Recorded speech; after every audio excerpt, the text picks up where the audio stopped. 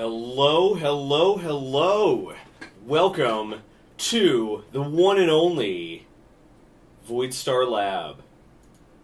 Oh yeah, here we go. Oh hey, there's me and then there's me. Thank you so much for joining me today. This is going to be a very interesting stream. Unfortunately, there's no way to Unfortunately, I realized that there's a bit of a problem in this, in that, multi-part episode, everyone likes multi-part stream on Twitch, right? Everyone likes working on something, or playing a game, or just something too big to do in one shot. But here on YouTube, everyone has a 45-second long attention span, so you are the lucky few who get to see this project go through to completion. I don't care, I'm loving building this thing, it's going to be a kick-butt printer, and you're going to be the first ones to actually see us make things that go into an episode. So, before we get too deep into it, well, first I feel like I should get rid of my redundant face here. What's going on? What's going on, face? Get out! Yeah, get out of there. Before we get going here, there's one order of business. Oh wait, there are two orders of business that we need to do, and the first one is that as per usual, we forgot to turn on the shelves. So let's do that. You can see I labeled my parts, and some of the labels are very serious. Oh, that looks so much better. Okay, next thing is that I've got this guy that should not be pointing directly at the camera. It's not very fun to look at, is it? No, it's not. So let's put this guy over here. Okay. Then, alright, then there's one other thing that I want all of you to be party to. I'm going to pull it up first so we don't accidentally leak any more information. So at least nothing that matters. Okay, prepare yourselves. Prepare yourselves. Here it is. Ready? We just hit 200,000 subscribers. So thanks all of you, thank you, and Brooke, thank you, all the patrons, all the longtime viewers, you guys and gals and cyborgs are the best. 200,000. Yeah. I don't even know what to say. I'm just so blown away at how far the channel's come in its first year, and just the amount of support I've got and all that stuff. So thank you. Just, yeah. I mean, what else can I say? You folks are the best. 200,000 subscribers. It's great.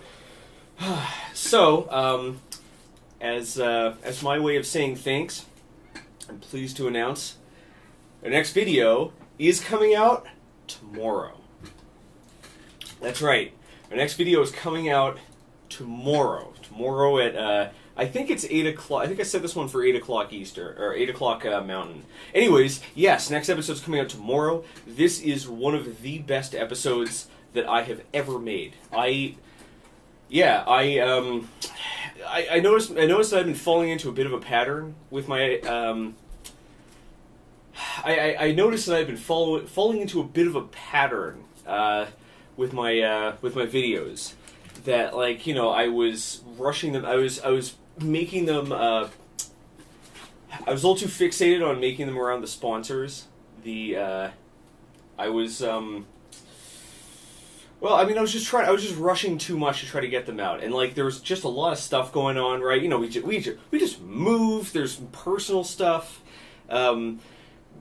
Basically, the quality of the videos was slipping a lot in all aspects. So the next video, I went over the top. I took as much time as I needed for every step of the process. I took as much time as I needed for the build, for writing the script, for filming, for hunting down the perfect sponsor, for every part of it.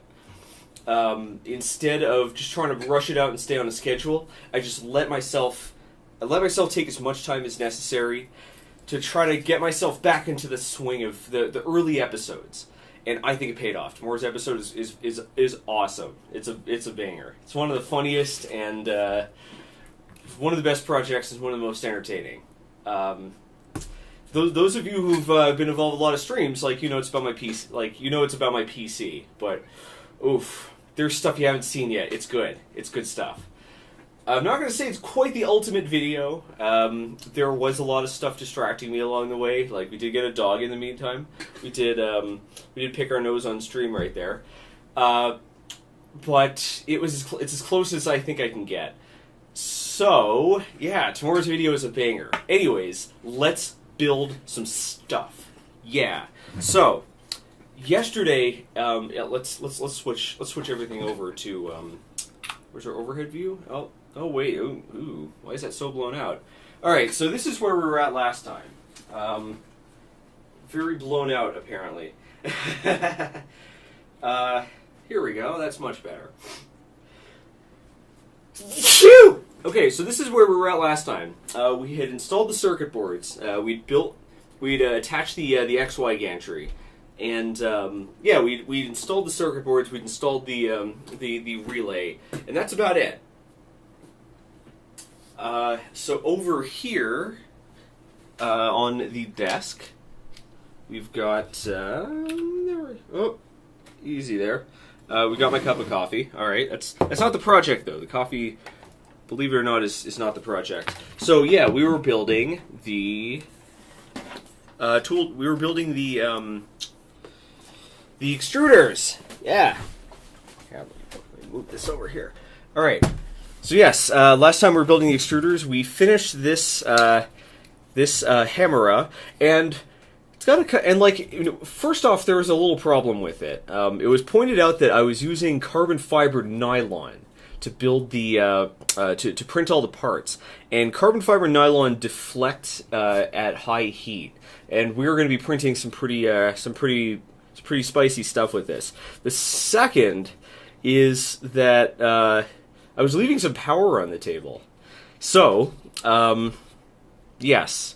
I've been told that I say and I hesitate too much, so I'm trying very hard to improve it. And I just said in that time. Okay, so here's what I did about it. I took the carbon fiber and I annealed it twice in our oven. And that should make it a lot more thermally stable. It should reduce the deflection, and it should reduce the creep, especially over the long term. I also talked to all right, on stream we had Greg and Rene. Greg was involved with the Toolchanger project itself. Rene did a lot of open source work that ended up in the Toolchanger, and I talked to both of them. For the most part, the nylon parts should be good. For the most part, the nylon parts should be good, especially after annealing, so I confirmed all of that.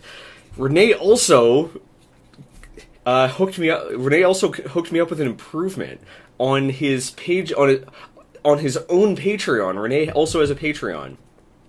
He has a set of variant parts that convert the Hemera from using this wimpy little part cooling blower fan to using an enormous mega chunker 4-watt blower fan. It's like 50 times, it's like insanely more powerful. I never say insanely. It's way more powerful. So those were supposed to show up today. They haven't shown up yet. So we're just going to be building up we're just going to be building up the extruders using the new parts, except building them up using new parts, except we're going to install the fan later.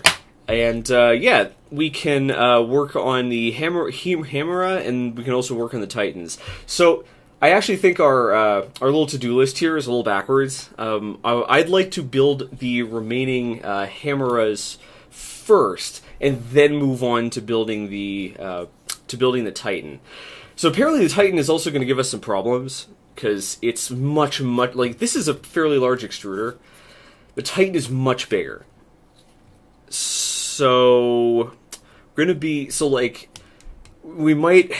build that up, but it might not make its way into the finished product. We might have to make some changes, or even maybe build our own custom water cooling system, because apparently it's so large that it actually overlaps with the tool next to it. And I'm not making a 3 extruder printer. No way. We're going 4. We're going home. So, anyways, we're going to build it up as if that's fine. Yeah. So without further ado, let's rock and roll. let us rock and let us roll. So we are going to be working off. So we're going to be working off in part the open source instructions, except we have to. All right. So like last time, we're going to be building off the open source instructions, but we're going to need to switch part way between the two. There's another difference too. All right. Here. So last time, we had a bit of a shortage of tools, right? So I went to Horrible Freight and I went online and I bought us a whole bunch of tools that that will make this job way easier. Okay, so check this out. We've got a full set of metric and imperial wrenches. We've got a full set of socket drivers of the ratchet. We've got new tweezer pliers, and we've got a super, don't tell Brooke how expensive, nobody look this up and tell Brooke how expensive it is. We got a super expensive set of Allen keys, because everything in 3D printers needs an Allen key. This is the best set of Allen keys on Earth, bar none. This is the best. So yeah, we got this guy. What else do we get? We got pumps. We got a pump and stuff for moving liquid cooling fluid around. We got a set square, so we got a square, so we don't need to mess around with the little brick of acrylic. And I forgot to bring it over, so allow me to do that now. Bear with me 1 sec. It's worth the 5 seconds. So check this out. I ordered this along with some of our 3D printer filaments, which also started showing up. This is. It's called the Modify 3D, and it's sort of like a soldering iron type deal. It's like a hot tool specifically designed for cleaning up 3D prints. So it's got all these different attachments and heads. It's got a tiny hot knife for cutting off flashing and stuff. There's here we go. It's got a tiny spoon. I'm gonna zoom this in so you can see the tiny spoon. It's got a tiny spoon for picking boogers off your parts. They didn't. By the way, none of this stuff is sponsored. The printer was given to me, but nothing else is. And yeah, this is for picking off parts. I just realized that this episode is sponsored, and I completely failed to put the sponsor to do anything about the with the sponsor. All right, bear with me 1 sec. I made a boo-boo here, because today's episode is sponsored by Things. That's right, I completely forgot, and it looks like my yeah, there we go. Looks like my thing's the wrong size. Don't you hate it when your thing is the wrong size? Yeah, so today's episode is sponsored by Things. Go to things. You can use the link in the description to visit Things. Yeah, hit that button, hit the click, hit like, all that stuff. Yeah, go on Things and you can check out a whole bunch of really cool 3D printable things. You can use augmented reality to display them right now. And what's really rad about Things is, well, apart from the fact that they're helping me, they're helping us make cool projects, is that all of my projects are on Things. So hit that link in the description. Check me out. I'm Zack Freedman on there, and all my stuff is there. And if you remember the Viper printer, the Anycubic Viper that we did a few weeks ago, the Anycubic Viper had a really crappy little tray in it. Well, I changed that. I made a new tray with perfectly sized slots for everything, and then I cut my hand open while cleaning it up. Yes, these Allen keys are like $63. So, no matter what kind of printer you use, whether it's a super fancy E3D Toolchanger, or if it's, $160 zip gun of 3D printing clone of an Ender clone, Things is the place to go to get all kinds of 3D printable stuff. Thanks so much to Things for sponsoring this episode. Becky from Things should be showing up at some point to say hi, which is nice. I always like when the sponsors get involved. Without further ado, I think it's time to build stuff. So we've got all kinds of tools. We can clean up our 3D prints. Yeah. So why use this instead of a soldering iron, you may ask? I know I have a super chat. I'll be right back to you. Why use this instead of a soldering iron? The first is that soldering iron tips are very small and they're not really designed for this. These tips are sized much better for what they're trying to do. So check that. Oh, I really want to brag about my little tool here. So this is for smoothing things out. You just press it flat and like you just push down 8 bumps. We've got, this one is for countersinking, like you can use it to countersink holes. We've got the various spoons for, we've got the various spoons for picking off boogers and other things. We've got little needles and pointy bits for smoothing things out. And check this out. This is something that I've wanted to have for ages.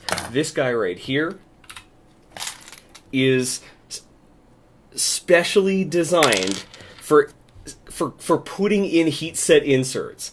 This is specially made. Focus now. For putting in heat set inserts. No more trying to like get the soldering iron in the perfect sweet spot to get that heat set in. Yep. Now I have the tool for the job, designed for it. Yep, that's right. The spoons are for eating hot cereal. So. Looks like we had a super chat that I missed. Thank you so much, JW, for the 5 quid. Congratulations on 200,000 subscribers and getting a puppy. I study electronic engineering. You've inspired me to do more of my individual projects. Well, thank you so much for the super chat. That goes a really long way to supporting the channel and helping us get from 200,000 to 200 million. Are there 200 million? I don't think you can get 200 million subscribers. Anyways, thanks a lot. Feel free to jump in any time with super chats. I am going to be primarily focused on the build here, but I've got Brooke keeping an eye on everything that's going on in chat. And yeah, if you contribute to the channel, you will not be ignored. I mean, I guess like even if you just talk, you might not be ignored either. But my primary focus is going to be on building stuff, especially because I've been waffling around it so much. So without further ado, let's... I just realized that I closed the window that has the instructions on it, because I am a giant dingus.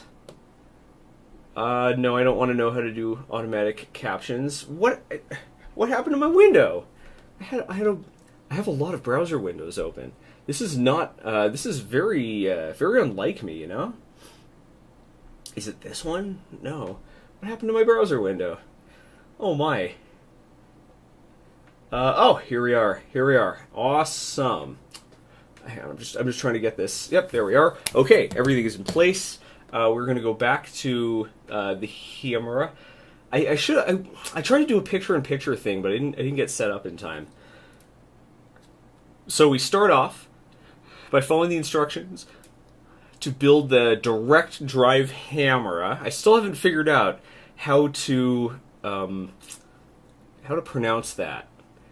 Yeah. So the core comes pre-assembled. We're going to jump directly to this. If you want to follow along, you just go to e3d-online.dozuki.com. It's sort of like the Voidstar Lab Dozuki.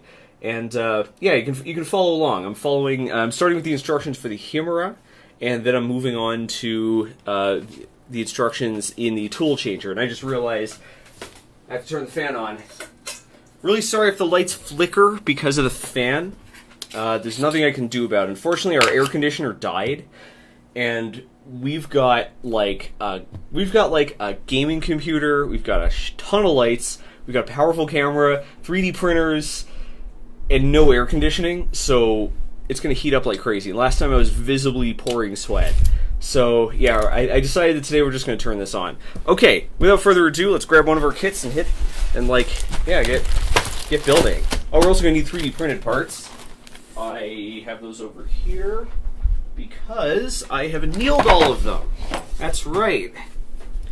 Annealing a print basically means, pardon me, yeah, it means coughing. Annealing a print means that you are bringing it up to temperature near, like slightly above where it starts to get melty and soft, and then allowing it to slowly cool. And what that does is it relieves stress. So what happens is that all plastics change shape very slightly as they cool.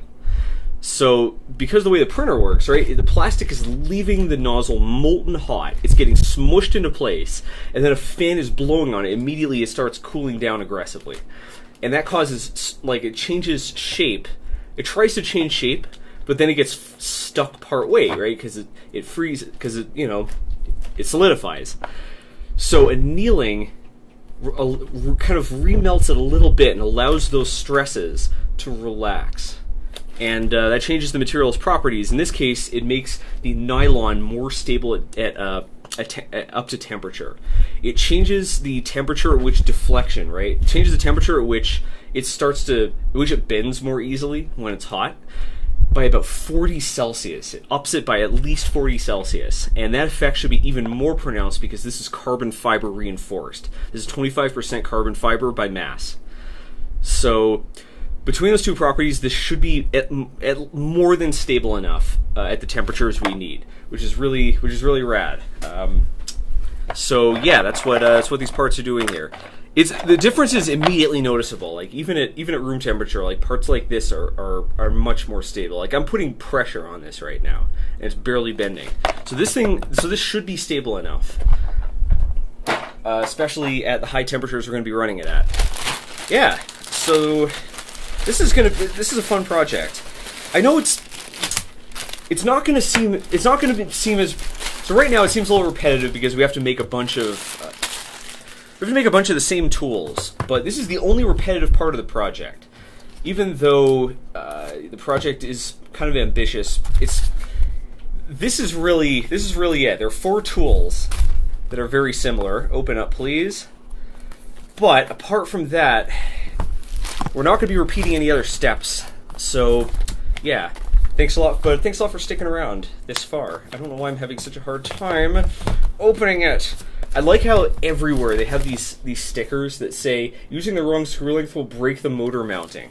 Like, they must have so many returns. They must have so many RMAs from people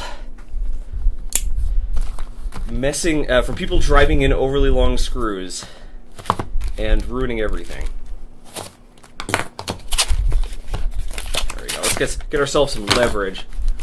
What is going on here?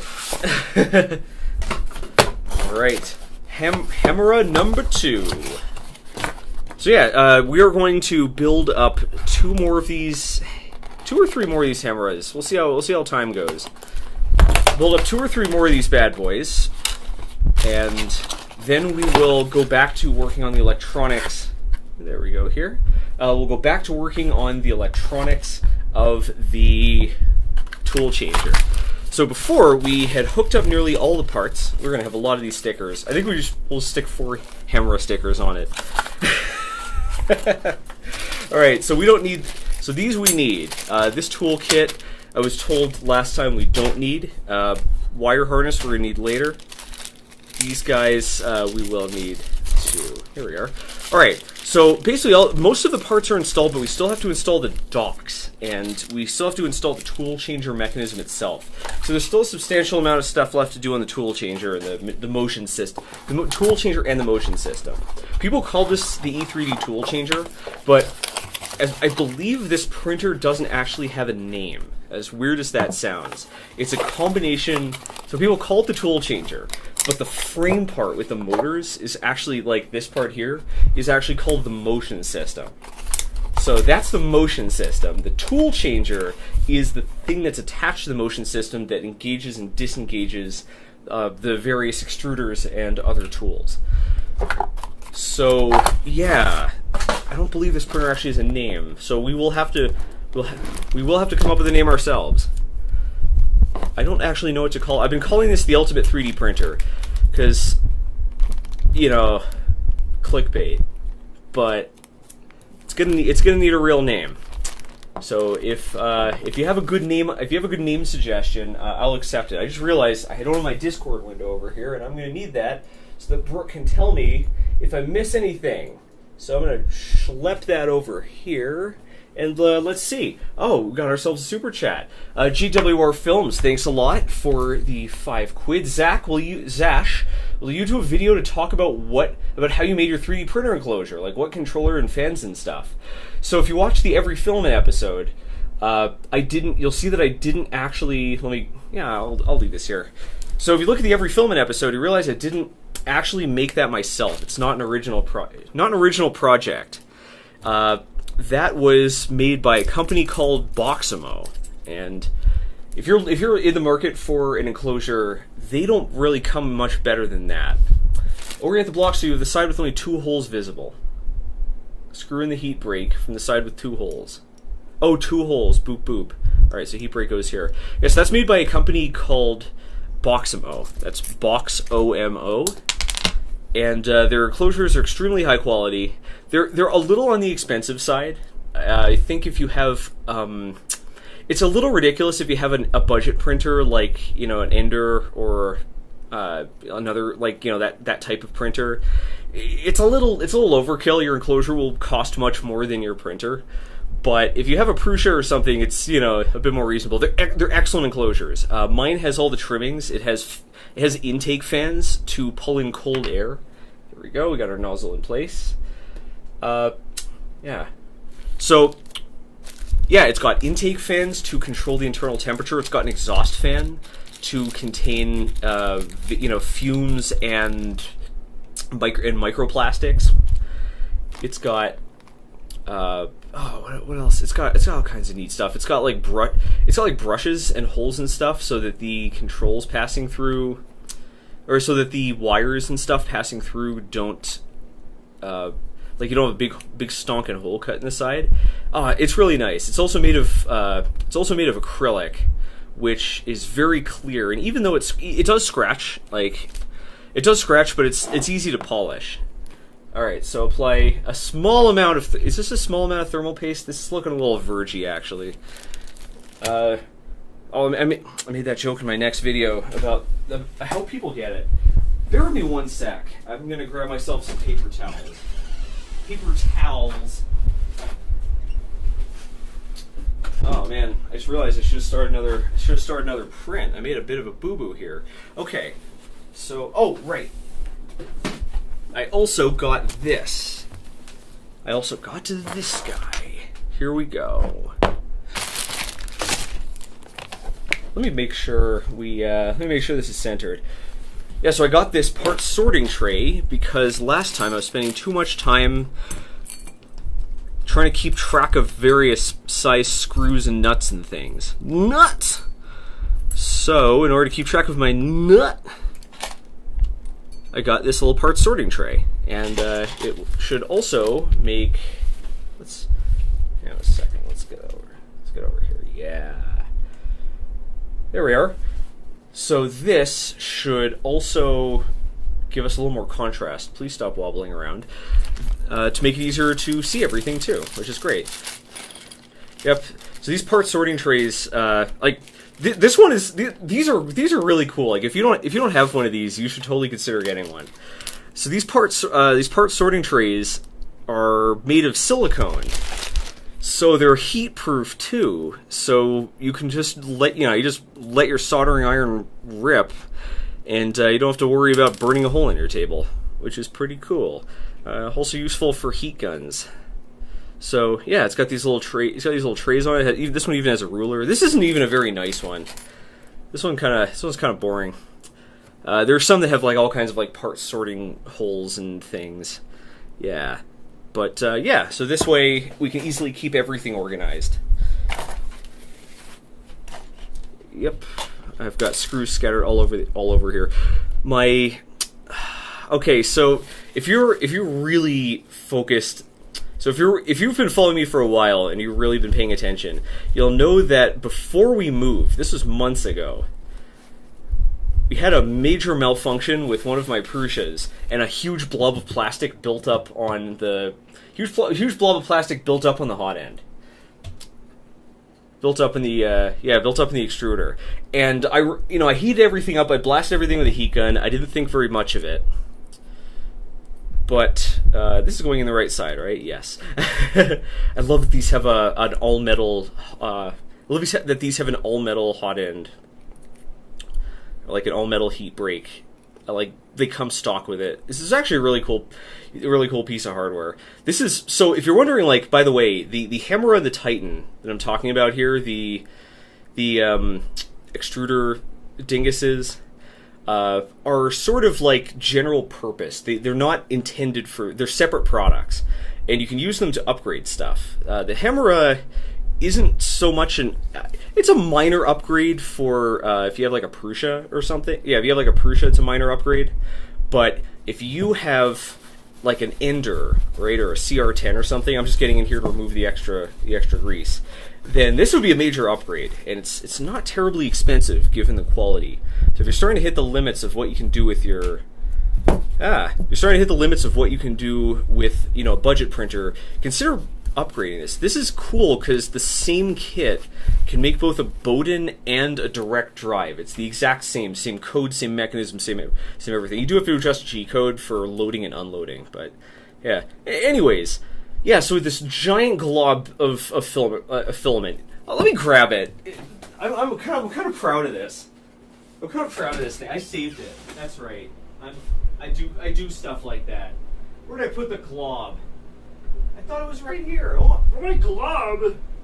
Oh my glob! Where is it? I'm very distractible today, aren't I? Well, crap. The one time I actually want to show someone my glob, it goes missing.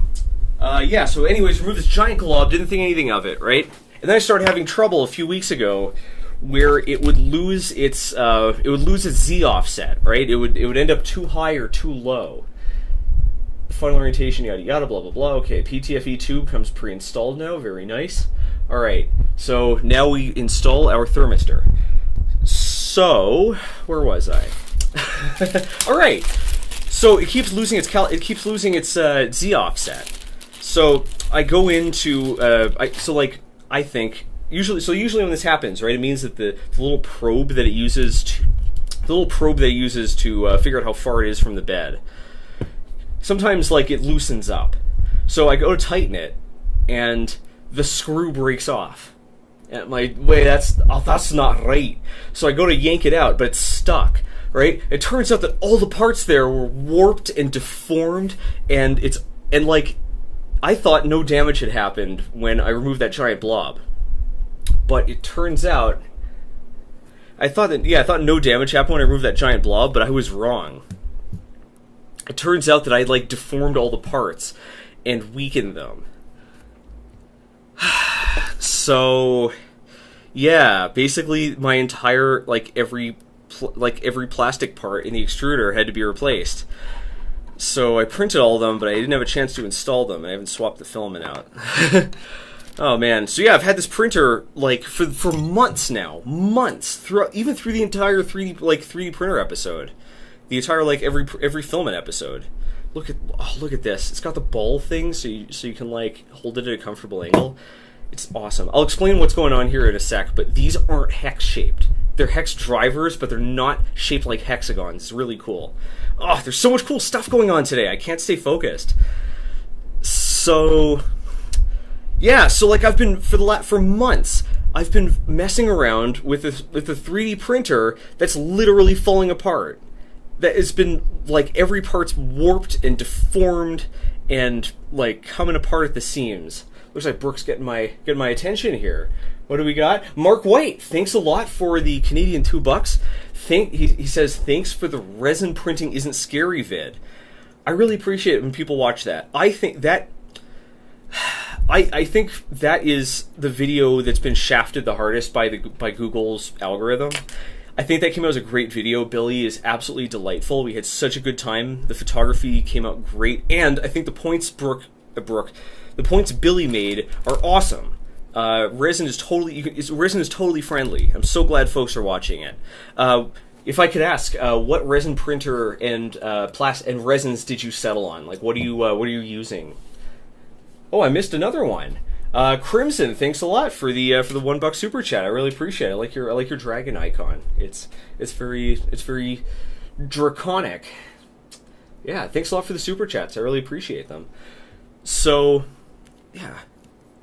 Oh man, so much cool 3D printing stuff going on here. Yeah, so I reprinted everything carbon fiber PETG, and then I forgot to change the filament out because there's still some parts I need to print for these. It's fine. We'll replace them with the older parts. What I'm also waiting for is the shipping notification that the blower fans showed up. Because if I get those during the stream, we're going to install them because they're awesome. They're huge. Brooke is telling me my camera keeps auto-focusing. It's always trouble with this. It's always trouble with this setup. All right. Bear with me one sec. So I'm just going to go to my overhead view here. I wish you could see this stuff. Hit configure view, camera control. And we're going to disable autofocus. So hopefully this stays nice and crisp, even as I move stuff around. Yeah. This one I guess should be off all the time. Okay, so let's continue. So we installed the thermistor. I'm just going to confirm that it's pointing in the right direction. Yes, it seems to be pointing about the right direction. Okay, awesome. I'm in love with these already. There's nothing better than a good tool. I keep forgetting this and cheaping out, but there's nothing better than the perfect tool for the job. Okay, heater time. Let's bring the heat. So we're not going to use the full length heater. I got thermal paste all over me. So we're not going to use the full length heater wires that come with the Hemera kit. Instead, we're going to use these parts that were included with the Toolchanger kit, the conversion kit. I'm going to, after this is all said and done, I'm going to have so many spare parts. It's ridiculous. It's like you know when you finish, for those fellas in the crowd who've built a Prusa, you know how much hardware you're left with after you're done. You have like a billion screws and stuff. This is going to be worse. There are going to be more left over from this. Okay, we've got our hardware here. Let's quickly sort it out. I also got a new set of pokey things. I've been using the same set of picks and needle files and other things for basically my entire career. So, yeah, I finally took the opportunity to change those. I also just realized that I'm sitting in Brooks' director's chair, which is probably why my neck hurts so much. I'm not sitting in my usual chair, I'm sitting in Brooks' director's chair. So once we find a good time to do so, I'm going to deal with that. Alright, so I'm quickly sorting this out because a few minutes spent sorting now will pay off big down the line because it'll let us make things more smoothly. And I realized the mistake I've been making a lot of my streams in that I have been kind of working off. So basically, when you look up like how to stream, right? When you research the techniques and tips, all the stuff you find is about Twitch because YouTube streaming hasn't been that popular for very long. So everything's about Twitch, and Twitch viewers are okay with a lot of things that YouTube viewers are not.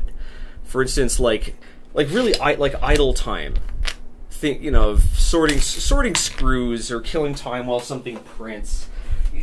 Figuring out how to solve a problem. People on Twitch don't seem to mind that very much, but people on YouTube do. And that's kind of caught me off guard. It forced me to kind of rearrange how I actually structure these episodes and how I do my preparations. Because I wasn't really expecting that. So even things like sorting screws, even things like thinking up how to solve a problem, I can't really do on YouTube. They're maybe on Twitch. So at some point we are going to start switching over to. Switching over to running streams on Twitch.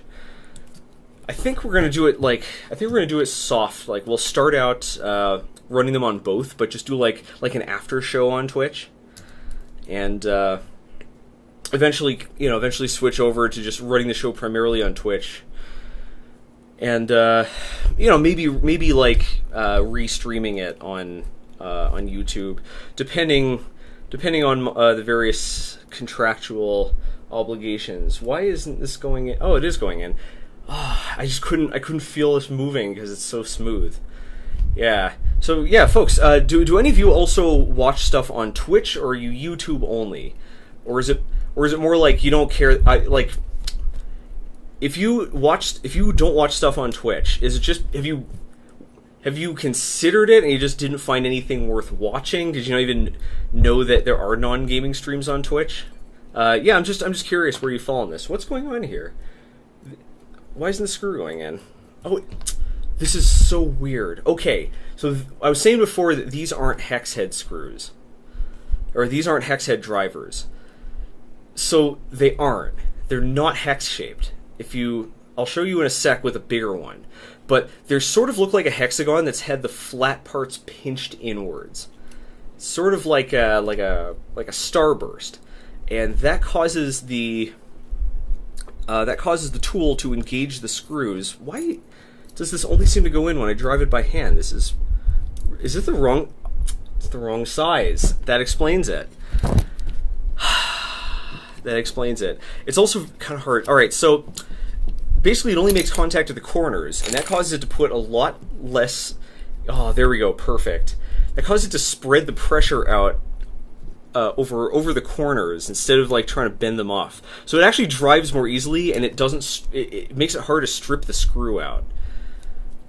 Makes it hard to strip the hex head out, which is really rad, and it also makes the tool feel a lot better to use. And it doesn't help when you're not used to the various sizes. They're slightly smaller than the. As a result, they're slightly smaller than the hex head. So, yeah, it was kind of throwing me for a loop here. So yeah, let's use this. Oh, it's so nice to use the right tools. Beautiful. Wonderful. Yeah. So, what's everyone's thoughts on Twitch? In Twitch, like, just the dynamics are a little different. Culture is a little different. Economics are a little different. Yeah. Hang on, I'm gonna tab back over to see what's what.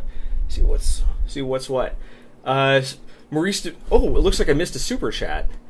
Sanjay Mortimer, thank you very much for the 20 quid. Annealing is badass. It's not just stress relieving like metal. The heat resistance major bonus comes from the polymer chains rearranging from a disordered state and lining into the atomically zipped up regions. All right, that's pretty cool. I don't know that much about like the material science, like, but so it's really cool to hear facts like this. So the polymer chains are they're like straightening out, or they're like broken apart and they're coming back together. That's pretty cool. What's neat about plastics is that it's so in metals it's the structure of the material. Basically, like the way the atoms are arranged that gives it its properties. But in plastics, it has to do with the chemistry itself. So it's really cool. Like I didn't take such advanced classes in college, so I know a bit about like metal, like the metallurgy, like crystal formation and whatnot. I don't know that much about plastics. It's super cool to hear. I gotta do some episodes on this stuff, just some of the advanced properties, because I want to learn it. So some folks are asking. Oh, Gamer5677 exclamation point hits the nail on the head. Says he or she says, I don't like Twitch because if it's just you and the streamer, it gets weird. Never stream for one person. Never. If any of you are thinking of streaming, never stream for one person. It's pointless. Don't stream for any fewer than 20, maybe 20 people. I personally wouldn't stream. If this number dropped below 50 people, I'd end the stream. There's no value in doing that, especially on Twitch. If you can't... Twitch... So, alright. So here's how it works on... Alright. I'm going to look up the next step so that I can talk while we build. So some other folks are asking, why not restream? That's an interesting question. Yeah, that's an interesting question that, okay, so this step is to install the fan. But I think we have to go back to, now we're going to go back to following the Hemera. Or should we do all of them at once? Should we do all three at once? I think it might make sense to do all three at once. Yeah, let's do that. Let's do all three at once. All right, so on YouTube, if you're new, right? If you're new on YouTube, you can just throw your videos out there, and YouTube themselves actually. So YouTube has a reputation of being really hard to break into. And don't get me wrong, it is. But of all the social medias, like, I feel totally confident saying that in all the social medias, YouTube is the easiest one to get popular in, because YouTube themselves helps you. In other social medias, you get, sure, there are recommendation systems, but they are not as, I don't want to say as good, because it's not a question of good or bad, it's not a value. They're not as risk-taking as YouTube. YouTube's algorithm takes a lot of risks. So, if you're new to the platform, YouTube will still recommend your videos. That's how I got started, right? Like, I made videos that, like, even though I was really new, I just made videos that I thought were the highest quality I could make, and the YouTube algorithm started recommending them. And it starts slowly. It recommends your video to 1,000 people, then 10,000, then 100,000. Then it starts recommending your other videos, and yeah. So it's a slow start, but it's a start. Twitch doesn't. Twitch has recommendation features, but they aren't as powerful, right? Because on YouTube, remember, like, if you're watching YouTube for an hour, you're watching probably 5 to 10 videos. On Twitch, if you're watching Twitch for an hour, you're watching one person. But on YouTube, the main way you discover video, and I know this because I have analytics, the main way people find my videos is that they're recommended on your homepage. That is the main way. Most videos people watch come from the homepage. So there are recommendations on the homepage, there are recommendations on every video. In fact, if you don't have autoplay turned on, there are actually 2 sets of recommendations on every video. So YouTube has recommendations everywhere. On Twitch, the main way you get discovered is by showing up, basically like someone clicks on a category, right? Like the one I would be on is science and technology. Science and technology or Fortnite or something. So those are sorted in descending order by number of viewers. So whoever has the most viewers shows up first. It fuzzes it a little, so it's not perfectly sorted. But suffice to say, unless you have, depending on the category, somewhere between a few dozen and a few thousand viewers, unless you have that, you don't get recommended to anyone. So basically, when you're getting started on, when you're getting started on YouTube, just publish the best videos you can. When you're getting started, speed doesn't matter, like rate doesn't matter, just quality. On Twitch, when you're getting started, it's a trick question, because you can't get started on Twitch. It's not possible. You cannot get started on Twitch. You have to get started on another platform, and then bring that to Twitch. So, I should hopefully, the reason why I haven't just jumped straight to Twitch yet is because I don't have the bandwidth to advertise this properly. But, hopefully I would be able, hopefully if we took this to Twitch, we'd bring enough people from YouTube that Twitch's sorting would pick me up. It's not even a recommendation, really. Like, Twitch's sorting would pick me up, and we'd get some viewers from there. They've tried a number of other ways to solve this. By the way, they've things like raids and restreams where one person can send, basically one popular streamer can send their viewers to a less popular stream to kind of promote them. But that's never shown. It's been around for a while. It's never shown to improve subscriptions and follows. So, basically, it gets you a lot of viewers, but the viewers never come back. So there really is no good way to start on Twitch. You have to start on another platform and then carry that to Twitch. Which, if you think about it, totally sucks. It's 100% the rich get richer. But, it's the nature of the game. So, yeah. Let's see, Brooke's trying to get my attention. I've already saw Sanjay's. Okay, rad. Bear with me 1 second. Let's just check out the shot. Let's check out the cat. Alrighty, Sebastian Van Essen says, thanks for the $2. He says, I can watch YouTube at work in the background mostly, but Twitch is blocked. Wow, your IT department is really on the ball. That's rare. Usually it's the opposite way around. Yeah, your IT department knows what's up. YouTube, there are business and school and there are business and academic uses for Twitch is for the most part worthless. That's the other thing. That's the other bit of trepidation I have about Twitch, is that I hope they start taking the focus off of the boobies and the games and start putting it on non-booby, non-game videos. Yeah. So no, you should. That's a very long way of saying that no. If a stream is worth having, you should never be the only one in chat. In fact, you and the 24 people shouldn't be the only people in chat.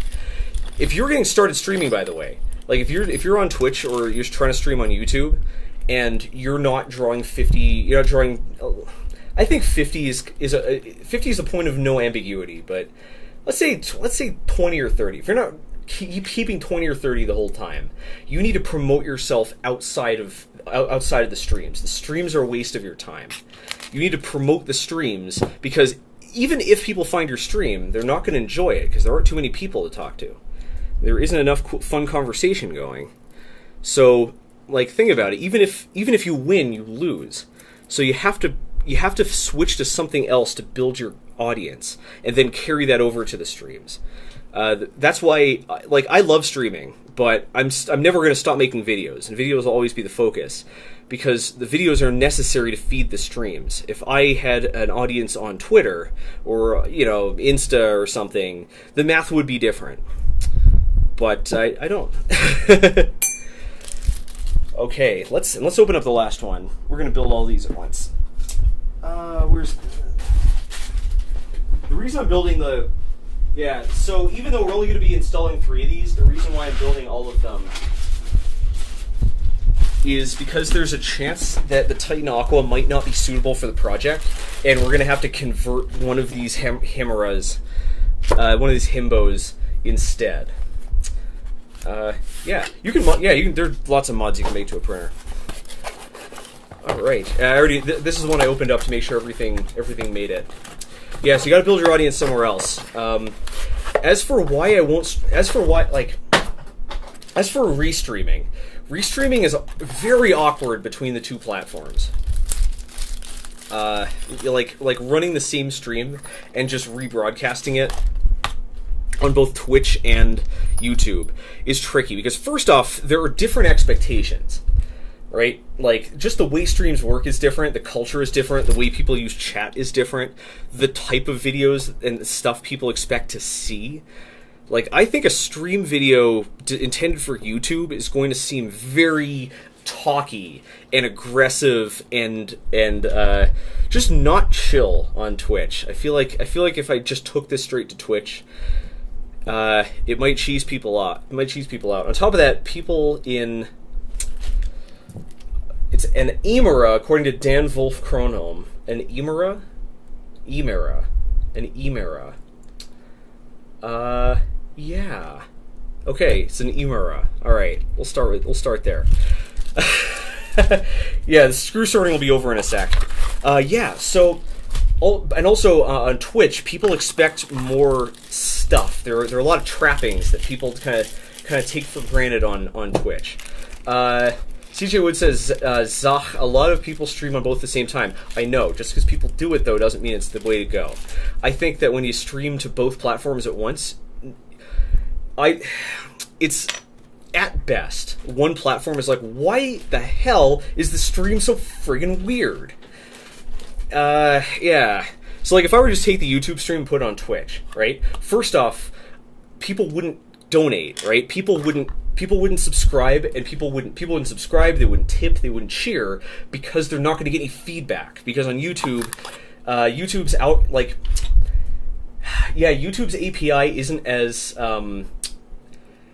API isn't as robust as Twitch's, so it's not as common to see things like little alerts pop up when someone super chats or something. On top of that, subscribing. So, like, basically the main way you can support the channel from a stream is by a super chat, which is a one-time thing. On Twitch, the main way is with a subscription, which is sort of like Patreon, it's a recurring donation. and people expect to see themselves recognized, and it would seem a little weird if that didn't happen. If it was in the opposite direction, people on YouTube would be like, what the hell's going on here? Like why, like what, who are all these people who are constantly being mentioned? Why is there a little shot glass being filled with mystery gems flying off the top of the screen? Like why is there a ticker at the bottom? And yeah, and all that stuff. Baum Invention says, don't forget bits on Twitch. Yes, that's it. So like, there's gonna have to be like a bits ticker and a lot of stuff that make YouTube people think, like, what the hell is going on? On Twitch, also, it's the it's just a different cadence of streams as well. A stream that would seem normal on Twitch would seem boring and slow and just too laconic here on the tube, and a stream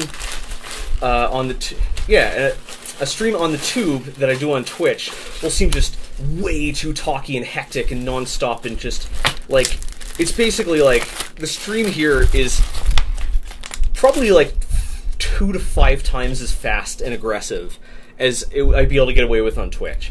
On Twitch, like, it's totally okay to just, stop talking and let this, just let people watch. But on YouTube, you go more than a few seconds, people, remember, like, on Twitch, if people leave your stream, they're going to another stream, right? Like, they're rolling the dice again. On YouTube, if people are leaving your stream, they're going to a video, and they know the video will be a banger, because that's, that's how YouTube works. So I'm always competing with, like, I always have to make sure that my stream is at least as compelling, at least as captivating, as a produced video, where people will jump ship right away. On YouTube, or on Twitch, that pressure is off. On Twitch, like, once people commit to a stream, they tend to stick with it for a while. On top of that, as weird as this sounds, my hours aren't long enough for Twitch. I only stream for about 5 hours, which on YouTube is a lot, apparently. Most people on Twitch, or most people on YouTube stream for 1 to 4 hours generally. On Twitch, the average stream length is about 6 hours. So my streams are at 5 hours are on the short side. I need to rearrange my schedule so I can run longer streams. Or more, on Twitch it's a little different because it's expected that you stream multiple times a day. You usually stream for generally 3 or 4 hours. You take a break and then you stream for another 3 to 4 hours. And streams on Twitch are, people generally expect, like, they won't subscribe unless you stream somewhere in the neighborhood of 3 times. Like, 3 times a week is usually considered the minimum. Most people expect you to stream 4 or 5 times a week, which our schedule can't handle. So the content would be a little different. We need to, things would be a little different. It could seem a bit out of place. Restreaming can get tricky.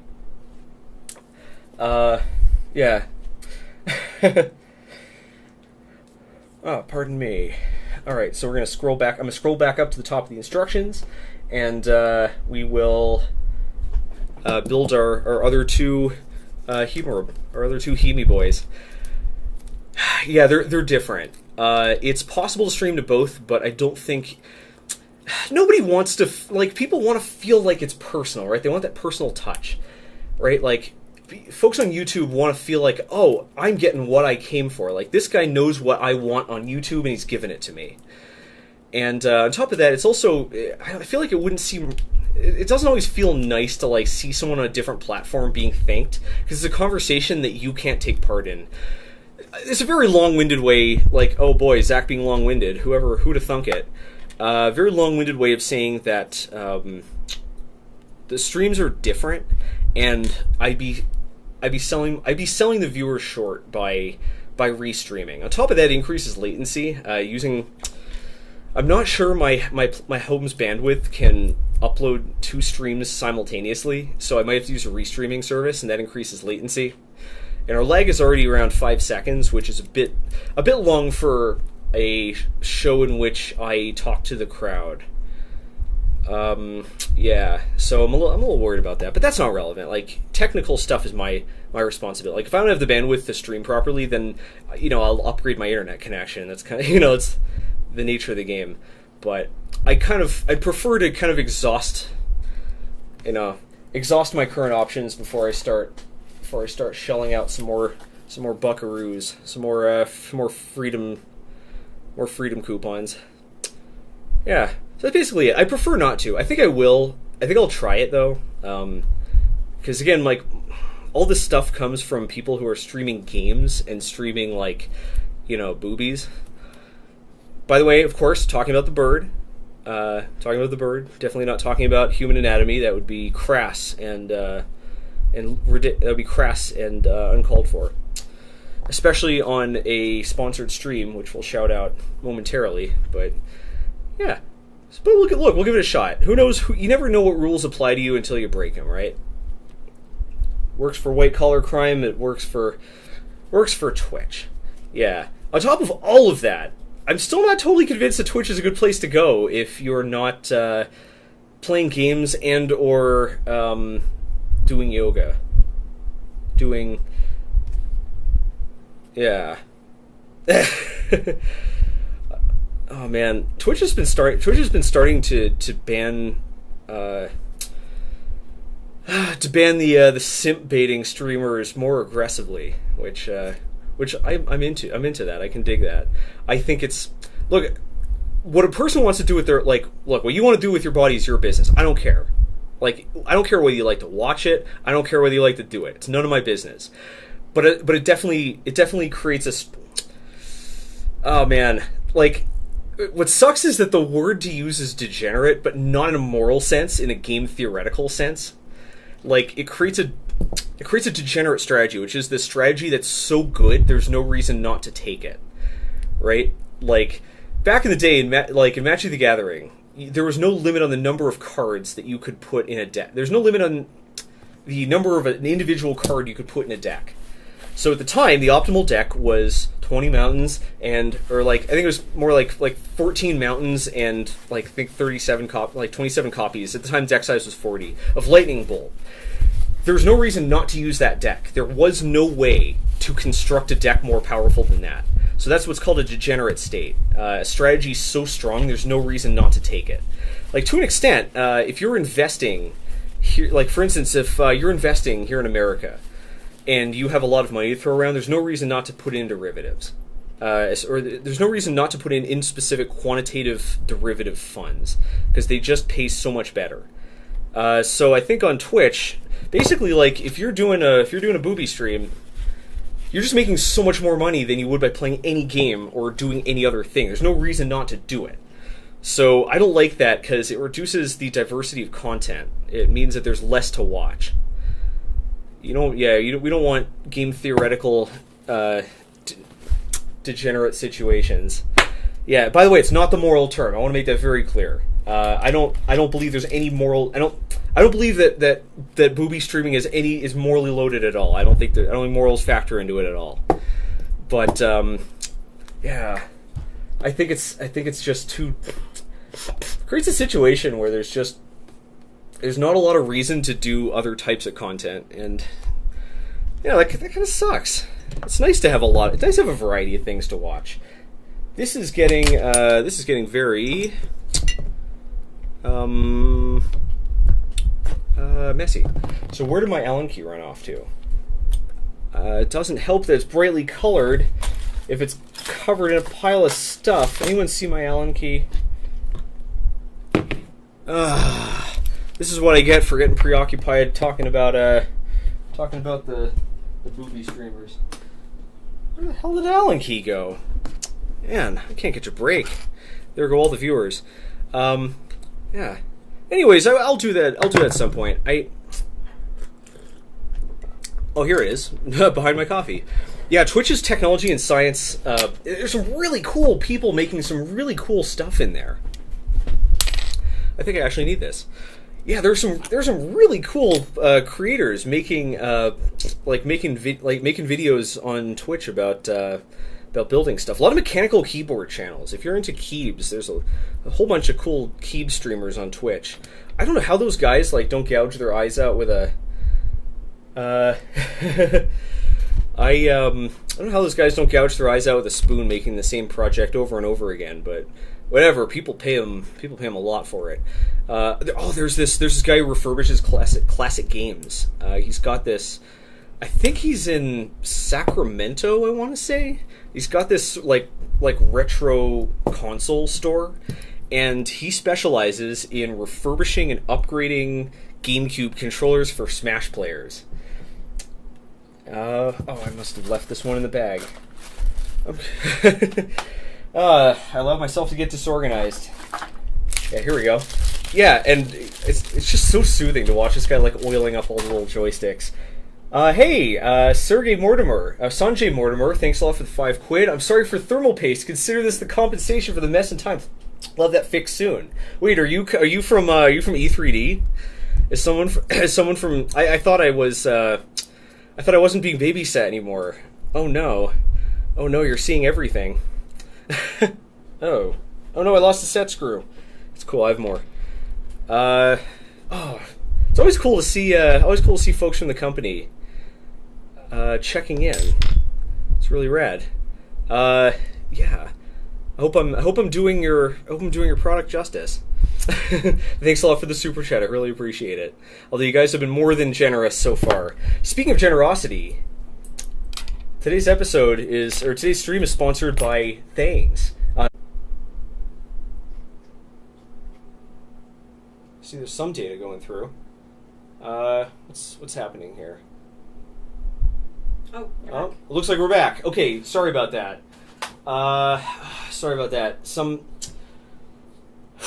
It seems like, hang on a sec. Really sorry about that. That was profoundly unprofessional. You missed a super chat from your brother. All right, I have a few things to catch up on. First off, thanks a lot for sticking around. I'm sorry for things. We'll do your plug later. Very sorry. It looks like my quality of service rules were not set up correctly. And it seems that Backblaze was able to start running and suck up our bandwidth. So I can't express how thankful I am for you sticking around. There's no reason for you folks to stay, but it means so much to come back and see you folks still around. I'm just know that I'm working as hard as I can to prevent this type of issue from happening ever again. And it really means a lot. It takes so much of the stress off to know that I don't need to rip my hair out, every time my connection hiccups. If it happens again, it shouldn't happen again. I tell you what, I am going to blacklist. Yeah, there we go. All right. So I've blacklisted Backblaze is a virus, so it should no longer be able to launch now. So, yeah, thanks a lot for sticking around. Okay, looks like we missed a couple super chats. Bear with me right here. We're just going to get catched up. Hey, it's my brother, Micah. Thanks so much for the $5. Thanks so much for the super chat. He said, congrats on 200,000 subs. I really appreciate it. Really appreciate the super chat. Oh, man. It's going to take me a bit to... get my bearings back, but oof. Thanks a lot. I really appreciate the support. My family has been very supportive the whole way. I'm a little suspicious. Why isn't this going in? Why isn't this going in? This should go in. This is the right size.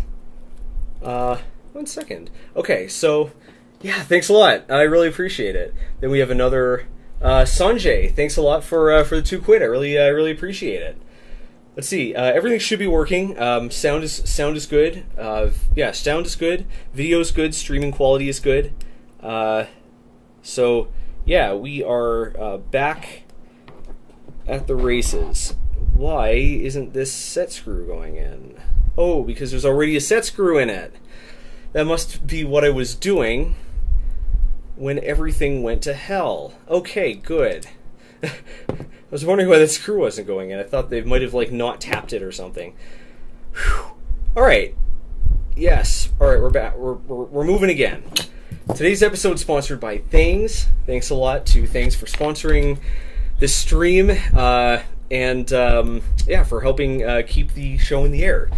Yeah, all of my projects and stuff are on Things, and you might not realize it, but all of yours are too, because Things.com searches all kinds of, searches every, at least I think, every 3D printing site out there. So yeah, you can, whether you use Redacted Averse, Redacted 3D, or My Redacted Factory, or maybe even use Redacted. You can find it on Things, and it's a lot quicker than Redacted-y. So, yeah, thanks a lot to Things.com for sponsoring this episode and for making all this happen. Looks all right. Gerardo Munoz says the mic sounds strange. Can I get someone else to corroborate this? How do I sound? How's everything going? Sound should be back to normal. We're full bandwidth. Levels look fine, so sound should be all right. Let's see. There is a fan. There is a tiny bit of fan noise because I have a fan going because our air conditioner is broken. So deal with it. Okay, good. Thanks a lot. I really appreciate it. So let's build. Let's keep on building. Yeah, let's keep on building. I'm gonna scroll back. Let's get a question from a non super chatter. Yes, Adblock is so advanced they killed my stream. Oh my, that is correct. Oh man. Let's see. Someone with a Russian name says thermal goop can clog the living heck out of your hot end. Try not bringing it too close to the heat break's edge, or be prepared to run filament before your first print. Oh, we're gonna run meters of cooling film of cleaning filament before we get started. Don't worry about that. Oh man. Let's see. So we've got a few. So a few folks are talking about the difference between streaming on YouTube and streaming on Twitch. I'm not sure. I'm not sure the differences are. I'm not sure the differences are that crazy. Ow, my neck is killing me. I'm not sure the differences are that intense, but they're definitely there. And I think when you're getting started, it's very important that you don't look cheap, right? Like, if that's a good way of saying it. Like, basically, I want people on Twitch to feel like I'm giving them the personal touch. Like I'm part of their community and I put them first. The same way that, I want, like, on every platform. Like, I want every platform, I want people to feel like it's the only platform I use. Like, I want to get that personal touch, especially when you're getting started. Remember, I'm just, I've got a YouTube audience now. Thanks a lot, by the way. We hit 200,000 today. And thanks a lot to all of you for making it happen. But I have an audience on Twitch, or on YouTube, but I got no one on Twitch. So, I'm new. I'm new there. I'd be starting from ground zero. So, yeah, and I think the best way to get started is to immerse yourself into the culture and make stuff that fits right in. And yeah, I'm a little concerned about being able to do that with restreaming. I feel like restreams look cheap. Just like in general. Maybe that's just me being persnickety, but yeah, it's like, really, like, you're trying to make money on this and you couldn't just do 2 streams, like really? Yeah, whatever.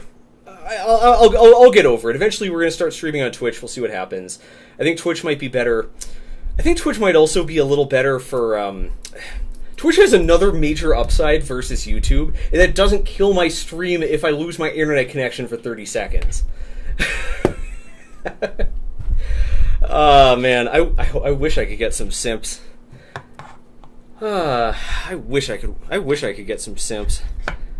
The original name for this, so on Discord, by the way, if you're not a member of Discord, you gotta go to discord.gg/VoidStarLab, be a member. I show up there all the time to hang out. Yeah, I originally called the roles that get notified Zack Simp and Stream Simp, but it, yeah, I don't, it was sketchy on Discord's terms of service. Alright, so what are we making? I feel like I should be reiterating that from time to time, because it's not obvious. So we are making the E3D Toolchanger. And apparently, oh no, oh, you just lost the game has let me know that I just lost the game. Damn it, I just lost the game, and I was on such a streak. What a wiener. What a wiener cleaner that guy is. Gal, cyborg, whatever, you're a wiener. What was I talking about? You missed a super chat. I missed a super chat. Oh no, let me scroll back and say hi. Mitsuo Level, thanks a lot for the $5. It's okay for the issues, it's educational. Thanks a lot for thanks a lot for the acknowledgement. I do try to keep this more I have more leeway to make this educational than my videos. Videos have to be very, very entertaining, and this can only be partially entertaining. Excellente. Toolchanger, right. So we are building a 3D printer known as the Toolchanger or the Motion System. And it's basically a CoreXY printer. I'm going to open up my... We gotta get building here. Okay, so we have our heater cartridge in. I'm not sure if we need to do the fans yet, so I'm going to go back. All right, so yeah, it's a CoreXY printer that instead of having an extruder has a carriage with basically a servo motor on it and a locking system.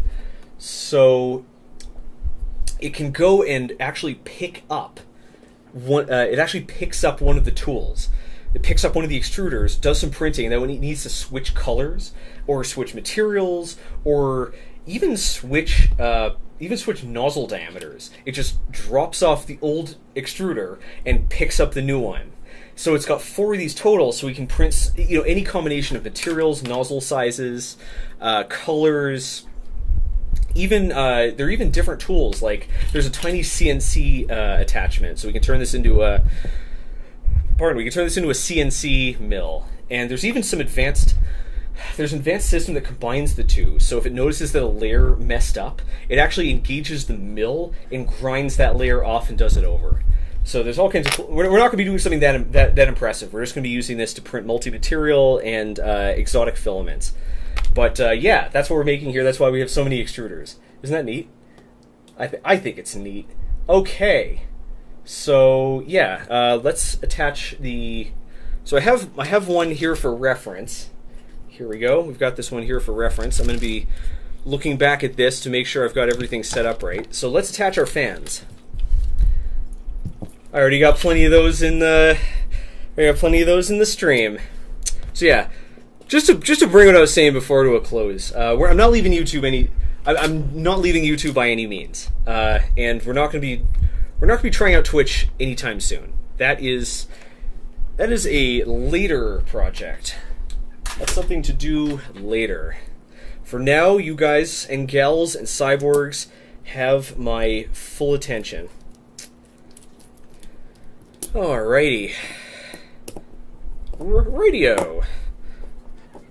One thing that I need to do on YouTube is to test how powerful its ability to pick up copyrighted music is. I've been being very careful about that, but the reason I say this about copyrighted music is because Creative Commons music is still copyrighted. Like, common misconception is that a copyleft license is mutual. Like, basically, a copyleft license means that there's no copyright license attached, and that's straight up not true. The copyright is... There's no such thing as a copyright license, right? Like, the copyright is something that an author has until they specifically revoke it.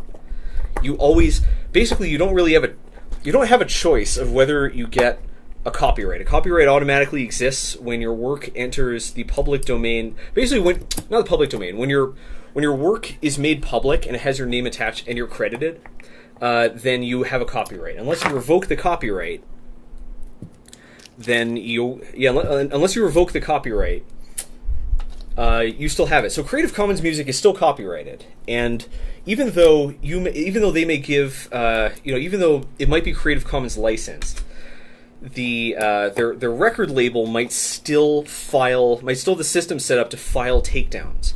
So copyrighted music Creative Commons and other permissive licensed music can still get copy struck. And normally this isn't a problem because the automated system doesn't do a good job of picking up music with vocals in front of it. Like, if I'm talking over music playing lightly, the system doesn't do a good job picking it up. But I don't want, to get copy struck and have my stream taken down, the millisecond I stop talking.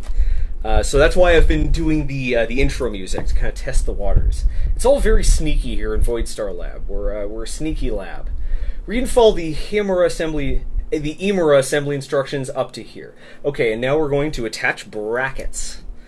All right. We have to be careful not to let these tangle up and snag. We have to be gentle. I almost want to attach the heater cartridge later. I don't want these wires to snap off. I've had too many bad experiences with these wires snapping off on my Prussias. Oh my. Alrighty. Alright, sorry about my nose. My allergies are going ballistic. Where's my bin of parts? Here we go. Hey. So I may have to reprint these brackets later, but we'll use what we got. Bracket, and we've got one more in here. Bracket. These are made of carbon fiber nylon that I have annealed in an oven for, I think, 160 Celsius for 2 hours. So these should remain pretty stable, even even at the high temperatures we're going to be printing at, which is nice. Okay, so let's do these one at a time. Using my new hex drivers. Ah, they're so good. I'm so happy I bought these. Here we go. Oop. Which is the one we want? Do we want this one? Nope. I'm so glad I got these. Ah. It's so satisfying. Alrighty. So we have to drill some holes out, don't we? Totally forgot about that. So let's get our drill ready. Don't worry, I know the drill. Kalia, hey, one of our longtime subscribers and supporters. Thanks a lot for the super chat. Thanks for the $5. Hello, Broken Doggy and Zack too, I guess. Hey, you know what? I'm alright, but I'm no dog. Roscoe the dog is really cute. Roscoe's been a very good boy lately. Roscoe is an 8-month-old Bernese mix, and a little bit bitey, a little bit on the bitey side. But I think he's starting to get the message that treats show up, and if he bites his toys instead of his owners, he gets more of them. He's a good boy. He was pooping inside. Which, let's be honest, we would all do if we could get away with it. He was pooping inside, but I think he's starting to get the message. All right, I'm gonna open this up a little bit more. Turns out that the Imperial drill bits are actually very close to a metric set because of the fractions we picked. Because of the fractions we picked, there's to make drills in. They're actually within, I think, like 10% of metric set, which is pretty neat. Can you even see this? I have too many windows open, so I can't take a look at everything at once. I can't see if. All right, we need a bigger one. We're gonna go 1/8. Yeah, we're not going to do this very often. Find a drill bit. I'm actually going to leave this one over here, because once we have our drill bit size correctly, I don't like doing this in my prints, by the way. I prefer to just make the hole the correct size, and if people's printers aren't dimensionally accurate, then that's a them problem. I should be doing this where you can see it, shouldn't I? There we go. Cool. All right, let's drill out the rest of these real quick. So this bracket is what attaches the Hemera extruder assembly to the Toolchanger receiver plate. So this part here would ordinarily be the carriage that rides on your x-axis.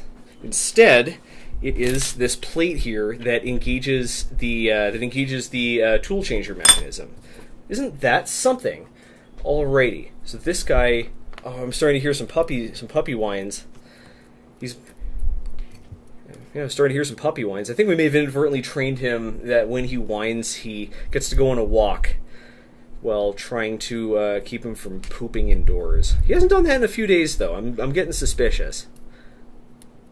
He's 8 months old, which is like doggy teenager, right? He's at the rebellious teenager phase. So he's always pushing the limits. I don't know. I've never had a dog before, no.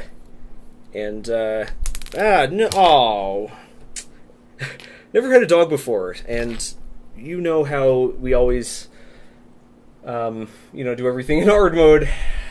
I think these are the right. Yeah, I think these are the right screws. I think I just have to push down a little bit. Oh man, screws are killing me. You're killing me, Smalls. I think if this keeps going, on an adventure, I'm gonna get some blue tack in there.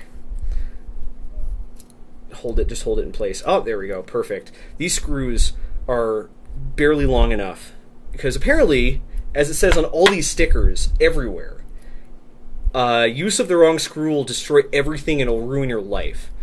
So, yeah, these screws are they're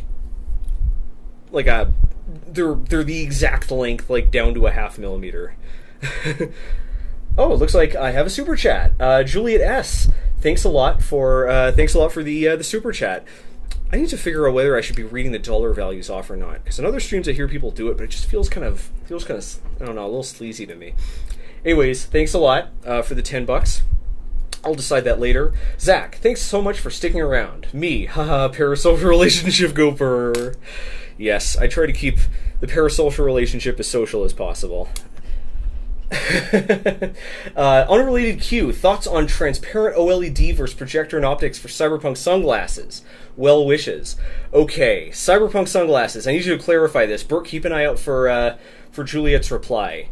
Do you mean that the picture on the OLED is visible to the user or visible to the world? Because that has a major bearing on the answer to that question. You know what? Screw this. I'm gonna do a video.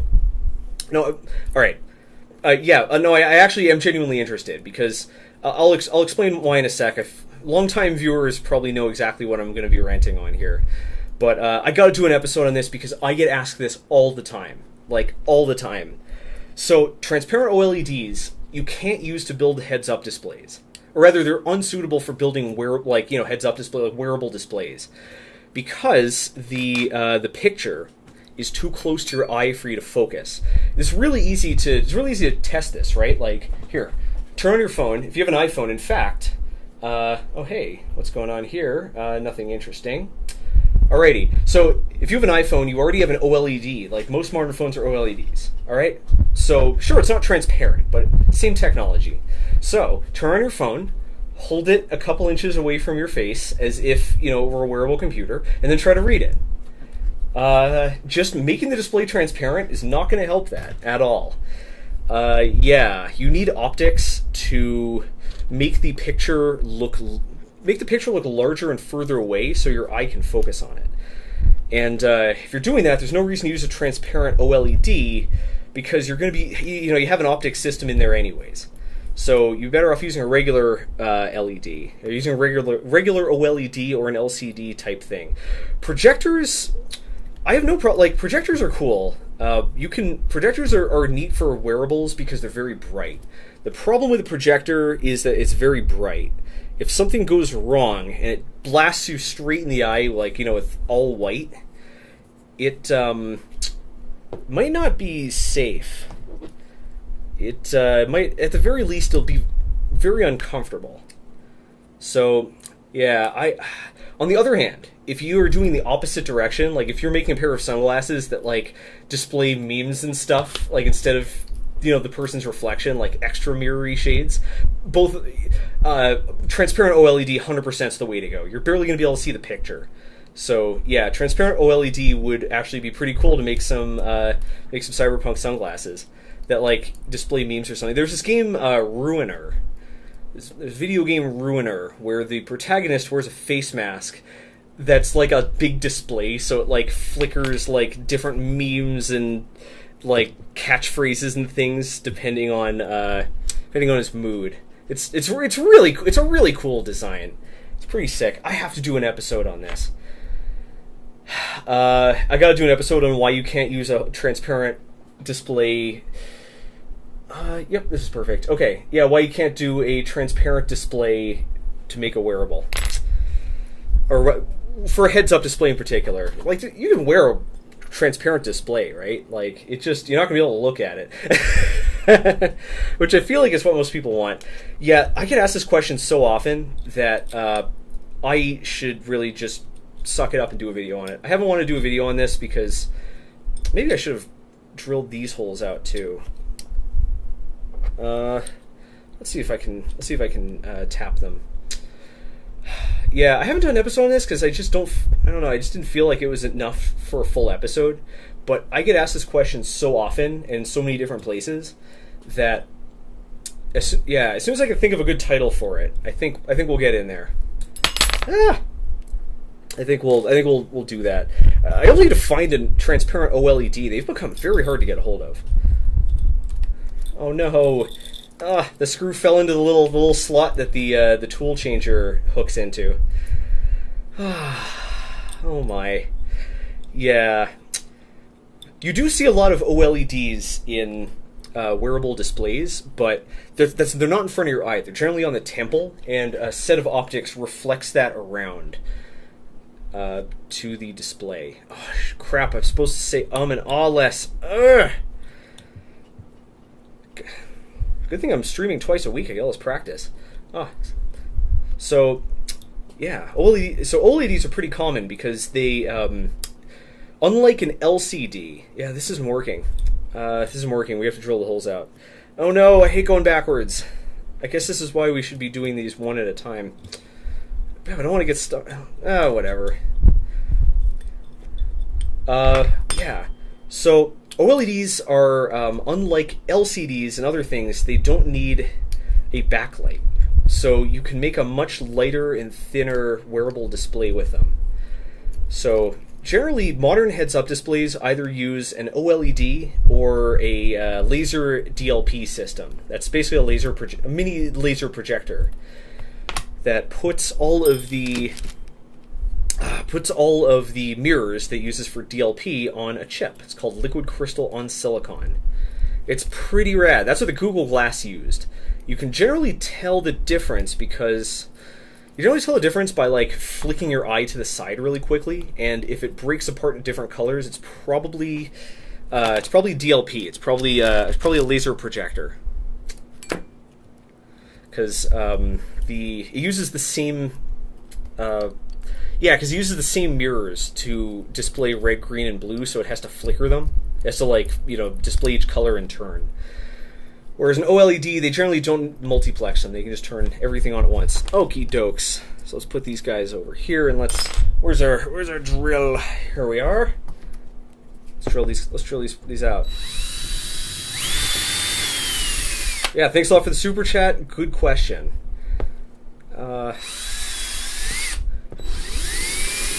Yeah, that one definitely deserves its own video. I think I might be drilling these out too big, actually. Oh, crap. I drilled this out too big. Poopy. Oh. You know what? We're going to continue. This one, I'll just repair this one. That's why I took out this guy here. We will just replace this one down the line. It's the easiest piece in the system to replace. Yep, there we go. Or I don't think it's necessary to tap this. Yeah, I don't think it's necessary to tap it. Yeah, this is like the easiest piece to replace. So we'll do that. Whoopsies.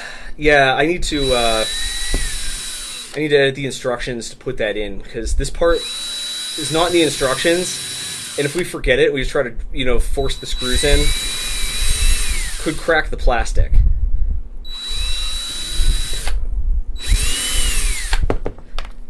Yeah.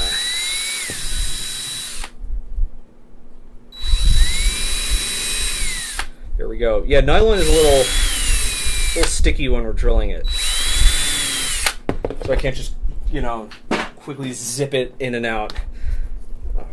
Got these plastic schnipsels out of here. Get out of here, schnipsels. Alrighty. So nice of my brother to show up in the stream. Okay. Once more with feeling.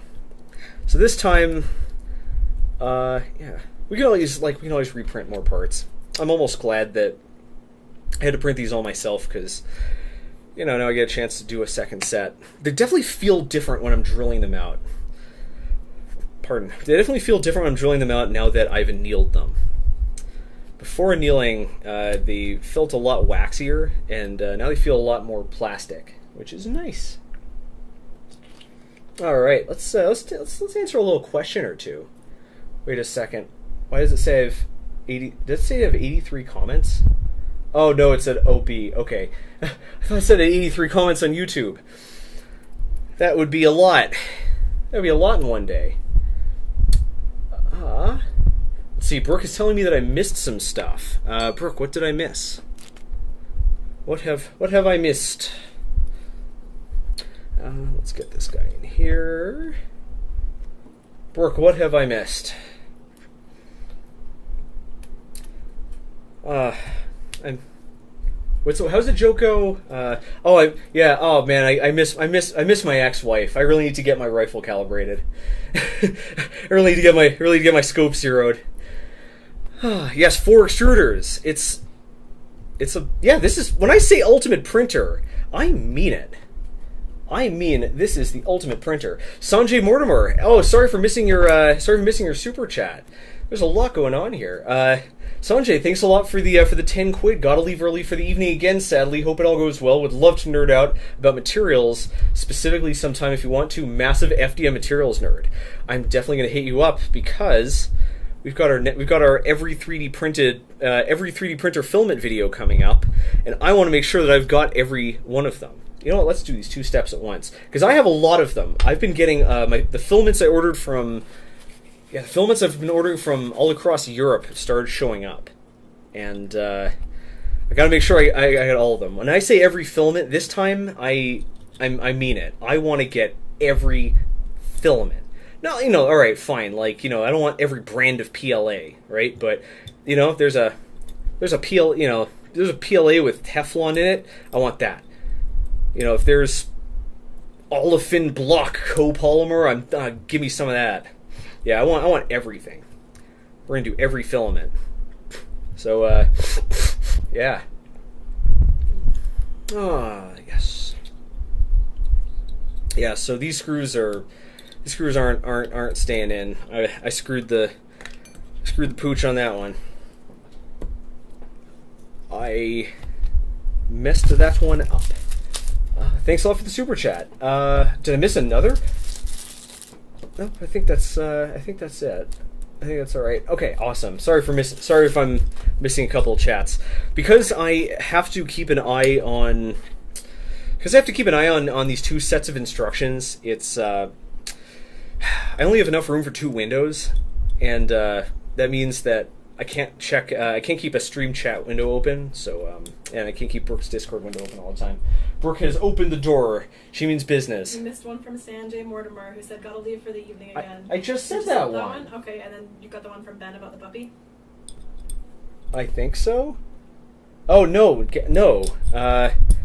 Ben, thanks a lot for the 5 Canadian pesos. To get him not to bite, we used to put our puppy's paw in his mouth. Stop pretty quick. Would that work? I feel like Roscoe would just bite his own paw. I think that's why it works. Like, I think he'd enjoy it. Wait, do we have a masochistic dog? I mean, he really likes biting. So he's a big biter. I don't know. I guess we could try it. Like, you want to chew on something? Chew on this. Arf! Chew on this, you dumb mutt. No, we're very nice to our pupper. On the whole, Roscoe is a good boy. I think he's just at that age where he gets riled up. He comes back from his walk and he just tries to bite and hump everything. And I mean everything. This guy is very creative when it comes to his choice of biting. We thought for a while he was trying to jump up on the table. He was trying to get his head in the table and eat the food. But we were wrong. He just wanted to chew on the table. That's what kind of dog Roscoe is. He would prefer to eat the table over eating the food that's on the table. He got to have steak yesterday. Roscoe was a good boy, and he got to have some steak, and it blew his little doggy mind. Roscoe had a hard life on the streets, and I'm gathering he never had a steak before.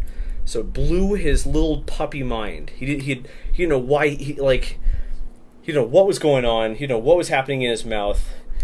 Like, he didn't know why he was getting treat after treat. He was loving it. Roscoe is he's a lucky boy. Roscoe is a lucky dog. Yeah. And yeah, he's a foster. And maybe we'd be more compelled to keep him if he stopped pooping on the floor. Well, he hasn't pooped on the floor in a few days. He's been getting better about that. I never had a dog before. And yeah, it's like going directly from not having any kids to like having a teenager. Okay, why isn't this one going in? Why isn't this screw going in? Come on, screw. Come on, screw. This is your home now. Get in there! Urgh. What I love, one thing I've discovered that I like about dogs is that they don't really they don't have a firm grasp on the words you're saying, right? Like they don't have a firm grasp on the words. They more pick up on your tone, right? So like you can be like, "Who's a floor pooping idiot? You are. You're a floor pooping idiot," and he loves it. I think he loves it. I don't speak dog. He's got like kind of eyebrows though, so I guess like you can kind of read his doggy language. I don't know, whatever. From experience, I know that people who don't have pets, don't like want me to shut the hell up now, if not sooner. So yeah, we're not going to be talking too much about doggies. We're not going to talk too much about puppers anymore. But yeah, he's training. He's actually training up really well. Like surprisingly, like he's already learned sit. He's already learned paw. He's a good boy. Alrighty, let's get where's our last plate? Here it is. Let's get that on here. Yes. We'll get these done. Oh, this is good. We're making good time. We are making good time. This is exactly what I needed. It has been a long, difficult week, and I really could use just a chill build sesh. Yeah. Oh, tomorrow's video though. Oh, it's so good. It's such a good video. And it's got I really want to spoil it, but there's a part to the video that we have been keeping under maximum OPSEC, maximum security. Something that I've been talking about doing on this channel for ages, forever. And it finally happened, and it happened in a bigger way than I could have imagined, and I am so friggin' excited. Oh, you're gonna love it. Spy, thanks a lot for the super chat and the pupper emoji. It's very cute. It's very, very cute. Engineered AF brings up a great point. Can you stream on Twitch so we can do some Omega lulls and kick W's? That is the biggest difference. I didn't want to mention this before, but that's the biggest difference between Twitch and YouTube. And that's the main reason why I haven't been able to do both, because Twitch needs way more moderation. Twitch needs not only are Twitch people much more hostile than YouTube people, but the Twitch chat scrolls very quickly and has a lot of emote spam. So you need a lot of... So basically, like, Brooke wouldn't be able to... Brooke and Techniac wouldn't be able to moderate both YouTube and Twitch. We would need more moderators. And we need a lot of moderators. Like, on Twitch, you need... what did it recommend? Like, it recommended, like, having a moderator for every, like, 10 or 15 viewers or something on that site. Like, 10 to 20 viewers. It was really crazy. Ugh. Ow. Oh, my neck is absolutely killing me. Aerorator says, I don't understand why the audiences on Twitch are so stupid. It's not stupidity. It's it's all right. So think of it like this. There are really think of it like this. There are two kinds of movie theaters, right? There's the movie theater where everyone just sits there and watches the movie. Maybe they lean over and quietly whisper in their friend's ear. And then you got the movie theater where everyone's like, "Whoa, yo, what?" The ones where everyone's like yelling at the screen and getting up out of their chair and everyone's really getting into it. YouTube is like the first. People are just whispering quietly into each other's ears. And Twitch is more like the other kind of theater where everyone's yelling at the top of their lungs and going ballistic. There's a place for both. It's not so much it's not. You can't view the Twitch chat Twitch chat isn't a chat, right? It's not a place for conversations. Okay, so we're not going to attach the fan. We're just going to go straight to attaching the bracket because we've got these super powered turbo fans. Pardon. We got these super powered turbo fans coming in, and if we install a fan now, we're just gonna have to get rid of it. So look at the size of these. I'll show you more in depth in a sec as soon as I find the third one. Here it is. All right, check this out. This is the duct for the original fan, right? This is the slot that comes out of the fan that blows air in. This is the new fan duct. Look at the size of that. Look at this. This is bananas. It's huge. It's going to get my part so friggin' cool. And it's got this duct system to perfectly route the air to all sides of it. It's going to be great. It's going to be great.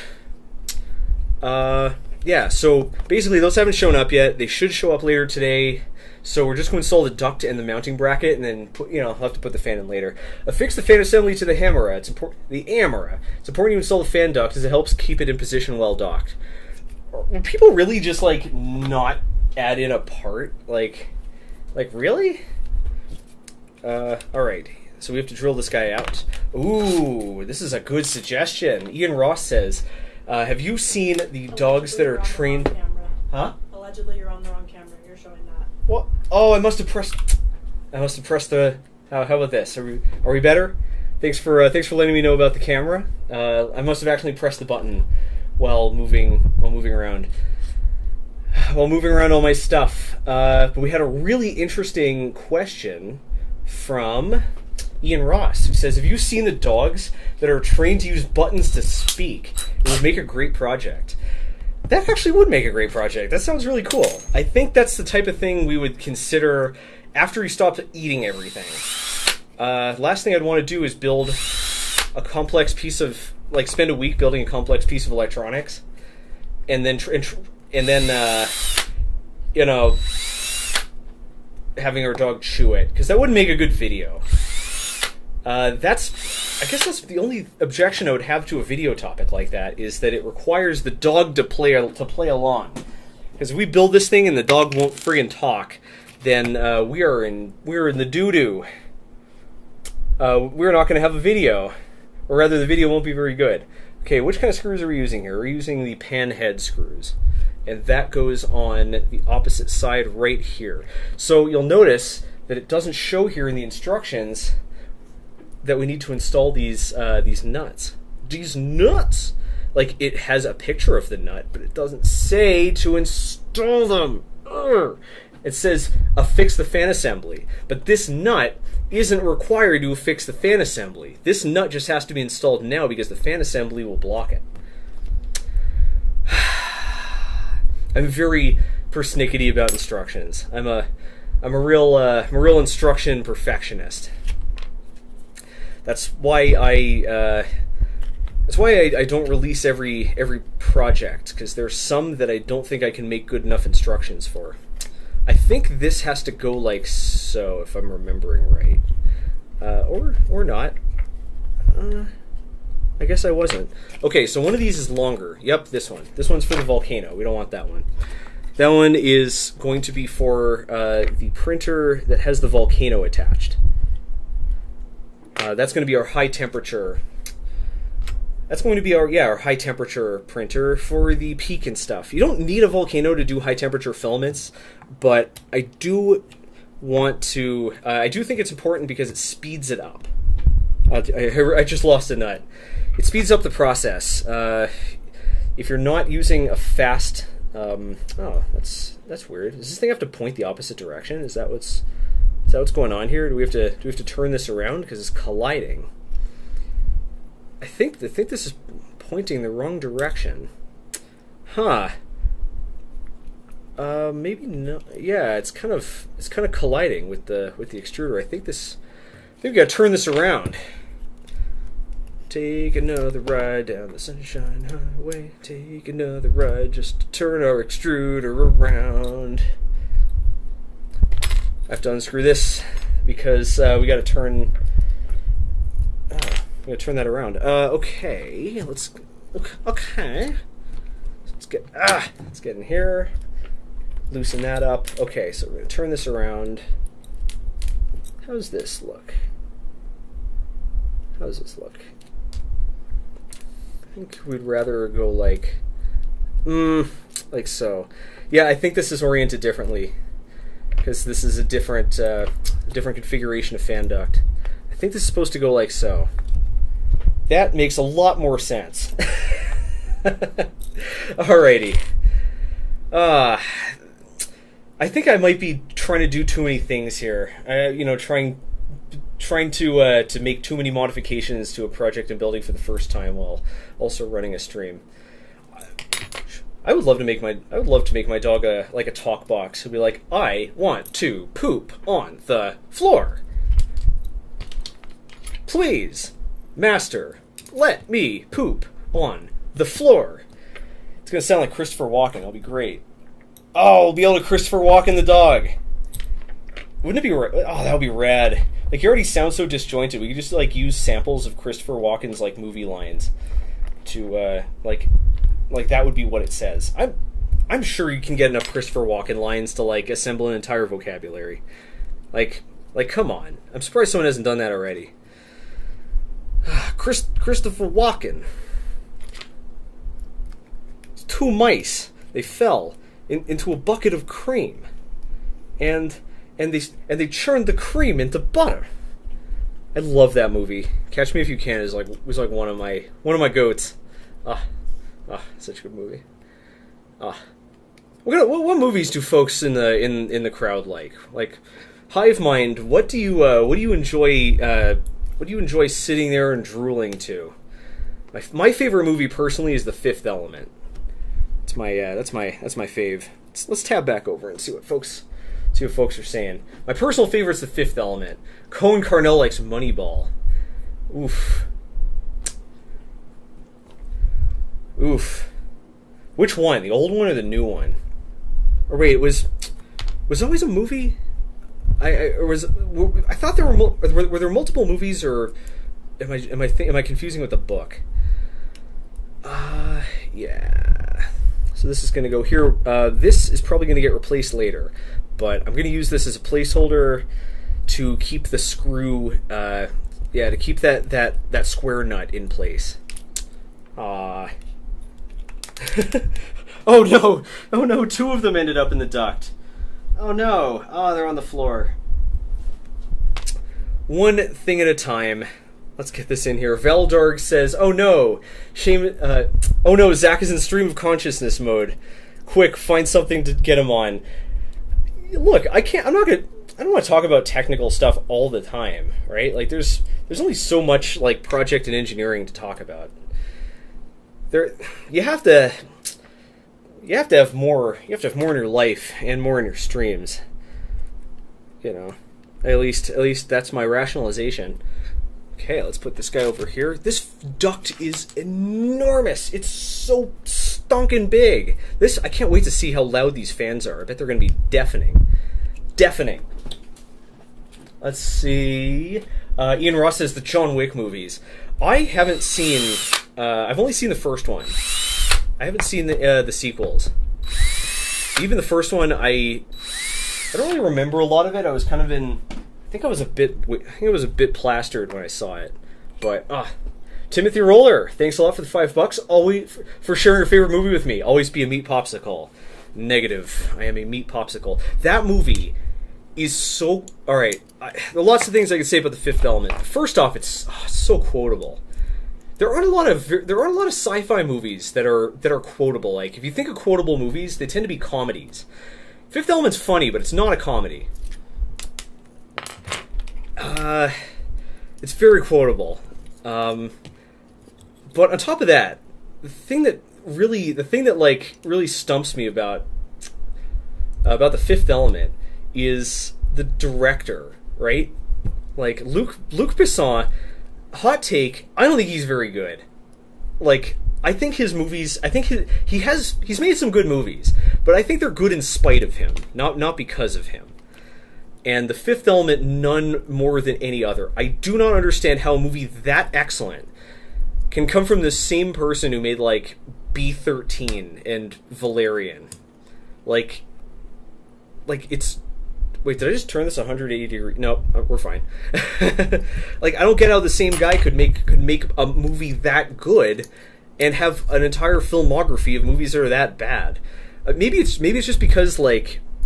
Maybe it's because, like, The Fifth Element is more of, like, an American-style, like, action flick.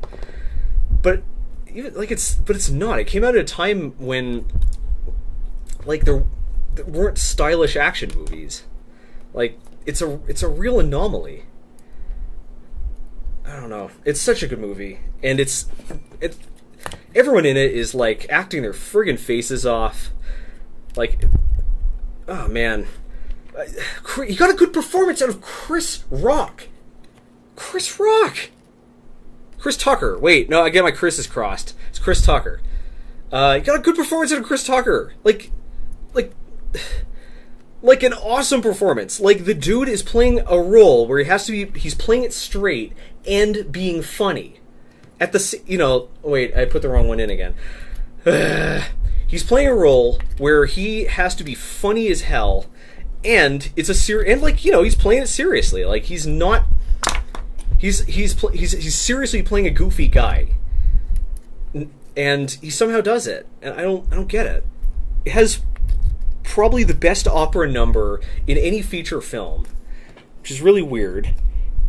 Definitely has one of the most iconic sci-fi weapons that basically has no role in the story. The hero and the villain are never in the same frame. Yeah. It's such a clever movie, and it's so well done, and yeah. He tried to do it again with Valerian, but he fell on his face real hard. And I don't know how the same guy could have made both of those movies. Man, Rihanna. He cast Rihanna.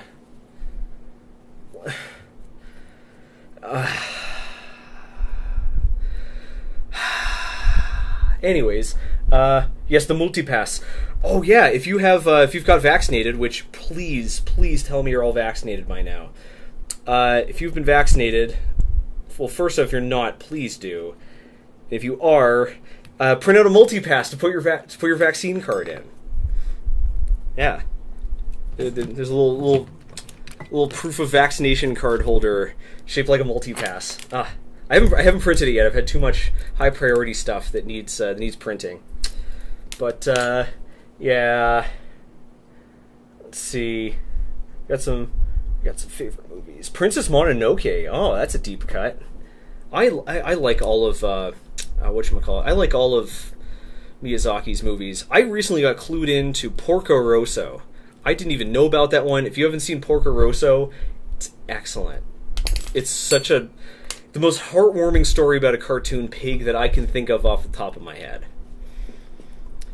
Yep. Oh man, if you live in Dallas, like if you live in Texas, and you haven't printed out your multipass vaccine card holder, oh, you got to do that. You got to be like Dallas Multipass.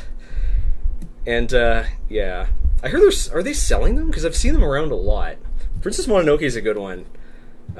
Yeah, honestly, they're all good. Totoro has a special place in my heart because when I was a kid. All right, so when I was a kid, I forget the guy's name. Maybe, Mike, if you're still around, I think his name was Robin something or other. Anyways, we grew up.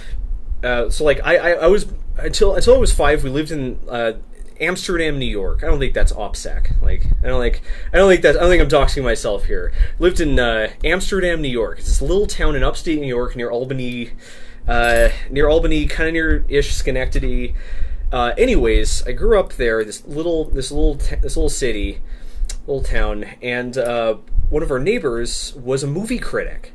Right? He reviewed movies for, I think at the time it was like the New York. It wasn't the New York. It was more like one of the B-list newspapers in New York. I think it was like the Star or something. Anyways, this guy was a movie reviewer, and he often recruited me as like a little kid. He recruited me, mini Zack, to review kids movies. So I saw a whole bunch of kids movies. Before they were just like right on the whatchamacallit, like right as they got released. And I also saw a couple of movies early. One of them was the Aladdin sequel, which is the first Disney sequel, and also the first straight-to-video Disney movie. And I got to review that. But the important one is Totoro. I got to watch. I was one of the first people in America to see My Neighbor Totoro with the official dub. And as a kid, it blew my mind, right? Because this was like 1991, maybe? I think it was like 1991, something like that. And like there was no all anime was imported and had imported as VHSs from Japan, had lousy dubs, and it was a real niche thing. No one watched anime. So I wasn't just seeing, first off, Totoro is an awesome movie, and it's trippy as heck. So not only was I seeing my first, real trippy-ass movie with it, especially one in another culture, but I've never seen anime before. So, it blew my 3 or 4-year-old mind. I had no idea what I was looking at. I thought it was the coolest thing ever. And it wasn't until much later that I learned, much, much later, I had to be probably 15 or something before I learned how significant that movie was in particular. And I had no idea. I just thought it was this really trippy. I thought it was this really trippy kids movie about a bus that was a car. This keeps falling out. All right, we're just gonna have to deal with that. All right. Well, looks like these are in place. Let's move on to the next step. So yeah, Totoro is a special place in my heart. The Porco Rosso is also quite good. They're all good boys. Brooke showed me Ponyo. Oh, I'm gonna need super glue for this one. Brooke clued me into Ponyo. And it's such a cute movie. I love it. Tina Fey. That Ponyo has the most bananas cast. The casting is unbelievable. It's got Tina Fey in it, for crying out loud. Ponyo is great. It's got that has some serious voice talent in it, and the animation is, don't get me wrong, all of Miyazaki's animation is excellent, but Ponyo is truly exceptional. Alright, so I need to install this in here, and then I need to glue it in place perfectly flush, more or less. I don't know why I have to do this, but they made it very clear in last stream that I have to permanently glue this grub screw perfectly flush. And I hope that's the case, because this Zapagap isn't going anywhere. This is a permanent bond. Oh, yeah. Oh, such good movies. Let's see. What else are we into? This also helps me figure out what I should make references to. Brooke loves Tank Girl. Brooke loves Tank Girl. Tank Girl is alright. That has some history. Alright. So Tank Girl was originally a comic. And the guy who wrote the comic, it's a comic, and it's kind of important as a comic because the author didn't really draw a lot of other comics after Tank Girl, because one of his next projects was actually an animated band. He switched from doing comics to doing this animated band, and it took off. It went crazy, and so he hasn't done a lot of comics since, because he's been animating this band. You might have heard of it. They're called Gorillas. Yeah. So that got turned into a live-action movie, and it's bonkers. It's a profoundly weird movie.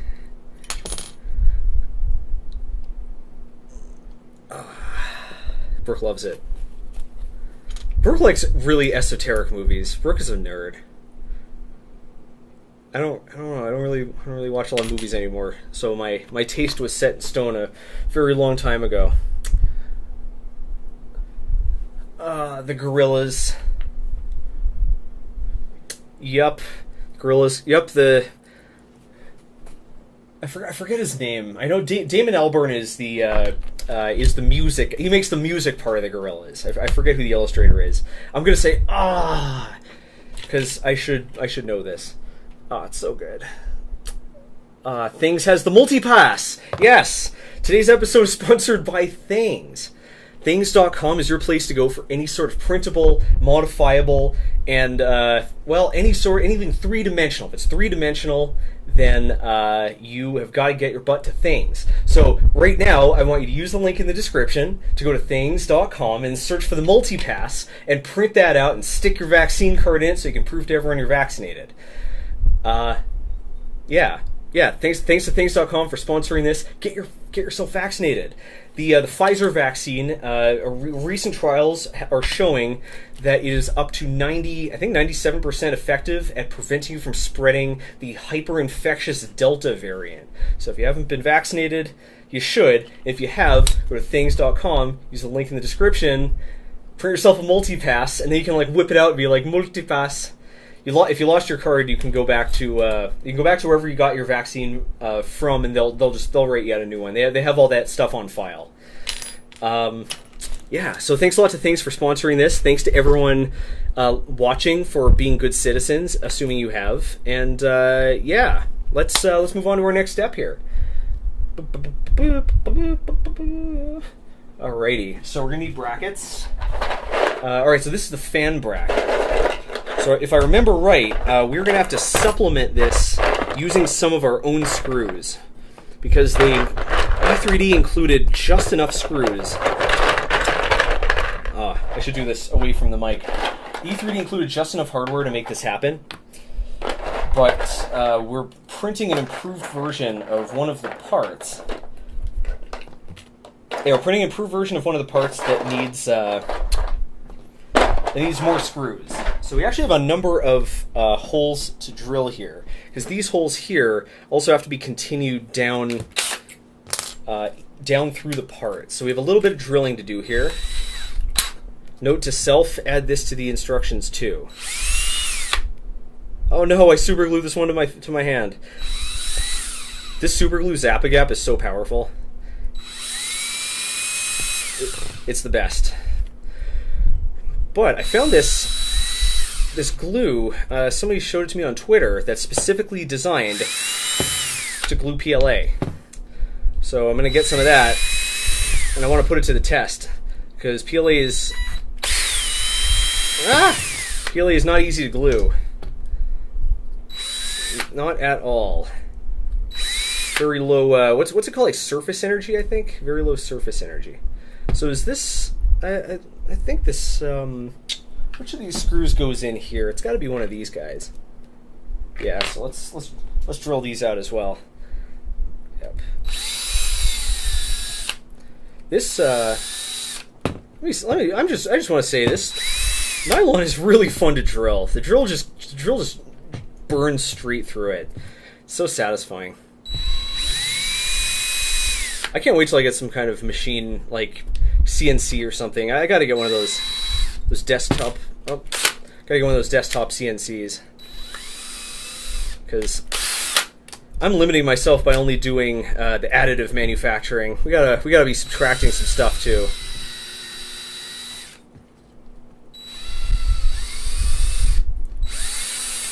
we go. Okay, I think that does it. Alrighty. So by now this glue should be, if not dry, or if not set, nearly set. So remember, I had a lot of trouble with this. Bear with me one moment. I'm going to grab my sets of screws. I want these. The countersunk screws. So we're going to need to add 3 more 8mm M3 screws. 1, 2, 3. And yeah, okay, so this part has to go like so. Then this part goes in like this. Yeah. This is a part where I got jammed up a bit last time. But now we know what to do, and we're going to make good time. Cool. Okay, what time is it? It's 2 o'clock, or it's 20 after 2. And, good. So we're going to use, I think we might actually need more. Alright. Yeah, so I think we'll have time to finish all 3 of these, and then we'll either move on to assembling our water-cooled Titan extruder, or Titan Aqua, or we can finish up working on the motion system. And if you have any preference, feel free to make it known. Personally, I want to work on the motion system. I want to finish up the print. I want to like get the printer part going more, so we can start doing some tests. Especially like even if these aren't finished yet, we can still test out the pickup mechanism. Did I miss a super chat ski? No, I didn't. Yeah. So yeah, give that a shot. And hopefully my Pinocchio hasn't even shipped the acrylic panels yet. I ordered some acrylic panels made so I can fully enclose the printer, and haven't heard anything from them. They said it would take around 10 days, and it's pretty much at that point. So I'm getting a little worried if I don't hear about this by the end of the day tomorrow. Yeah. With this job, I do not like having to send away for things.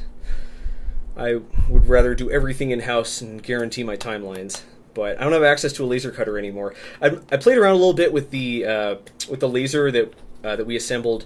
It's not a great cutter. I don't think it's powerful enough. I don't think it's powerful enough to do any cutting, especially not of acrylic. So unfortunately, it doesn't solve my problem, and we're still on the lookout for a laser cutter. I had hoped that I'd be able to start going to hackerspaces sooner, but Denver's vaccination rate and mask wearing rate and COVID infection rate are all kind of sus. So stay inside for the most part. Eventually we'll get a laser and we'll be able to start pew-pewing again. Okay, so the angle bracket is in place, and now we add the Hemeras bracket to the receiver. So this part is supposed to go like this. And we're going to use two pan head screws to do so. Very nice. Alrighty. Yeah, it's going to be nice to be able to start going to hackerspaces again.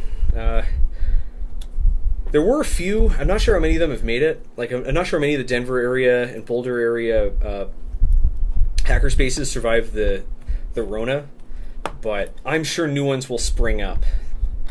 If they don't exist, hopefully some new ones spring up. Yeah, Brooke is asking if I've got the notification yet about the delivery, and it doesn't look like it. Nope, it doesn't look like it. So it might show up later. I think it's being shipped. I still don't have a good handle on when the delivery drivers show up. Amazon shows up at weird times because they're Amazon. Yeah, that's a nifty little fun fact about living in and around Denver. It's one of the few places where most deliveries are done by Amazon themselves. like the whole way. Because one of Amazon's biggest sorting facilities is in Denver. It's in, near the which is kind of cool. It's near the Denver International Airport. So yeah, if hypothetically, someone wanted to do some sort of active rebellion against a megacorp, and they wanted to completely cripple Amazon's logistics, then Denver wouldn't be a terrible place to do it. I'm not really in the market for that kind of thing, but what? It's a good plot for a sci-fi movie or something. Kind of surprised we're not seeing more people flipping out. People have been pretty chill lately, all things considered. Alrighty, let's see what's going on. Okay, looks like we're still roughly in frame. Looking good. Let's take a look at the chatterino. The ASMBL. Yes, the ASMBL is the name for the CNC attachment for the motion system for this machine. And if I have time, I'd like to build it. There's a package for a Voidstar lab. Is Zack Freedman? There seems to be a package. Brooke has just shown up with a package for a certain Zack Freedman. What do you say we take a look? What do you say we take a look and see what it is? Don't put our address on the screen. Oh yeah. Yes, we are not going to put our address on the screen. We'll be very careful about that. Okay, here's one of them. The dog is freaking out. Here is another address. Not doing that again. Right. Let's see. This one is done. I think it's okay if people know we live in Denver. I feel like for some reason they might already know. Let's cut off part of the barcode and part of the QR code. Alright. Here we go. Let's see what's inside. So, yeah, you never know where things are going to get delivered, There's this, so Amazon has this thing called the Hub, where, it's like a kind of safe deposit box type thing for, wait, hold the phone. Oh boy. Here it is. Here it is. Oh, the fans showed up literally right on time. Here in Voidstar Lab, we have great fans. Check it out. Oh, check it out. There it is. Look at the size of this guy. He's enormous. It's huge. Oh man, this is really exciting. What, I'm a giant nerd. I like this kind of thing. Look at this. Hefty, hefty, hefty. Wimpy, wimpy, wimpy. Look at this. This is a big fan. And look at this, like all metal. This is going to cool the living hell out of my my parts. Oh, yup, join our OnlyFans. Yup, join our OnlyFans. Alright. So I think the bracket, I think I actually need to print a new bracket for this. I was planning on doing this later, but yeah, I was planning on doing this later because I have to change the filament over. But oh, look at that. Let's see. Oh, look at that. Perfect fit. This is enormous. Holy crap. This is crazy. Okay, so we're going to need a bracket to keep this in place. And it's different than the standard brackets that I've already printed. Problem is that I can't print it. Let me think out loud here. So the problem is that we can't print it right now because we have T-glaze. We have PETT being currently loaded into the printer. So we could do this properly and print out the print out the right bracket, but I would need to leave you folks hanging for a few seconds while I change over the filaments. You know what? Pardon me. Let's do that. Yeah, why not? You should be able to see some of the action at least. So, I've had this fan off the entire I've had this light off the entire time. All right. So yeah, let's change over our filaments. So let's see. We gotta get the other prints out of here. Where's our plate? Yep, here it is. We've got our plate pre-treated with glue. Let's unload our PET. So yeah, I gotta reload the carbon fiber nylon. You know what? Let's open this up. Let's let everyone see what's going on in there. Yeah, I'll try to stay out of the way.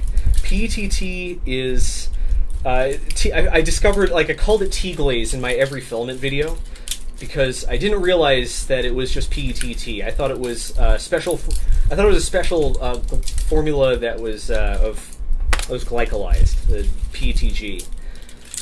So yeah, we are in fact making an E3D Toolchanger. Brooke says, "Close the door. It's gonna make me hotter." Yeah, but it's gonna make it's gonna let people see what's going on.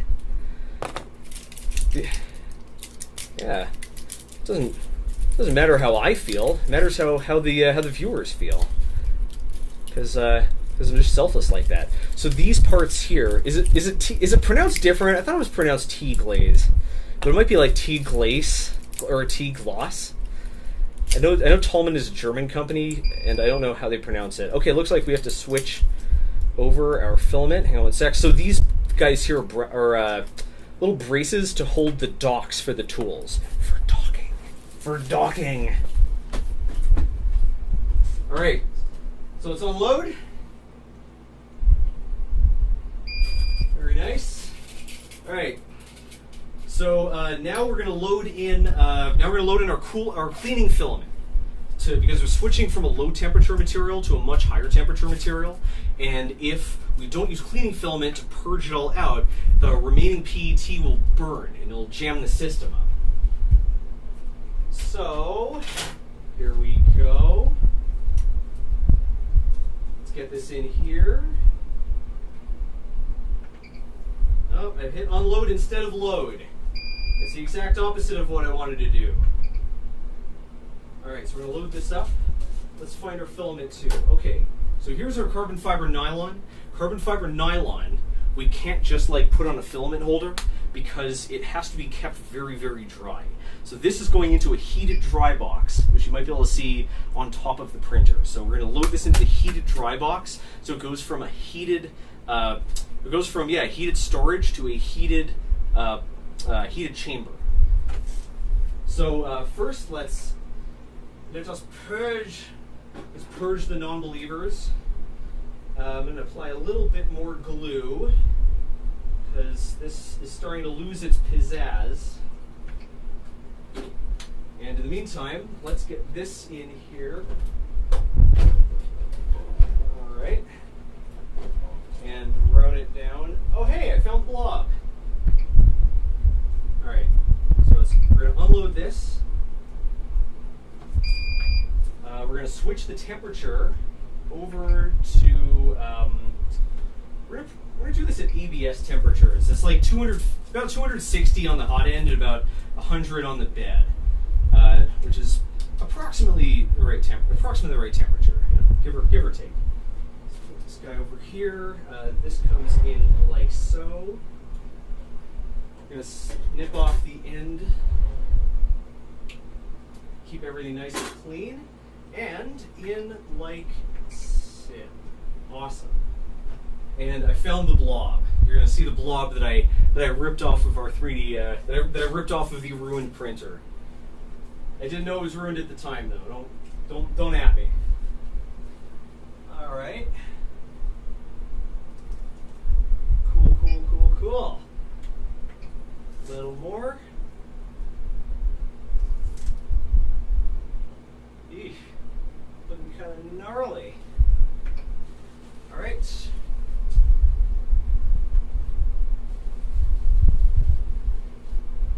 And we are set. Sorry if I was standing in front of the action. I was trying as hard as I could, but kind of hard to finagle that. Yeah, so yeah, there you go. 3D printer closet is looking more full than ever because it is. There we go. All right, we've loaded up our nylon. Let's download these files and run them up. Besides, I could use a little break from the workbench. Before we take a look at this, though, here, look at the size of this glob of plastic that I pulled off my old 3D printer. Just look at the size of this. It's huge. It's got to be like a few hundred grams. This is a giant blob. Yeah, so I blasted it with a heat gun and I yanked it off, and the printer still worked. But what I didn't realize is that in the process I had deformed the entire bottom of it. So, entire bottom of the extruder. So, yeah, it caused all kinds of problems. All right. So, yeah, let's get printing. So I'll switch back over to here. We're gonna open up.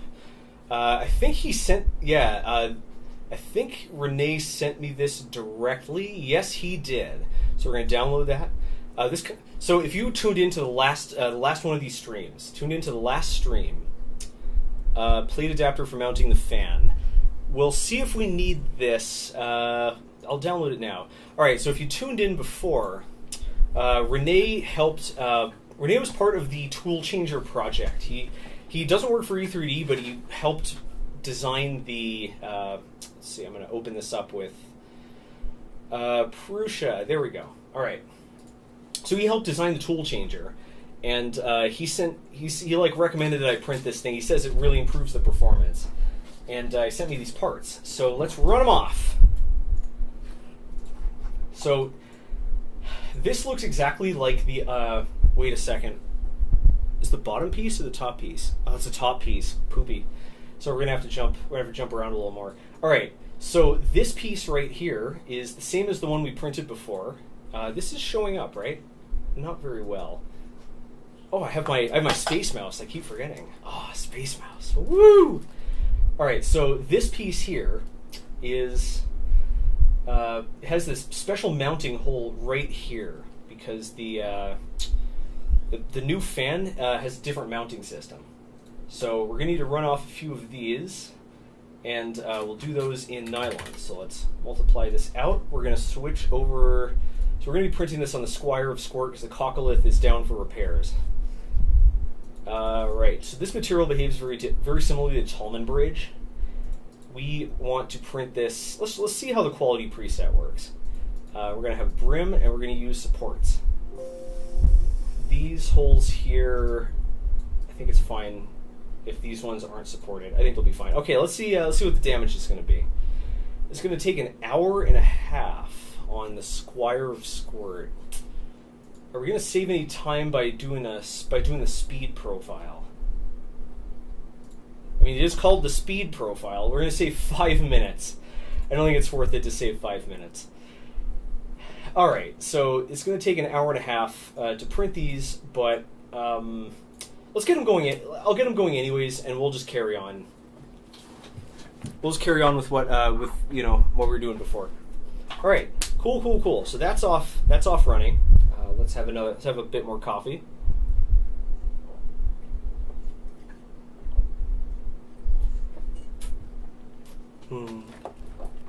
Coffee. And yeah, let's get back to building.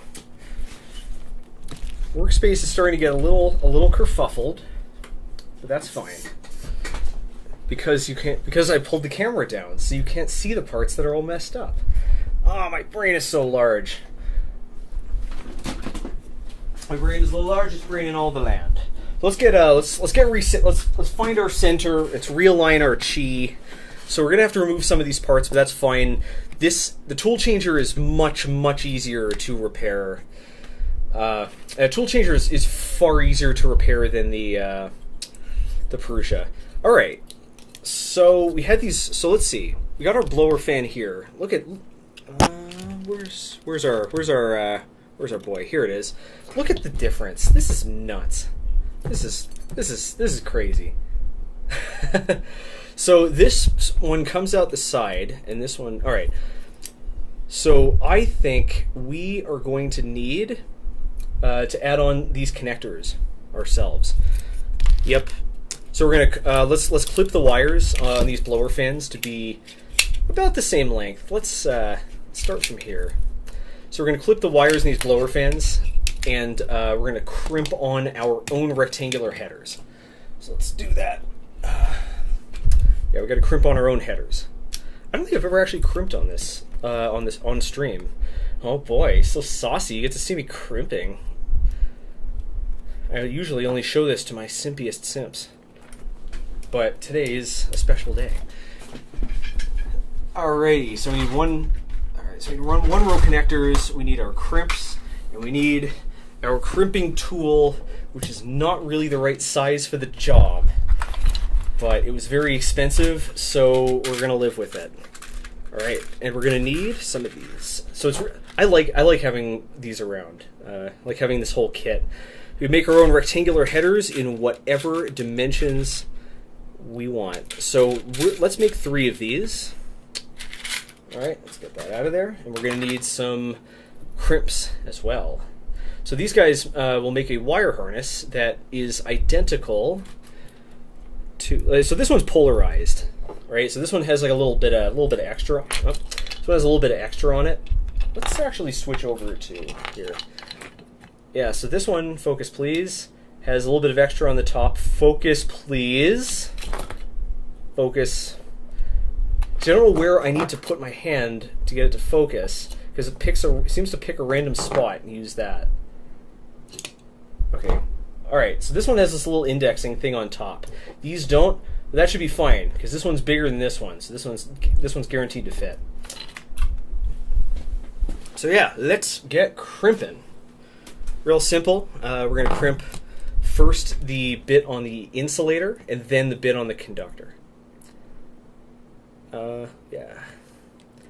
Let's see if this will be easy. Come on, be easy. Nope, it's not going to be easy. We got to do this the hard way. Let's get these out of here. I don't need these parts either. Let's move these into the bin for now. Where did I put the bin? The bin's gone. Oh, there it is. Yep, it's gonna be hard. So, all right, let's hold this in place, and let's give it a crimp. When I crimp, I like to line up the wire. I like to line up the insulator exactly with the point, like where, like the second part gets crimped. I just use my thumbnail to kind of nail it down, and then a little bit of a crimp, and then we'll do the conductor.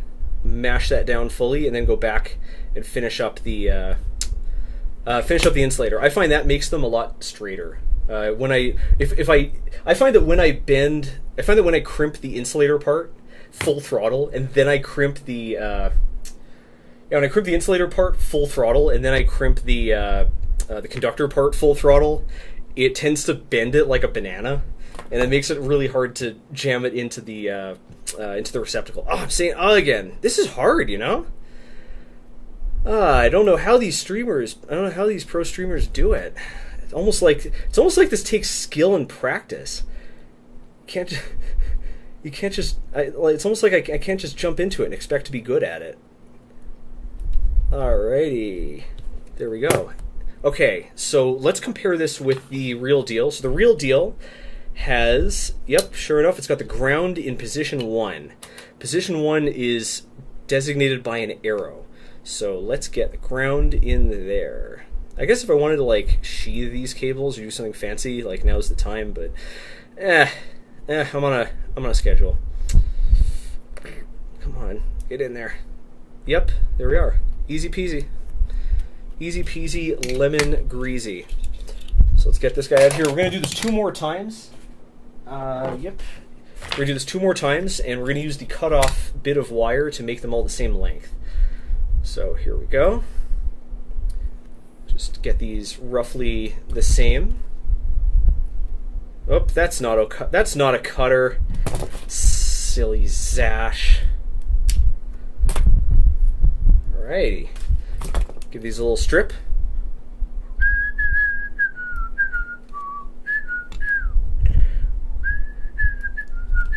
I'm going to put that blob there so we remember what happens when I take my eye off the 3D printer. Remember, you should always watch your 3D printer. You should never leave it running in another room without even... You never, especially if you just started a print. You never start a print and then just close the door and walk away. Great way to end up with a ruined print and a ruined printer. Never do that.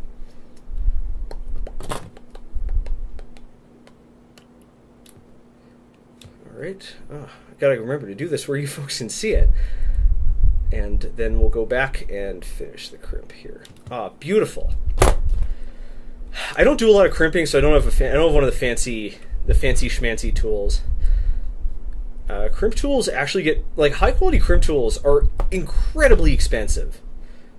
Like, far more expensive than you could imagine. Like a high quality name brand Molex crimp tool with the dies that actually do the crimping in total can cost like $500, I think, $500-700. Like a really nice assembly line one with, like, powered by an air compressor can be thousands, because they're just such important production tools, and the difference between a good crimper and a bad crimper can mean thousands of units of throughput. Of course, that's not relevant if you're only making a few, but just thought it's a fun little fact. And this is the one we already did, and let's do the last one. The last one. Unfortunately, 3D printer vision is still not working. I just cannot get the compressed video to send reliably. It's full of artifacts and it just looks like garbage. It's starting to reach the point where I can't put any more time into it. I got to just got to come to grips with the fact that we're not going to be able to stream a 3D printer. At least not without some major equipment changes or some very long USB cables. You know I'm going to end up doing this with long USB cables. You know it. KKK. Okie dokie dokie. So what do we got going on in the chat? Over here. Alrighty. Some with a Russian name that I can't pronounce says, man, crimper is the thing that costs a fortune and is used in 0.01% of work, but my god, I hate life crimping manually. Yeah, crimping more than a few connections by hand sucks. That is why they cost so much. Because you can actually seriously injure yourself with a hand crimper, especially over a long period of time. And unless you want to get sued by, unless you want to get like an OSHA suit filed against you, you need primo gear if you're going to do any level of production. Yeah. So, just something to keep in mind if you ever come up with a project that requires you to crimp like 1,000 things, like 1,000 connections. You might want to try to order those. You might want to try to order those things pre-crimped, because you might cause yourself, you might get RSI. It's surprisingly nasty what you can do with a crimp tool. Let's put that here. Okay, this one goes in position 1. I guess if we were to wire this backwards, the fan would just run backwards, which we don't want. Excellent. Good. Cool. Alright, Brody Young says, someone watch this clip and tell me how much it hurts you. Unfortunately, YouTube will not allow you to put a URL in the chat, so you're going to have to describe it in excruciating detail. Aw, yeah. Mark Horsemeyer says, purchase a dry box or did you create one? I have some spare Peltier modules that'd be good for a dry box, but I'm looking for a good box to use as the base. I have homemade and off the shelf. The off the shelf one is it's heated, right? It's got a heating coil in it, and it's not the type of thing I'd want to make myself because I would be a little too worried about melting everything. So yeah, I bought that one. It's one of the one of the cheap ones from like Sunlu or something. Yeah. Of El Cheapos. Speaking of, today's episode is sponsored by Things. If you're looking for some cool things to 3D print, whether they're miniatures, whether they're even things that have appeared on my show, or whether they're prints for your printer, use the link in the description to go to things.com. And check out what they got. They have this really sick augmented reality system. It's really sick augmented reality system and this sort of 3D preview, so you can easily see what you're getting yourself into. And if you don't find anything you need on Things, you can use Things to search other 3D printing sites. So yeah, pretty much all the projects for all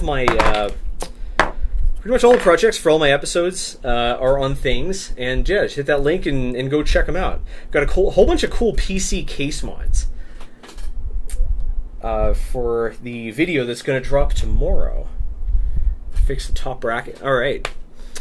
Yeah. So yeah, hit up things.com and check that out. Thanks a lot to Things for sponsoring this. Sponsors make the whole thing go round, and Things has been very good to me and my channel. Things was actually little history here, because this is sort of like our unofficial 200,000 subscriber special. Things was one of the first sponsors of the channel. They came to me when I barely had 10,000 subscribers at the time.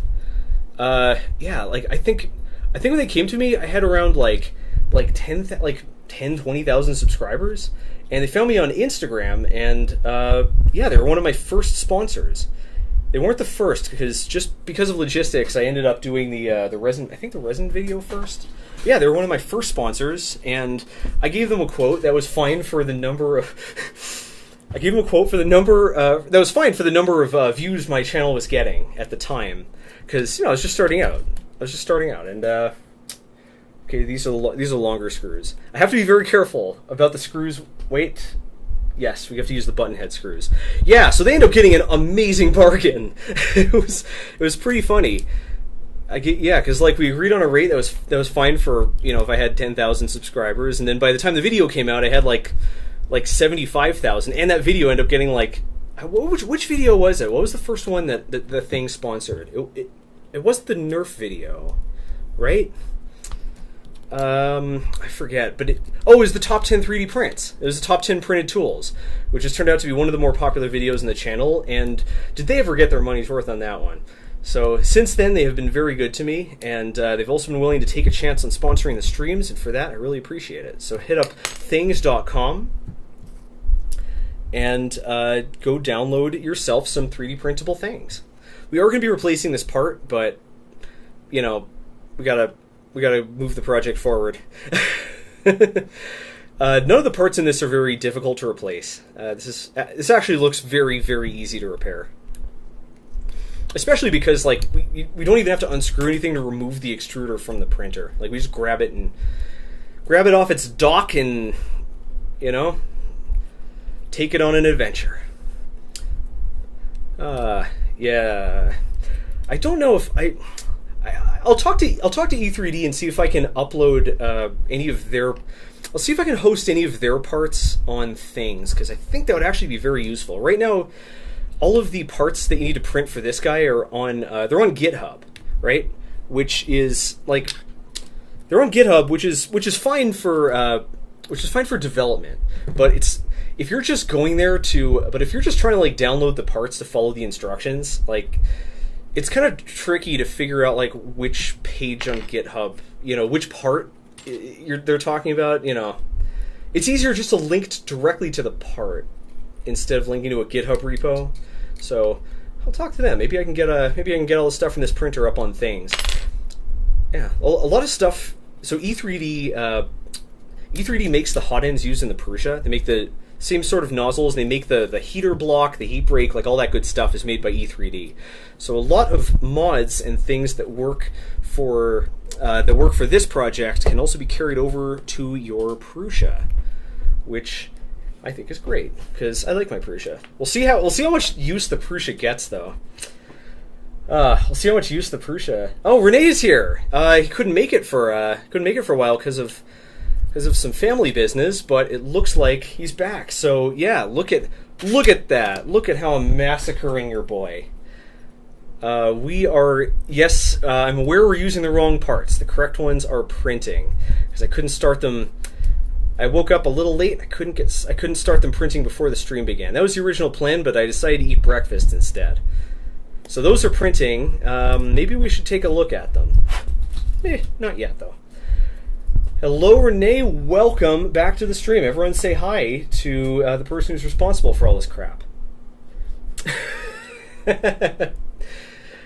Yeah, we decided to make all of the. All three of the remaining ones together. Then we'll go back and retrofit the fourth.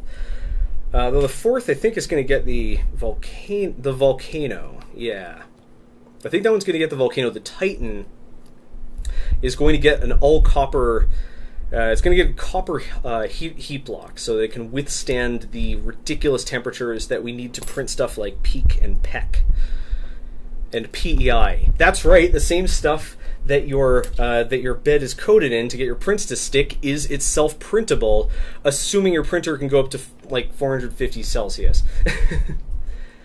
Yeah, we're jumping straight to the Pabst. Pabst is the company that makes these super fancy blower fans.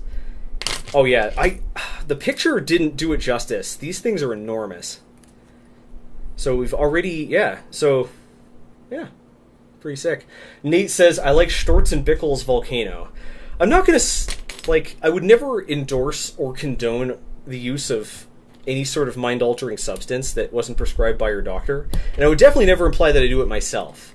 But if I were, and I were to want to buy a vape, the vape would likely be Storz and Bickel's, what's the other one? It's not the Volcano. It's the pocket-sized one. I forget.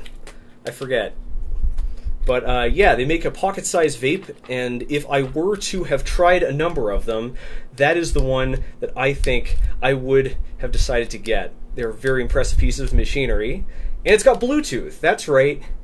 You can vape over Bluetooth. Pretty sick. We'll put this over here. Technology is nuts. I want to if I were to have one, I would really like to tear it down and see exactly what processor it's using. Maybe it's got an NRF52 and we could hypothetically hack a vape that I theoretically have. Allegedly. Yeah. Hypothetically. Ian Ross asks, what's my favorite filament to work with? I actually get asked this a lot. I should make an FAQ. There's an FAQ on the... This question is not in the FAQ on the Discord, but I think after this I'll add it. My favorite filament is carbon fiber PETG. Yeah, my favorite filament's carbon fiber PETG, because PETG is great for many, many reasons, and adding carbon fiber shores up its main weaknesses. Yeah, PETG is an awesome filament. I love it. But the problems are it sags when it's printing, and it doesn't release very well from support material, and it's also a bit flexible. And adding carbon fiber, just Thanos snaps all three of those problems out. It now prints super crisp. It snaps away from its support super easy, and it is far stiffer. But it still has all the the toughness of PET. Of PETG, and it's also easy to print. You don't have to mess around with glue sticks in your bed. You don't have to deal with weird chemical magic goos. Yeah. Oh, it looks like we have to provide some. We have to provide some of our own screws again. That's okay. I got plenty. Yeah, love carbon fiber PETG. Not a common material. In the next Every Filament video, we're going to be trying out a number of other carbon fiber filled materials I didn't even know you could get a carbon version of, and some of them seem very interesting. So I'm looking forward to that. Carbon fiber ABS sounds like it could be pretty neat. Carbon fiber ABS. We got carbon fiber nylon, carbon fiber polypropylene. That one I'm really excited about. I want to see how that works because polypropylene is very, very flexible, and I want to see how much stiffer it is with some carbon fibers added. Actually, a lot of those filaments have shown up. I'm not going to show them off right now because I want to make more progress. But if we have a little time later, I will show you my filaments. I want to show you my filaments. Alrighty, so let's take a quick. I'm going to take a quick break to look at how our print is going. Let's see. Looks fine. Looks perfect. Got to get that 3D printer cam up though. I want you guys to be my spaghetti detectives. Someone said ironic turn of events says Zach, you need a pop filter or a dead cat. Am I popping my peas? Am I pea popping? Is that what's happening? Because if that's the case,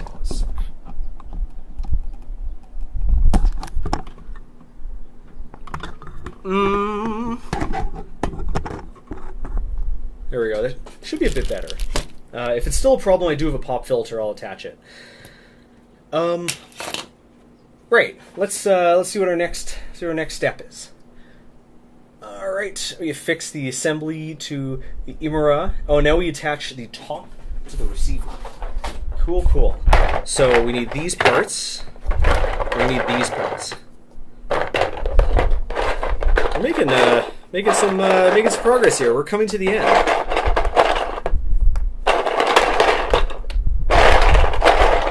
There we go. Okay, let's do this one. Okay, so which screws do we need here? It doesn't say. Are these the long ones, or are these the really? What do you think? I think it's these ones. Let's see. If this, we're gonna have to drill these out. Yeah. Let's give these a little drill. So, I always ask this question every Friday. What projects are folks working on over the weekend? I just realized something. You know what I should be doing? I should be asking, what projects are you working on over the weekend? And then on Monday, I'll ask, what projects did you finish over the weekend? Because that way, if you struggle with being motivated, maybe if you struggle with getting motivated and, getting your projects underway, maybe that'll be the kick in the pants you need.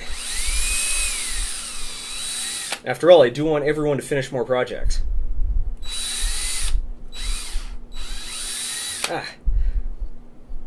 Drill's getting bound up. So my weekend project, first one, is to chill out. Because I've been working really, really hard these last few weeks. And I owe some time to myself and to Brooke. So, yep, we're going to be chilling out a bit. That's the first project. But I put a little work into the Toolchanger. I'll do some of the less fun stuff. I'll do some of the less cool stuff. People want to see. Brooke says people want to see the doggo when the stream is over. I don't know how we can do that. I don't want to let the dog into the workshop because there's a lot of dangerous stuff and stuff that can really hurt a doggo if he eats it or chews on it. And I don't yet have a system for streaming from outside this room. Like, we could try to hand off the stream to my phone, but there's a high chance it'll fail. And just, end the stream. But look, we'll give it a shot. If folks are still here as we come to an end, we could try handing the stream over to my phone. And, we could try doing a little doggo vision. Folks love seeing puppers. I read somewhere that spending time with a dog, it decreases your stress level. And I don't believe it at all. I don't believe it in the slightest. This dog is awful. I'm kidding. Roscoe's nice. He's just a teenager. He's a teenage pupper. He's in his emo phase. He also just, friggin' got schlepped all the way from off the street to, Colorado. Like, he's been on a hell of a road trip for a pupper that's, like, lived on the street and, is, got schlepped for hours and hours and hours. And, after spending time in dog jail, and now lives in a box, like, now lives in a little cage most of the time, and, like, gets yelled at when he poops. Like, this... I think all things considered, he's being pretty well adjusted. I still have to learn which colors are which. I'm still not used to this. Oh, that is... I couldn't even tell that it's turning. It's so smooth. Oh, it's the wrong one. It still worked. All right. It's so nice. So let's switch back over. Yeah, we got to do a little bit of doggo vision. Some folks could use a little straight up dog time. Oh, I put this on sideways, didn't I? I sure did. David Farrell says at 8 months is truly not even a teenager yet. Well, he's acting like it. I don't know. I thought that's about the age. I thought it's like about the equivalent, like, like when dogs are chewing on everything and, seeing what happens when they disobey you. And I don't know. Honestly, I've never had a dog before. I don't know very much. I only know stuff secondhand. Brooke is the canine expert here. I think folks are. Dan Huchok says lives in a cage. He doesn't. We're crate training him. So so when he's a bad dog and at night he goes back to his little crate. It's actually a very large crate because he's a very large dog. So I'm playing that up. I'm playing it up that it's a cage. No, it's great. He's got toys in there. He's got blankets. That's right. He's got multiple blankets. He can snuggle as much or as little as he wants. He can lie on top of one of them and kick the other one off, because why not? He's got his stuffed hot dog in there. Yeah, it's puppy paradise. He's figured out that if he refuses to go in, we'll eventually throw a treat in there. Yep. Yeah, we want to crate train it. Also, he likes it. He my guess, my hypothesis is that down in New Mexico, he lived under parked cars, because whenever we walk him, he always goes up to parked cars and checks under them and looks under them, and he loves getting himself into he loves getting himself into tight spaces. He likes to wedge himself between the couch cushions and pillows and other stuff. So he loves his cage. He always calms down when he's in the cage, or when he's in his crate. I keep calling it a cage, but it's not. It's a crate. So I think he used to live when he was on the street in some tight spot, and comforts him. So he likes it. He just never wants to go in on his own volition, because he always wants to play. All right, but yeah, we were talking about projects. What projects are folks working on? I suppose the dog is kind of a project in his own right, huh? But yes. Brody Young says Monday's stream needs to be a dog build. I don't think I've got the right equipment for that.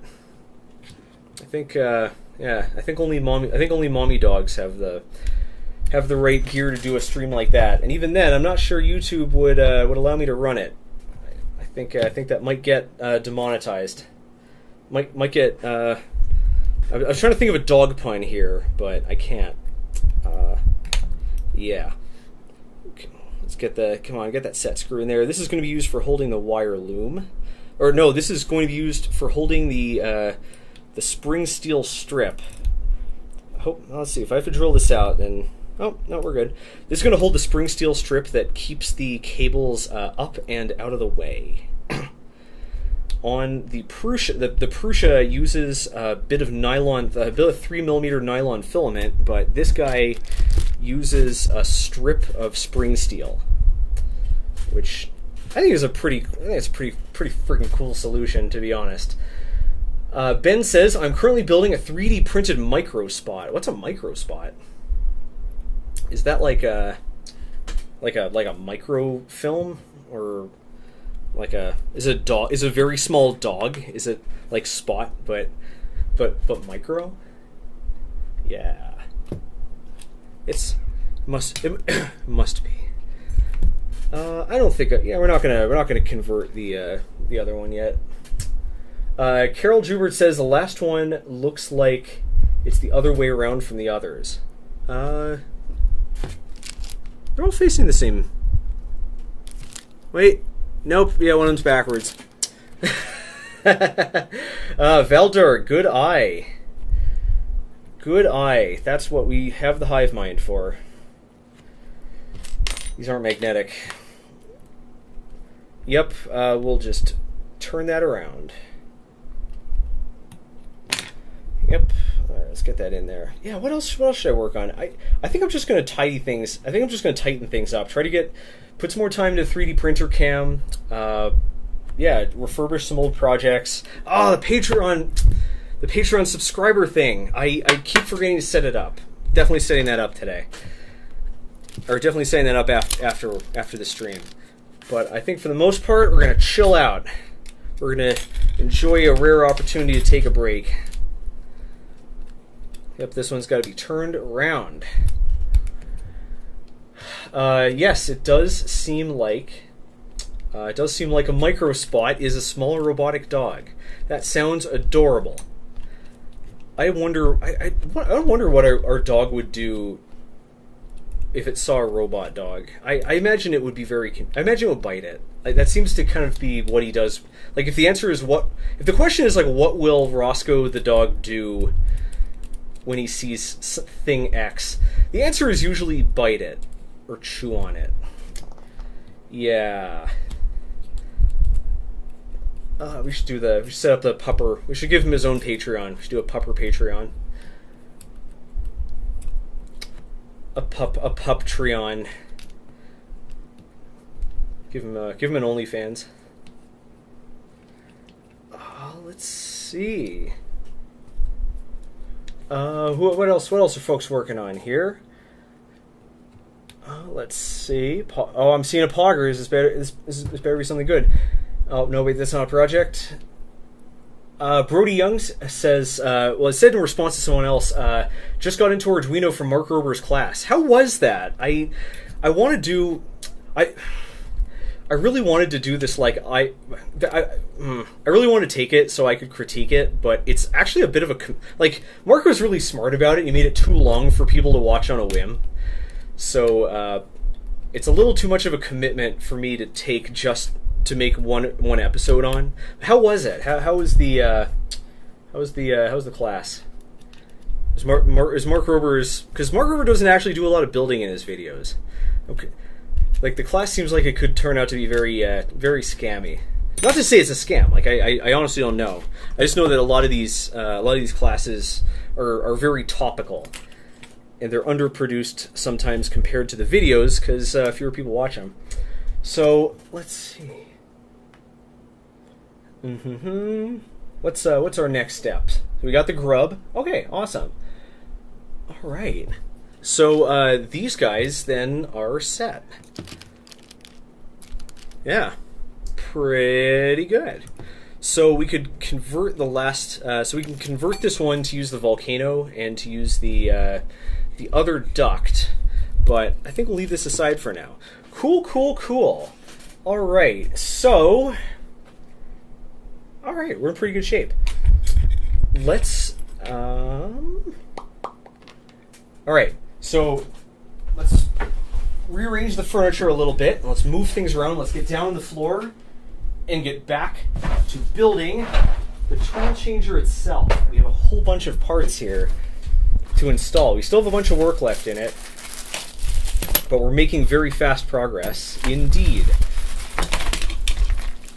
Alright, I'm missing one more of these prongs. It's buried under here. Here it is. Okay, so I think the next step is to mount the docks. the docks. V6 tool dock assembly or Hemera. Alrighty, cool. So let's switch over. Oh, that should have worked. All right. Oh, folks, were you able to see what was going on? I might have. Were you able to see what was going on? I hope I had the camera angle right. Ignore the mess. We're doing doing what I can here. I'm just rearranging the furniture a little bit. Let's put the keypad over here. Let's switch this over to try to get. Oh, switch this over to get another view.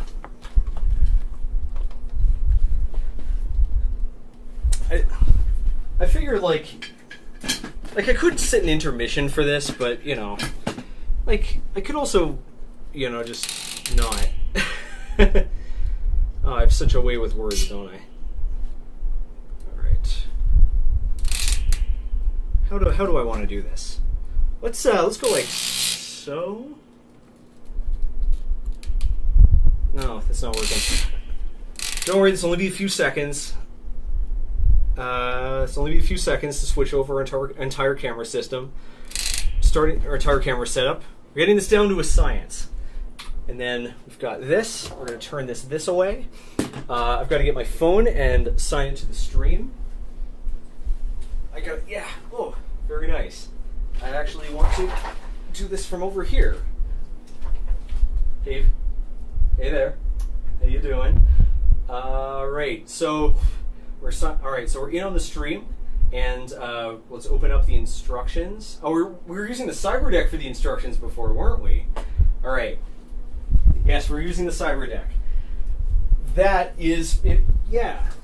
That's also why I'm so burned out, because I fixed every aspect of the cyber deck. The cyber deck should now behave perfectly. Here, check this out. Oh, except for this part that's popping out. Don't worry about that. It's fine. Now it will boot. Now it'll boot and it'll display stuff and it'll work properly and perfectly whether or not the heads-up display is also powered up. This was a total nightmare to figure out. This was a just an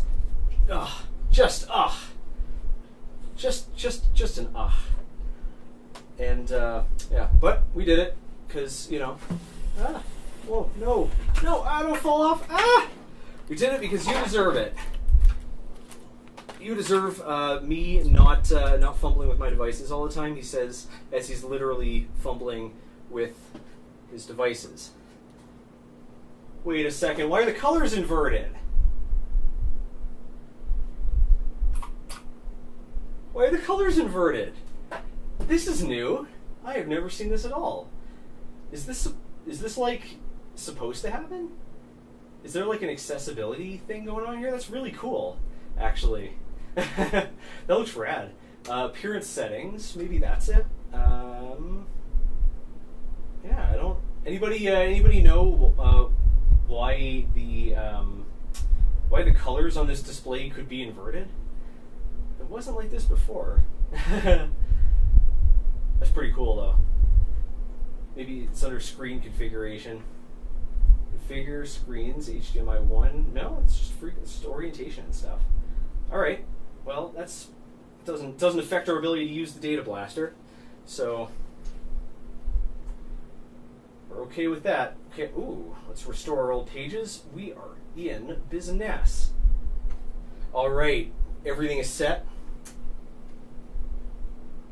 Everything is set. It is time to build. Let me. Oh, right. I have to open up my own stream. I have to find my own stream on YouTube and open it up because it doesn't let me jump directly to it. Hey, there we go. It's me. Oh no! Don't look there. I'm not going bald. You're going bald. Yes, we are still streaming. Okay. Thanks a lot for everyone who stuck around. I appreciate your patience. I've got this. I've got this all set up here. Yeah. Let's get rolling. We have our data blaster. We have our cyber deck. We got our whole little workstation set up here. Actually, let's put this over. Can you see it if it's here? I want everyone to be able to see all the cool stuff that doesn't fit in there. Yes, I want everyone to see all the toys. All right, so let's do this. So we are at the, so we've assembled our tools. Nope, didn't mean to do that. Now we're up to the Hemera tool dock assembly. Very nice. So we've printed the dock parts and affixed the printed bracket to the motion system. So that's going to be installed right here. It looks like we are in frame. Very, very nice. All right. Let's see. We've got some cyber. Oh, everyone's asking about the cyber deck. I did a video on the cyber deck. So if you're curious, you're welcome to check that out. I called it the Data Blaster. So these are fresh off the. One second. All right. So these parts are fresh off the printer. So we got to give them a little cleanup, but yeah, it's just like zipping off the brim. Yeah, the skirt, the brim. I forget which is which. I almost always use one because I've had terrible luck with curling. I guess I'm just a dude conducive to curl. Just a guy with a high curl factor, I suppose. Yes.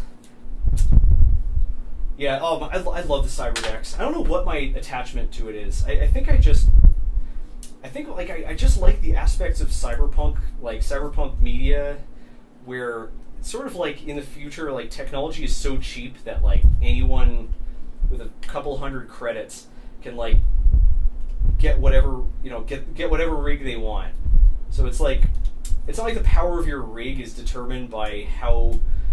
It's not, the power of your rig isn't determined so much by how much money you spend on it, and it's more like it's determined by your ability to build a rig. And I think something just really speaks to me about that. So let's zip this open too. So these are the docks that the tools hook into. And these 3D printed plastic, you can't see anything that's going on. So these 3D printed plastic elements raise it up a little bit and provide a place, I think, to route the wires and stuff. They raise it up a bit because the Hemera is a little bit taller. Someone said it's pronounced Hemera. That doesn't sound right to me, but I don't even know what language it's supposed to be. I thought it was originally called the Hermes. Let's put that over there. I thought it was originally called the Hermes and they changed it. I don't know why though. Maybe there was already a 3D printer accessory called the Hermes. I don't know. I'd ask Rene, but he doesn't work for them, so he would know. He would know either. Very nice. All right, so yeah, these docks are where the tools are going to live, and they have these. It's really cool. You know, you'll see. We'll put them all together. It's going to be pretty slick. Yeah. So we're going to install these. Then we're going to. I think the next step is. We're not doing Bowdens, but we do have electronics that have to get mounted. So I think the wiring goes up next. And it's all connected with like clips and harnesses and stuff. So we can easily mix and match the tools. We don't have to worry about we don't have to start like unscrewing and desoldering stuff in order to remove the tools. Like the whole thing is designed to be mixed and matched. Yeah, pretty slick. Pretty slick, I think. Alrighty, and did I pull out the support in this one? No support. Okay, awesome. And then we have one more. Let's get the support out of here. Come on. Out you go. Get out of there. It's PET. It's just what happens.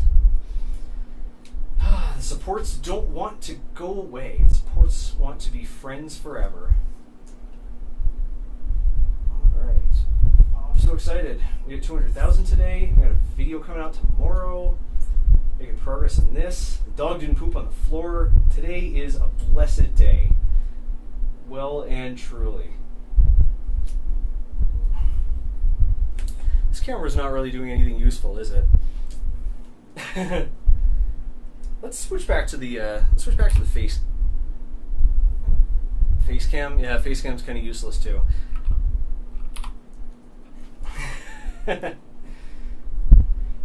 Still working on my layout. At least now I have the deck working. At least now I have the camera switcher. Okay, so these are set.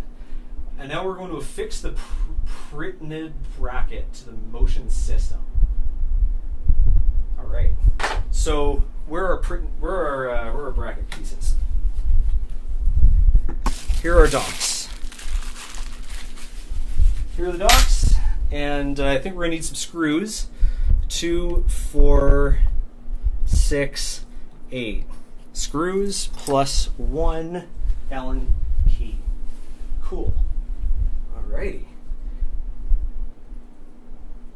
Brooke says, "Don't stab yourself while cleaning that print."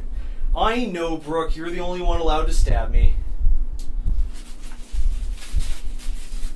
Oh, I didn't even need the screws. It already has screws right here. Well, okay. How about that? I'm gonna move. Oh, I can't. This is so annoying. Here. I'm just gonna show you how this comes together. So this, so we've got a magnet here. Let's see, we've got a magnet. We got a set screw. We've got 2. Oh, you can't see any of this, can you? We got a magnet, we got a set screw, we have this bracket, we got some screws, and we've got these prongs. See? Prong. And this is the docking system. So the prongs get screwed in like so. Yep. There we go. So yeah, we got prongs in like so, and then we've got a bracket right here, and I think this goes in like this. Like this? Yeah. Oh, yep, there we go. There we go, exactly. Yep. So that's what we're doing over here. And those are gonna get affixed right here. Yeah. I think. Alright, so we've printed the dock parts, and now we affix them, screw them down. We might have to grab ourselves some longer screws. These ones look a little on the short side. I know it's not the screw, it's how you use it, but... Or is there a different... is this... Yeah, I'm a little confused here. I'm gonna be honest. Is this supposed to go like here?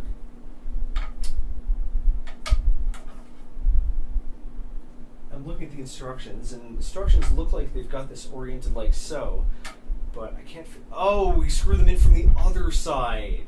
Oh, well, how about that? Okay. Huh. And then underside. It doesn't say what length these screws have to be, so I'm more than a little confused. But looks like. It's, yeah. Oh, this is really confusing. I can't tell what screws I'm supposed to use. Let's see what's in the box.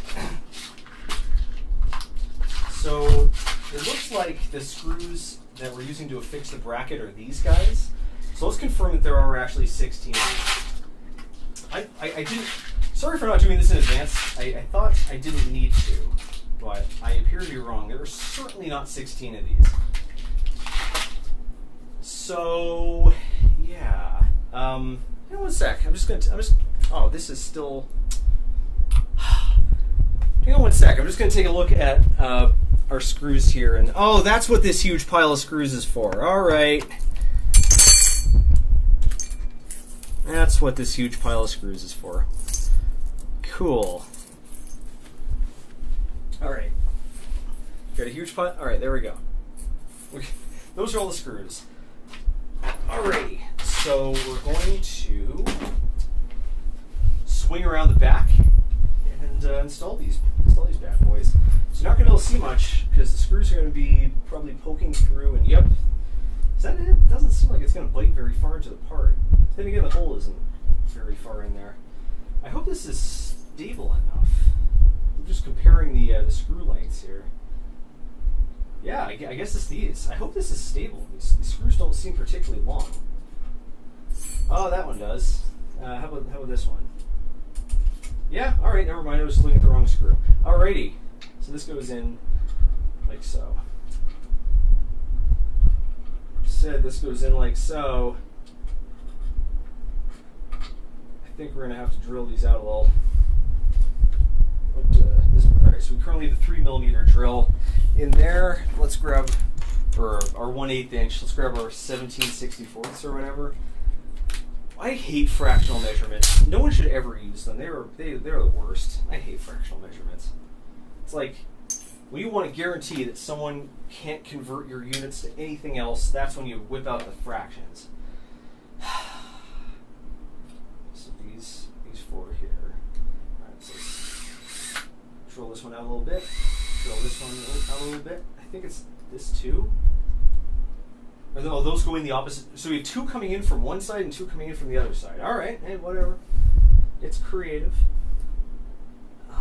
Yeah, it's creative. I'm just going to rearrange the furniture here a little bit. We're talking about printing. Printing different materials. Ooh, Sean Taffert says, I just finished printing an all PETG Caliburn. It came out fantastic. Oh man. So the black and pink Caliburn that you saw in a few of my videos was all PET. In fact, most of my, this is too small. Most of my Nerf blasters are all PET. I think it's a perfect material. One thing to remember about PET, by the way, is people think that PET is shatterproof, and even though it's definitely less prone to shattering than PLA, it's still liable to shatter, especially when it gets cold. When PETG gets cold, like if you're nerfing in the winter, PETG isn't much stronger than PLA, and this isn't going in because there's a screw in the way. What gives? What the heck, man? There's a screw here. It's blocking our flow, man. Well, poopy. You know what? We don't need to worry about this at all. You know why? Because we have the tool for the job. That's right, we got the Modify 3D. This is the perfect time to bust out my new toy. If it don't fit, it will after I'm through with it. I thought that would rhyme a little better. Alright, I need the power cord. Where's the cord at? Come on.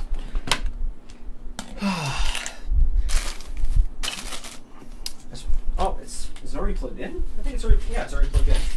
As much as I try to set everything up, everything up in advance and have everything like just perfect and ready to go, there are just a lot of moving parts to these streams. Okay, so let's take a look at our tools here. All right, let's take a look at our toolkit. So for this, we're going to use this to make a. Whoa, hang on a sec. That's not what I want at all. All right, so we're going to be using this to make a relief for the screw. So I think our big spoon here is the way to go. This is so cute. I love it. I love it so much. So we can either use our big spoon, or we can use our tamping tool to just a hole in it. I think we'll use this. I think we'll use the tamping tool. So let's go back to here. All right, let's plug this guy in. Let's have our cradle ready. Yeah, so this is sort of like a soldering iron specifically for printing. We're going to dial, right now I have it set to 275 because we were using it on nylon, but we're using it on PETG now, so I'm going to bring it down to, let's call it 240. All right, and we can see where this is right here. So, yeah. So let's wait till this, so as this comes up to temperature, I'm just going to use the tip here. I'm going to use the edge to mark out where we want our cutout to lie. And I'm going to put this over here. All right, so let's unscrew this. Oh, man, you get a new hammer and you just go out looking for nails. All right, here we go. Let's see. Press this in, and hopefully this makes a perfectly flat hole. Oh, it's going in. It's going in easy. Nice, nice, nice. Bring it down to about a couple millimeters. All right, there we go. Oh man, here let's switch back over. Look at that. Ah, come on. Look at that, perfectly flat hole. Perfectly flat, flat cutout. Can't even tell it wasn't supposed to be there. I mean, you could, but you know, shut up. Let's limit the amount of thigh. Okay, now I have a minor dilemma, and oh, never mind. I was going to say that I can't wipe it off because I don't have paper towel, but here's a paper towel. Oh, this is awesome. Oh, that worked. Let's see if this fits. Oh, I think that fits perfectly. That's perfect. Oh, that's good. That's real good. So I'm just going to use the tool now so that plastic had to go somewhere, and the somewhere was it squirted out around the edges. So I'm just going to use this flattening tool for its intended purpose, and there we go. Now it is flat. It heats up in only a few seconds, so we can unplug it. It's pretty neat. I don't think is it worth $100. I don't know. Probably better off just buying the cheaper one. But I do a lot of 3D printing, and I have to do rework on a lot of them. And you don't want to use this, as I've discovered the hard way, you really don't want to use the same tips for both soldering and working on your 3D prints, because the residue corrodes the solder. Or not corrodes, but like the residue like interferes with the flux. It's impossible to get it all off. God, that's pretty sick. Are we talking about squirting now? Are we squirting it up in chat? Have you noticed that I try to use the word squirt as often as possible in my scripts? Did you know that the script for tomorrow's video has the phrase moist fountain in it?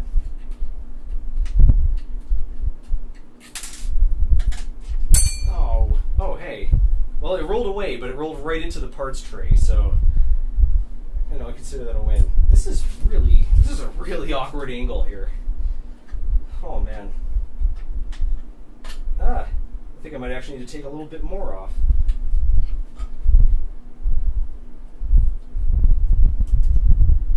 Nope. We're in. It's just really awkward. Sort of like a lot of people say I am on stream. Nah, I think I'm cool. I'm a cool guy. Alright, looks like we need to take a bit more off. We missed a little bit. It's alright, we're still practicing. But we shouldn't have to do this on the other side. I will have to tell oh no, I don't want to, my knee almost reported that chat. I don't want anyone to be banned for no reason. I want you to have a good reason to be banned. Alright, so let's heat this back up. And just add in a little more hole. And then we'll get to repairing. Cool. Oh yeah. Squirting. Just the chat's getting a little saucy. Maybe accidentally reporting isn't a bad idea. Flux-filled filament. Some people have asked what would happen if you fed 3D printer filament into, or what would happen if you fed solder into a 3D printer? Because you can get 1.75 millimeter solder. I don't think it would work. It would melt. It definitely, yes, it would melt. It does get hot enough. Yeah, a 3D printer can easily get hot enough to melt solder. But I don't think it would work because it has solder really wants to stick itself onto solder really wants to stick itself to metal. And consider your hot end is metal and your build plate isn't. Nothing's going to happen. On top of that, it doesn't like have like a gloopy plastic stage. It goes straight from solid to like completely melted. So it wouldn't like lay down. It would just just make a pool. So I mean, you could do it. It wouldn't do anything though. except make a huge mess and probably ruin your nozzle forever, and definitely ruin your bed forever. Metal transfers heat way faster than plastic, so I think it has a pretty high chance of burning your plate. But it would be kind of fun. Yeah, what's going on in the chat here? What's going on chat? Are you having some people being uncool? Some folks just want to start stuff. All right, good, we're in. Let's drill these guys out too. Do a little test fit here. I just want to make sure we don't have to drill this out as well. I think I will anyways. Let's drill all three of these out. Nice and easy.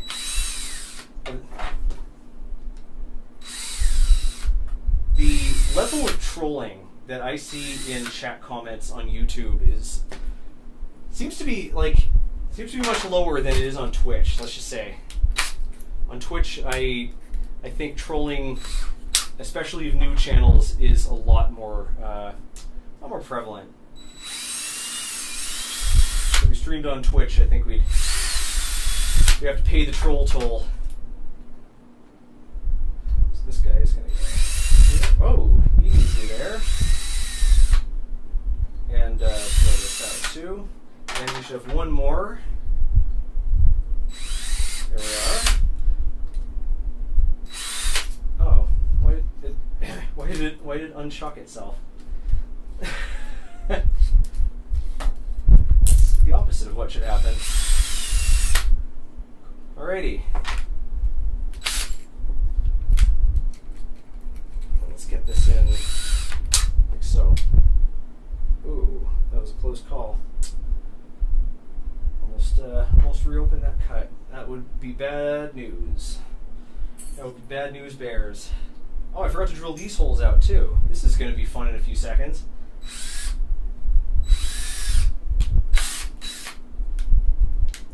Reverse thrust.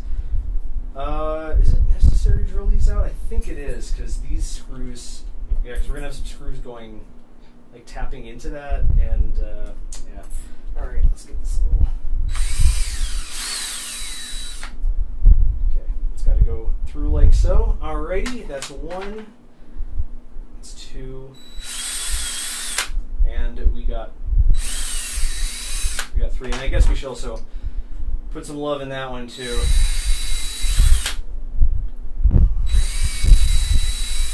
Let's give this a little attention.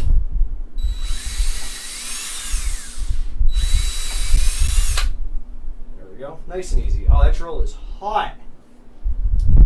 Oh no, my drill was in the wrong gear. Why was it moving so slow? Ah, that's why it was moving so slow.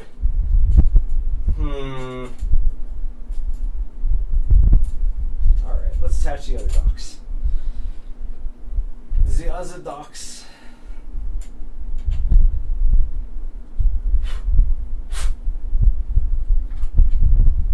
Oh man. This thing is pretty sick. I'm gonna be honest. I'm really excited to build this. I'm really excited to use this. I also noticed the other day, I'll show this after I'm done installing all these, but I noticed that the core, I'm not sure if all CoreXY printers do this or if this one's special, but it's got this really, the belts are wound around in this really neat way so that each belt actually controls the X and Y axis. Is that normal, or is that like something special or rare?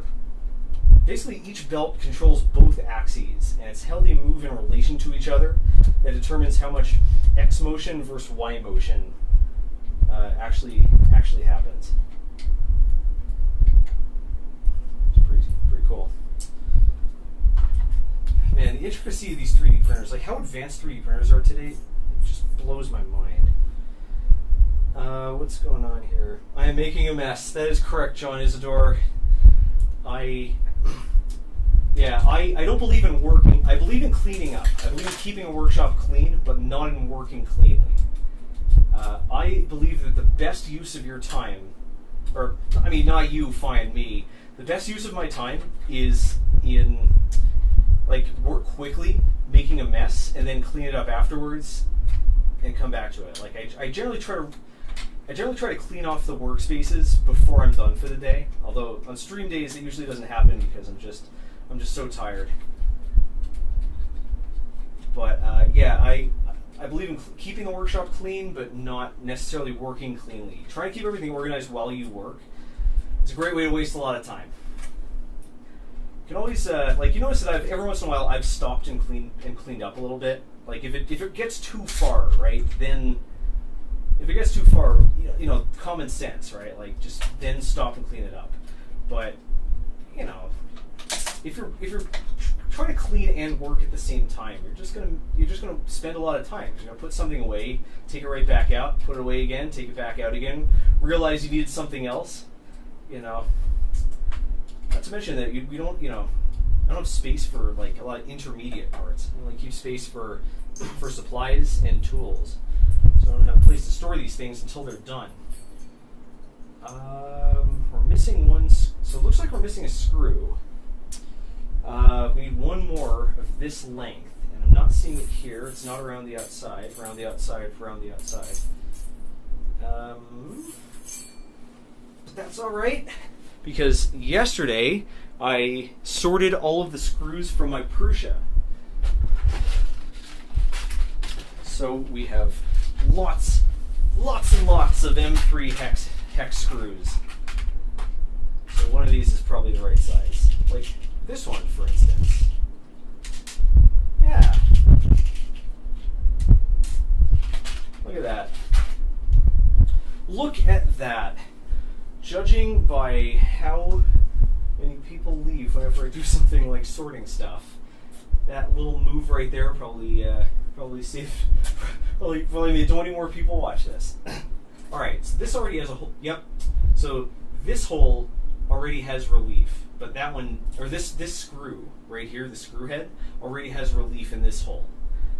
But there wasn't a similar one on the other side, so we're gonna have to modify the, you know, down the line, modify the model to accommodate it. Oh, it's so much easier to use this screwdriver, or this Allen key. This isn't really a job for the electric screwdriver either, because it takes too much torque. The electric screwdriver doesn't have a lot of torque, which, granted, isn't, you know, not faulting it. It's not really something you need in an electric screwdriver.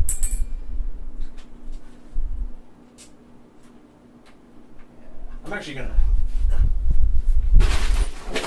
take a little walk to get over here. I hope the dog didn't hear the W word.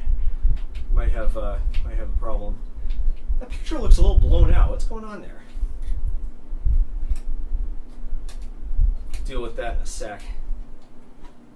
All right. Neuschen Toy. Toy like a Toiger. All right, what's going on here? There we go.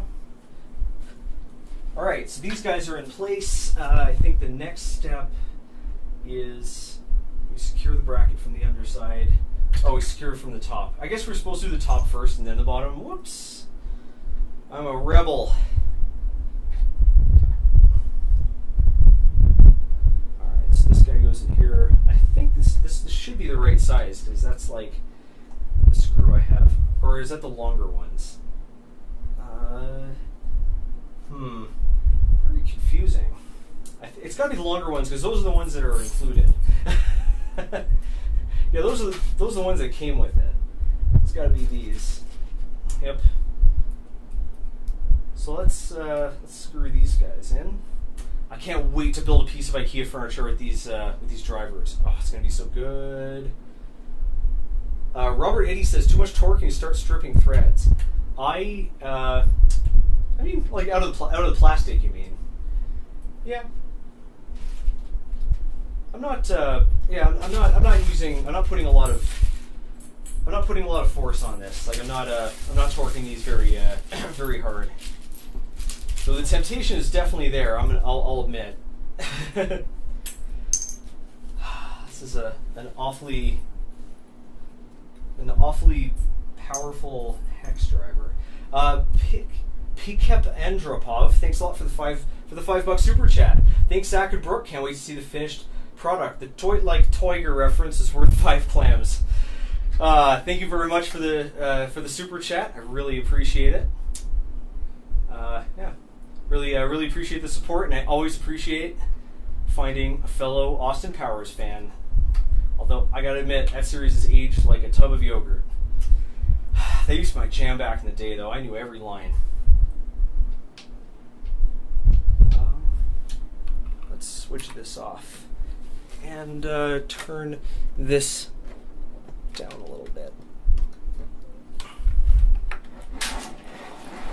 Try to get the chair out of here. What did I just do? I unplugged something. Oh, yep, here we go. There we go. All right. I think this should be a little more. This should be a little more fun to watch. Yeah, thanks a lot. I really appreciate it. The clams. Give me the clams, man. Yeah. Yes. Oh man, I haven't seen an Austin Powers movie in ages. I used to watch those movies all the time. I like gold. There are a few Austin Powers references in various episodes. Although honestly, I make Austin Powers references so often that I don't even really realize I'm doing it. So I can't exactly tell you where, but I'm fairly sure they're in there. So this guy goes in here. Ian Ross is jealous of me and my printer. Look, when E3D reached out to me, like there's a whole story behind this. There's some serious baloney. We'll talk about things in a sec, but yeah, so there's this whole story, right? Like E3D reached out and like they cold emailed me and said, "Hey, we're E3D. We're this company that makes 3D printer supplies in the UK, and we'd love to try to get an episode. We'd love to sponsor an episode. Like, I know who you are. Like, I use I use all Prusa printer. Like, like E3D themselves. Like, are you serious? And they're like, so would you be interested in? Yeah. And I'm like, yeah, I want you to sponsor an episode. That'd be great. So we get on a call. We're shooting the bull for a little bit, and they ask like what I'd like to talk about, and I say, well, like I don't want to be so. I don't want to sound greedy, but I think the thing I could do best is the Toolchanger and the Titan Aqua, because I already have a version of nearly all of your other products, right? Like, I'm already using an Olsen Ruby, which is like the similar to Nozzle X. I've already got direct drive printers. Like, it's like, sure, we could upgrade the Prusa, but I didn't think the video would be that good. So yeah, I said like, yeah, I'm going to be greedy. And would you be, I think we could work something out for that. And they said, oh, yeah, sure, we'll definitely send you a Toolchanger. And I was like, wait, what? So yes, they're very generous. So this video is actually supposed to, there we go. So this video is actually supposed to come out, or this project, right? This combination of stream series and videos. About it was supposed to come out like over a month ago, but the Toolchanger got held up in customs. We couldn't figure out, and there was a problem with the paperwork because my company is like the shipping address is in Colorado, but my company is still incorporated in New Jersey. So we need to file another form, and I didn't know that, and it ended up sitting in customs for like 3 weeks, and then it took another 3 weeks to get shipped back, and then they had to ship me another one. That one got stuck in customs, but we cleared it, and by all was said and done, it took like 2 months to get the print. Oh my. Sorry about the fan. Yeah. Sorry about the fan. No, we don't have I don't have we're using the voice recorder type deal, like the omnidirectional fan, or omnidirectional mic on the voice recorder to do this because I'm moving around the room. So unfortunately, we can't put a sock on it. Here's what I'll do. I'll turn the fan down. If it's still too loud, we'll turn it down. Let's turn it down a couple more times. So thanks for putting up with the noise. Let's put this over here. Yeah, there we go. Yep. Yeah, the air conditioner went down. Lousy time for the AC to go down too, and it took us a while to call them for it because we thought the power company was just shutting off people's ACs to save energy. So we didn't even know it was broken. We thought it had just been disabled. But then a week went by, and Cram says you don't have a lav mic. I do. I don't have a wireless pack. It's a little a decent wireless body pack, and yeah, I guess we already have the sound card, but decent XLR body pack is a little outside our price range right now.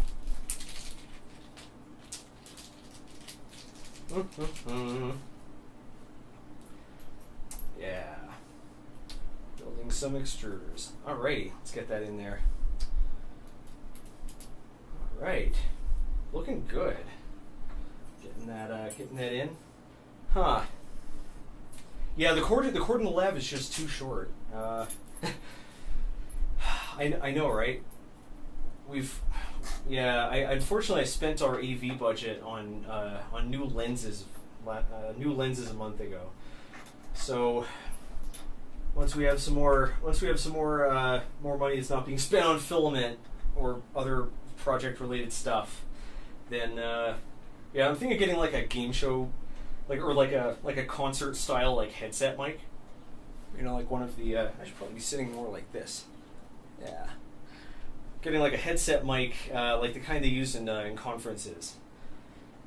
Keep it where it needs to go. Because a lav isn't always the best when you're moving around because it can rustle against your shirt. And yeah. Unfortunately, because of the fact that we're making stuff and not playing games, I can't just point up podcast. I can't just use our podcast mic. Oh my. Oh my. Cram says, I thought they were all just connected to a little pack you put in your belt or something. Yeah, the pack is $450. The mic is another $200. The mic we have now uses line voltage. The mic we have now is line voltage because we're dumb. So we need one that uses phantom power, and we need a body pack for it. And a kit is around $500-600. And to get the parts individually would be around would be more. So at least for now, I'm gonna use this mic. Also, I also don't know how many streams I'm gonna do from the floor. Right? This isn't. We've had a lot of physically large stream projects in a row. And I don't know how often that's gonna happen. See. Justin Rosenberg asked, sorry if I missed it, any news in the giveaway from last week? Yes, a winner was selected. I think their name was Adam. They were from Maryland. They took a while to respond to my email. I didn't want to announce a winner until someone claimed it, because if I don't want to announce a winner and then that person 2 weeks go by and they haven't claimed it and we give it to someone else and then everyone's like, hey, you were supposed to give it to Adam, you announced it. I'm not going to chase someone down to the ends of the earth to give them their winnings. But, yeah, we picked a winner. He just got in touch with me last night. And he got in touch with me last night, and I just didn't have a chance to make the announcement before I had to go to bed. So, yes, a winner was picked.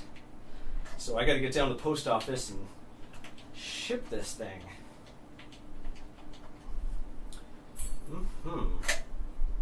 Alright, that's 3 docks down. We got 1 left. Might have to pull this one off later for the Volcano. Or for the Titan, but play that one by ear. I don't yet know whether it's smarter to install the Titan on the left side or the right side. So we're not going to make any special allowances for it just yet. Here we go. Cyberdeck Cafe says, never idolize humans. Nope, you should save your adulation for cyborgs. Us cyborgs will never let you down. I know I'm gonna destroy the screen of this the cyber deck by dropping a hex wrench on it. Let's see what's going on in chat. Witch King 64 says feels like we're hanging out in a crowded maker lab. Very homey. That's very heartwarming to hear. I definitely miss the hackerspace atmosphere, and I'm sure plenty of other people do too. And I'm glad I can capture even a tiny bit of that. I'm definitely capturing the part where it's way too hot, because it is way too hot in here. This one is too big, this one is too small, but I think it'll work anyways. Alright, where did I put the last dock? Dock, who's got the dock? Can't stop the dock. Dock is dead. Dock around the clock? Where is it? I thought, oh, it's still in its packaging. Ah, yes, along with the screws. That also explains why I didn't have enough screws to install everything.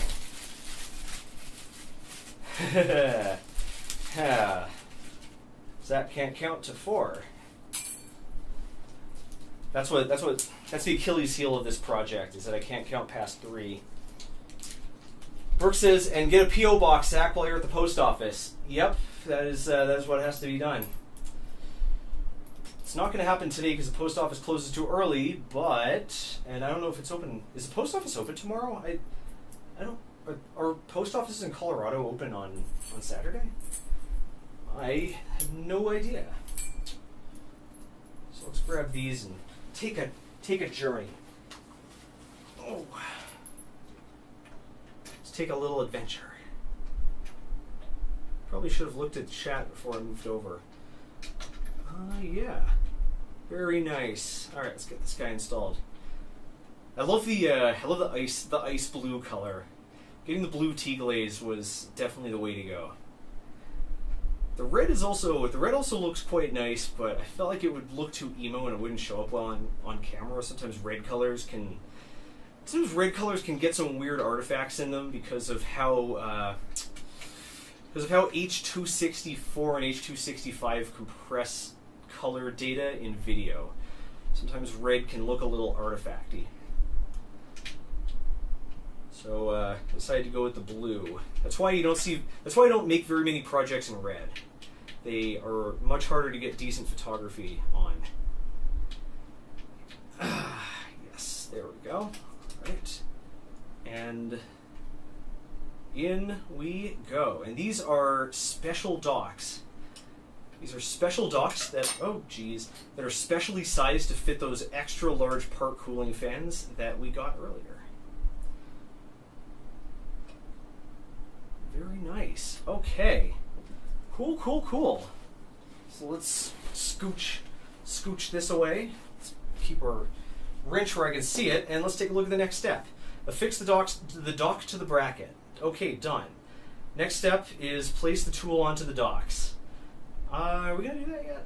I guess we will. Okay, so this is done. We got our docks. Very nice. Next up is the high temperature heated bed. Oh my. All right. It's bedtime.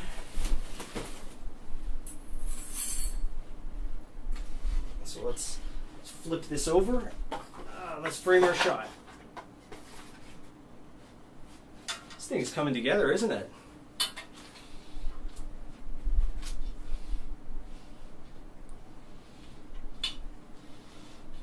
Alrighty.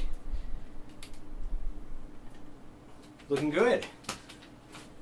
Okay, so we've got the bed right here. Oop, don't want to smash that. Let's get the glass out of here. Warning, E3D high temperature heated bed. It is your responsibility to ensure that 1. Your system complies with local regulations and is safe to operate. I can't guarantee that. 2. The system is adequately grounded and the heated plate has continuity with the ground pin of your power plug. That's interesting. 3. Your power socket uses a ground pin. Helpful. 4. The system is thermally insulated from the rest of the parts of the machine that are prone to melting or catching fire. Seems we have a bit of fire hazard in the works. Number 5, you carry out the electrical check described in the documentation. I never even saw this paper. Let's turn this up a little bit. There we go. I'm going to grab my collection of tools. I'm going to grab my collection of hardware and grab our Allen key set because I'm going to try to work on this from over here so everyone can see what's going on. Very, very nice. This is 2mm in like Flynn. I should probably have poured myself a glass of water. I guess we're coming to the end of the stream anyways. Yeah, let's do this. Gather the parts. So we're gonna need one heated bed. Let's unwrap this. Let's unwrap this bed. Oh yeah. Interesting dimension. It's very wide.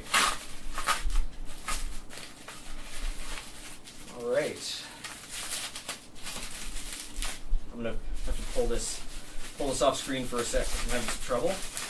There we go. All right. So we've got our heated bed. Looks like it's got 2 sets of. Is 2 sets of wires? Or do you think it's 1 wire and 1 thermistor? It's probably one. Yeah. It's probably a heat. Pair of these wires are probably a heating coil. Glass of water. Oh hey, a glass of water. Thank you. She's the best wife ever.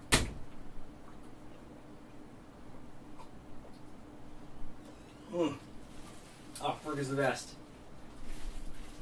Don't let her hear me say that though. Could build up her self-confidence. All right. So we got our bed. Okay. We need our M3 12mm button head screw. M3. Here it is. I think. I'm gonna grab a ruler again. This is what happens when you put your stuff away. Oof. Alrighty. So 12mm, M3. Alright, we need 4 of these, and we need some M3 washers and the bed fixins kit. I'm guessing those are the little clamp things. So okay, gather the parts. Oh no, there's oh, that's what those are. Ah. Alright. Gotta hunt those down. I forgot where to put them. Are they in here? Nope, these are plastic parts for the enclosure. So it includes a set of high temperature standoffs that we're going to need. Oh, here we go. Yeah, so it includes a set of high temperature standoffs. Those are the beige ones that I guess we need because this bed, from the looks of it, it gets excruciatingly hot. So we've got all those. You may choose to fit the bed at a later stage as it must be removed again during the wiring installation. Oh, why do you tell me now? Aww. Well, then screw this. I'm not putting this on just to take it off later. This sucks. Alright, back to the table of contents then. Fitting the spool holders. Alright. Fitting the spool holders. Gather the parts. Alright. So spool holders are going to go on the side, but that means we're installing the panel? Is that what's going on? Yeah, spool holders are going in the side panels. Should we be doing the wiring first? Is that what's going on here? So at this point, we're going to be installing the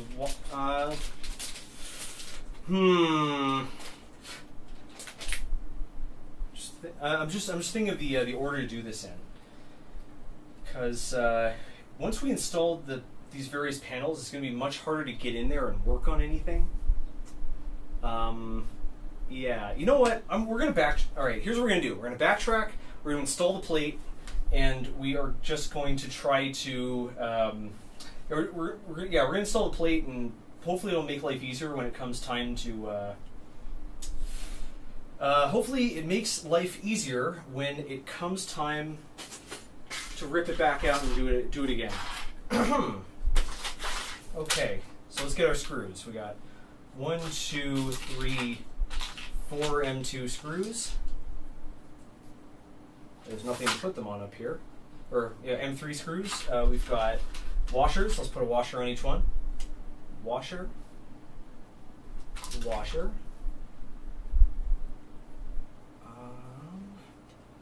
How's the sound, by the way? Is the fan noise gone? Are we good? Are we sounding good?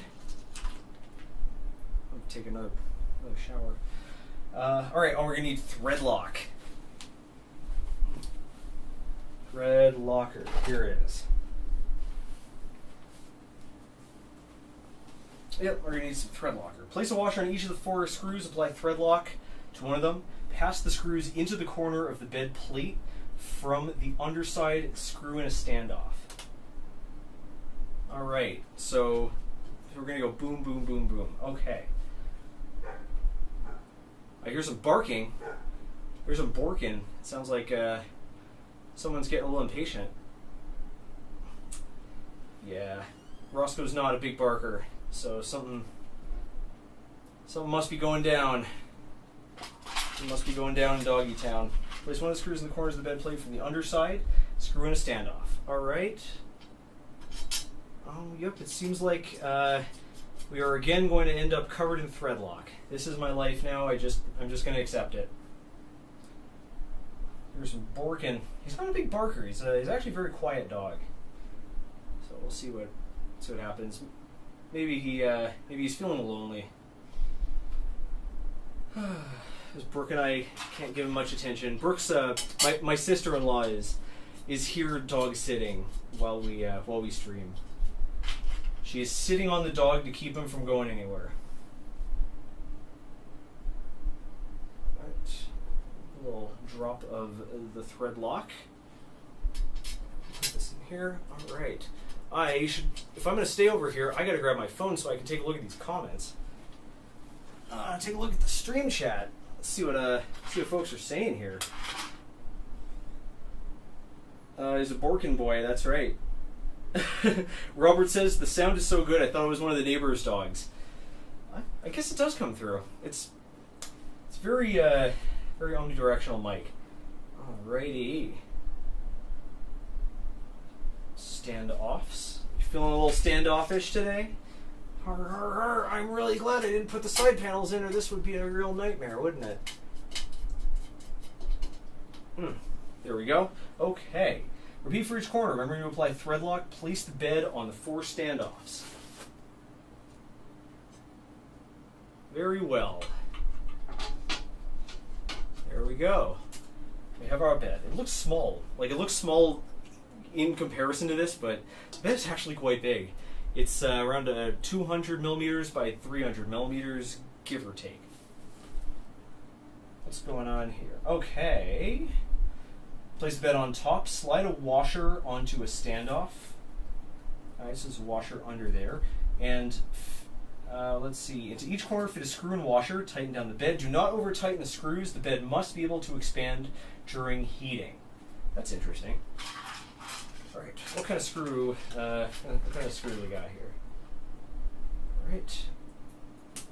It looks like we're going to need our 2 millimeter hex head for this. Damn Skippy. Alright. So let's do washer. Also, today's stream is sponsored by Things. Thanks a lot to Things.com for supporting the show and for making it possible to,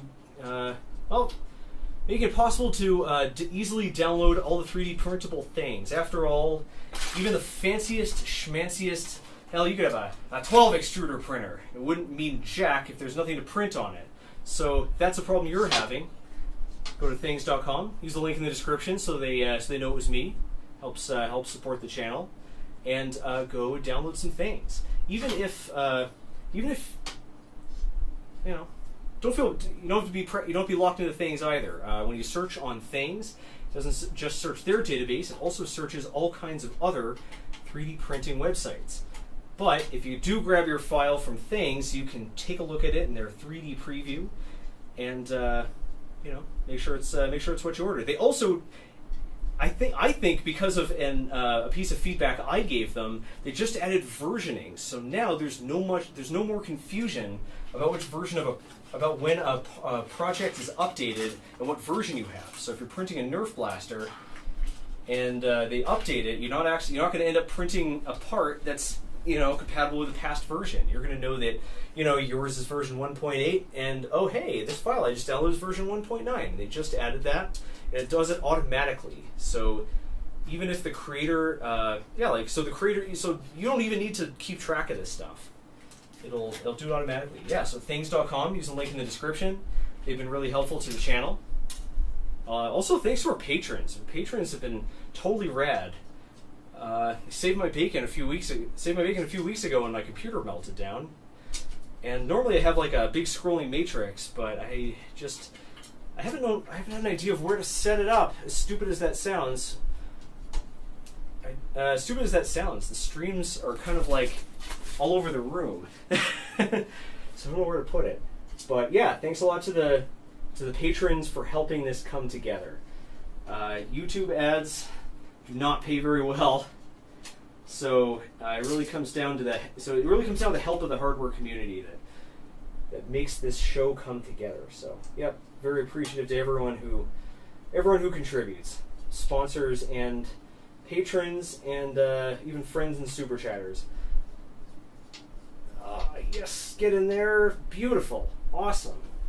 I'm going to loosen all these a little bit, because they made it very clear that this is supposed to slide around, or this is supposed to expand a little.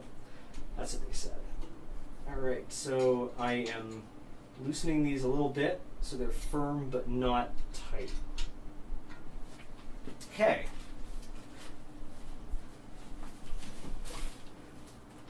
Alright. So we got the bed in place. That's it. Oh, well, alright. Oh, okay. I guess that's all for that. All right. Let's take a look at our 3D print. Speaking of 3D printable things, let's see how our print is going.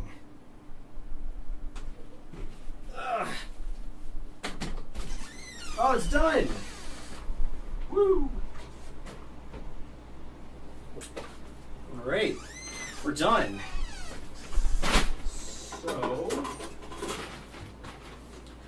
what do you say? We bring everything back over here, and we'll finish the extruders. We'll finish the Hemeras. Just gonna tilt this over here. We're gonna need our pad. Let's get ourselves an overhead view. An overhead view that's not wobbling and shaking like I will be in a few hours. TGIF. Even YouTubers, even cybernetic YouTubers need a little time off. And let's bring this back. Beautiful, wonderful. So now I can more easily take a look at the stream chat. Okay, so yeah, our parts are done. They look a little bit rough, but that's fine. Let's try to pry them off the glue with our palette knife. There we go. Got to be very gentle. I don't want to scratch the PEI. This is a very, very sharp palette knife. There you go. Easy peasy. Let's get this out of here. Pull off our bits. All right, so this has a screw hole here, perfect for mounting a certain rather large blower fan. Oh, they're so big. The fans are so big. Looks like we ended up with a bunch of support. I didn't expect the support material to end up here. All right, we're gonna have to get in there and pick that out. If it turns out to be a little too much trouble, then we'll do that off stream. But let's see. Well, it's not the end of the world. All right, let's pick that out. Yeah, nylon actually does a pretty good job of bridging. At least this particular nylon does. Nylon actually makes some pretty good bridges, so this is on the whole coming out well. I do want to anneal this. Do I need to anneal this part? I'm not sure I need to anneal this part, because all this is just a bracket that holds the part cooling fan. So I don't think it's necessary that this is annealed. If it wobbles around, it's not gonna make much of a difference. Like, I doubt it's gonna deflect enough that the blower fan itself, like, you know, takes a hike. So let's put this here. Yeah, that's looking pretty good. Got to pick out the piece. Got to pick out some little bits here. All right, and then we got to trim off the. We got to trim off the brim. I suppose we could also do this with our new tool, but it seems a little overkill to fire up this heated tool just to, you know, trim a tiny bit of brim off. Yeah, it's really just a very small amount.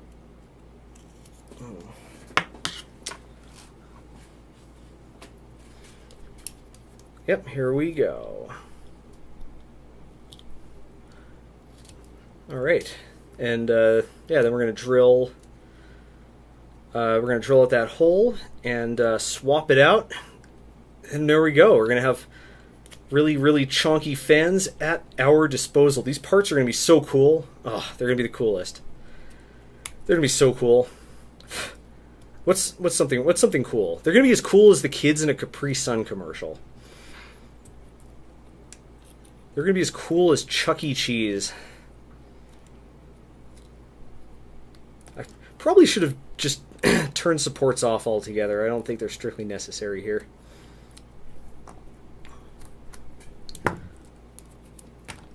All right, that's one. We're just gonna we're gonna make three.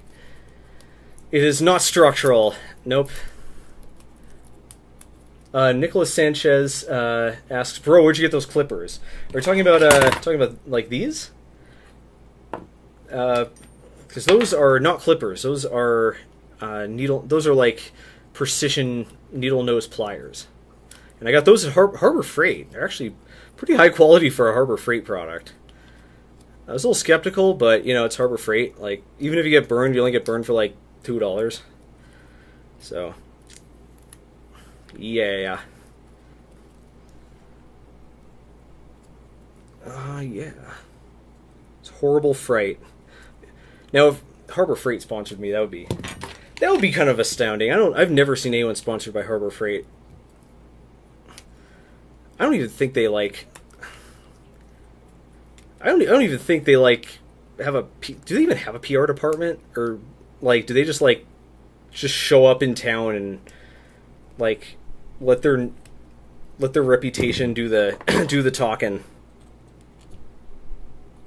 There's a little bit of support in here, and just I can't get a good grip on it. That should be all right. This is gonna. Got a little piece in here. Yeah, there we go. Out you go. Alrighty. Sean Taffert says, "Now you're dating yourself." I am old. It's true. Alright. Yeah, I don't know what's cool anymore. That assumes I even knew it was cool in the first place. Somehow Roblox is cool? I don't, like, what the hell, man? Do people ever play new games anymore? I feel bad for all the people who, like, were Minecraft streamers and then quit Minecraft when it stopped being popular. And then it started being popular again. Yeah, those guys must hate being dragged out of retirement. Although, you know, money. Alright, and there are two more, but I'm only going to clean up one. Roblox. Cyberdeck Cafe says, "Roblox is cool when you're 7. I don't really understand it. Because from to my understanding, it's not really Roblox people are playing so much as mods. It's the same with Minecraft, right? It's not vanilla Minecraft that's popular, right? It's like mods and PvP and stuff. The PvP in Minecraft baffles me. Like, is it really just like you whack each other and whoever gets the most whacks in wins? Because that doesn't sound like a very strategic PvP experience. or is it more like Rust, where you build bases and you raid each other's compounds and stuff? Because that I could get behind. That sounds neat. It just shows how little, like, I guess I'll need to ask about this, right? Like, I just watch it. Whatever tickles your pickle. Oh no, the conversation turned to pickles again. Not again. It always ends up being about pickles. Yeah. Well, another thing I'm excited about is start tinkering with some of these fancy filaments. The filaments for our next Every Filament episode have been coming in. I know I'm going to say the word filaments a lot during these sentences, but, deal with it. Yeah, so we've got tons of filaments coming in. And they're weird ones. They're super weird. I got filaments with nanoscopic diamond spheres in it. I got graphene filaments. I got one made of recycled soda bottles. There's all kinds of bananas filaments. So it looks like it looks like the mods. Yeah, it looks like it's all about the mods with Minecraft and Roblox. I heard Valdarg says, or is it? Hang on a second, it's Valdarg. No. The Russian person whose name I should really plug into Google Translate and pronounce says Battle Royale originated with Minecraft. It probably got popular. I mean, it's definitely DayZ was definitely the origin, at least in terms of streaming. But I wouldn't be surprised if Minecraft popularized it. Minecraft Battle Royale. It's just a slap fight, right? I guess isn't like a multiplayer survival server like just a battle royale without a winner? All right, these are done. So let's install them. Wait, what is going on here? What's this? So this goes here, and just this bracket just doesn't. All right, so this bracket we just yeet it. We just chuck it into the stratosphere. We just fire it into the sun. We just yeet it like yesterday's news. All right, but this is the part we have to take off right here. Yep, makes sense. Wait, probably makes sense to take the entire thing off and then just replace this one part. I know we're installing stuff, we're uninstalling it, we're doing it, we're undoing it, but this is just the way it works, right? Like.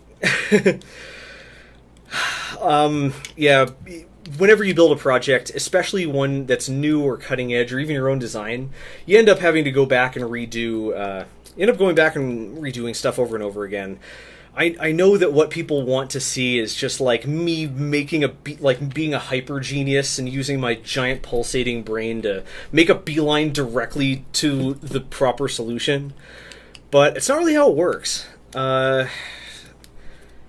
And don't get me wrong, I try to BS it as much as possible, but still. All right, we're gonna use the 3mm for this. Yeah, but yeah, that's kind of how it works. It's a lot of backing up and doing over. I'm not really a genius. I just play one on TV.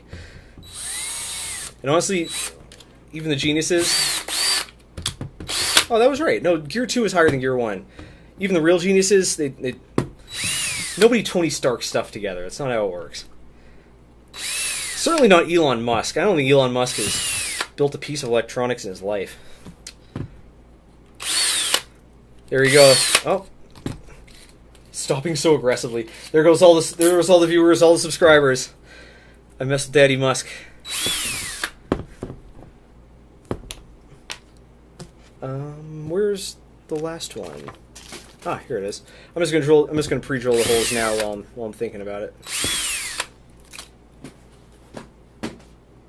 All right, hey.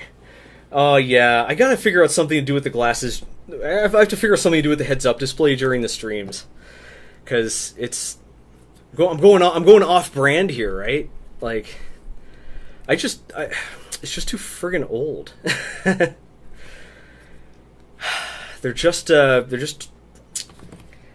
too old a version of Android to run anything. So I'm trying to figure out something sensible to do with them that doesn't involve, that would actually be a genuine help and not involve, bazillions of hours of programming. Does this go like this? Or does this go like this? what's going on here? So this part goes like so, and then this part goes like so. All right. So yeah, I had it right. Yeah, I can't think of anything to do with them during a stream. Mike Vuka says, Zach, you play 40K. I feel like you'd be a tech priest if you lived in the year 40K. No, I don't have that much money or time. I'm aware of it. Yeah, like I'm definitely aware of it, and I've played a bunch of games related to it, so like I know some of the lore. I don't know. I think I'd be the guys with the big electric guitars, the guys who use rock instruments as weapons. I forget the names, but that's who I'd be. I gotta drill this one out a little bit because it's not playing nice. Yeah, the guys who use like giant guitars and just blast people with the power of rock. Like those, like think about it. Those guys, right? The guys who are like running around blasting people with rock music are the only people in this the Noise Marines. That's right, the Noise Marines. The Noise Marines are the only people in this entire grimdark universe who are enjoying themselves. Everyone else is just like the orcs are compulsively fighting, and you know the Imperium is doing imperial things. I guess they're part of them. Meanwhile, Noise Marines are just rocking their cocks off. Never mind. Yeah, whatever.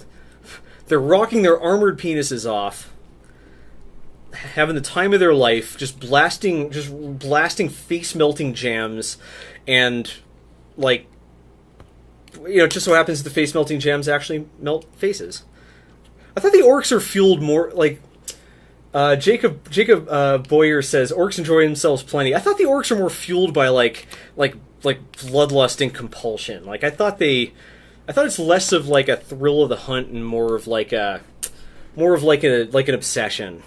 But I don't, you know, I'm not that deep on the lore, so you might be right. Oh hey, Karis Cat's here. Welcome to the stream. Karis Cat makes synthesizers and then makes her own tracks with them, and they're pretty sick. The tracks and the synths. Her most recent one is Minty Fresh. It's made with an After 8 Mints box. Yeah. Yeah, well, welcome. I always like seeing other YouTubers, and especially other talented makers, showing up to the stream. Although, having other talented makers watch me is... it can be a little nerve-wracking, you know. It's a little nerve-wracking, rocking the nerves a little. Whatever. I'm playing it up. It's part of the fun. So now, yeah, this massive, ginormous fan, which is huge, fits in here, and I have no idea what screw we're supposed to use to hold it in place because this hole is enormous, and I don't know what'll fit in it. So. Yeah. So let's dig around in our Prusa. That one's too big. Let's dig around our Prusa equipment. This one's too small. Bit of a Goldilocks thing going on here. I have no idea what size screw we're supposed to use here. How about that? Let's grab an assortment of screws and see what fits.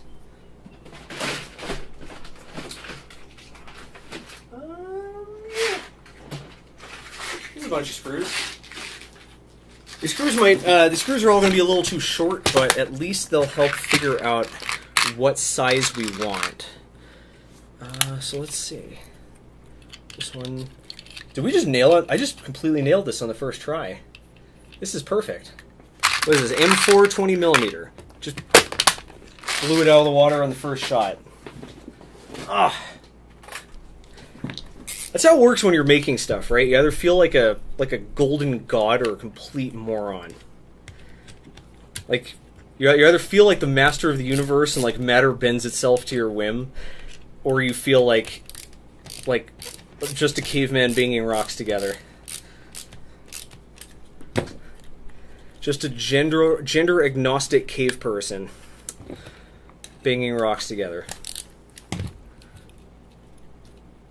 All right, rattling around a little bit, but if that keeps going, we'll just use some. I'll just get some silicone caulk and caulk it up. Look at this. Is this the most legit looking extruder you've ever Is this the most legit looking extruder you've ever seen? Look how serious this thing is. This is a business extruder. This isn't business casual. This is business formal. This thing means business. This part is going to be so cool. All right, let's get this out of here and move on to the next.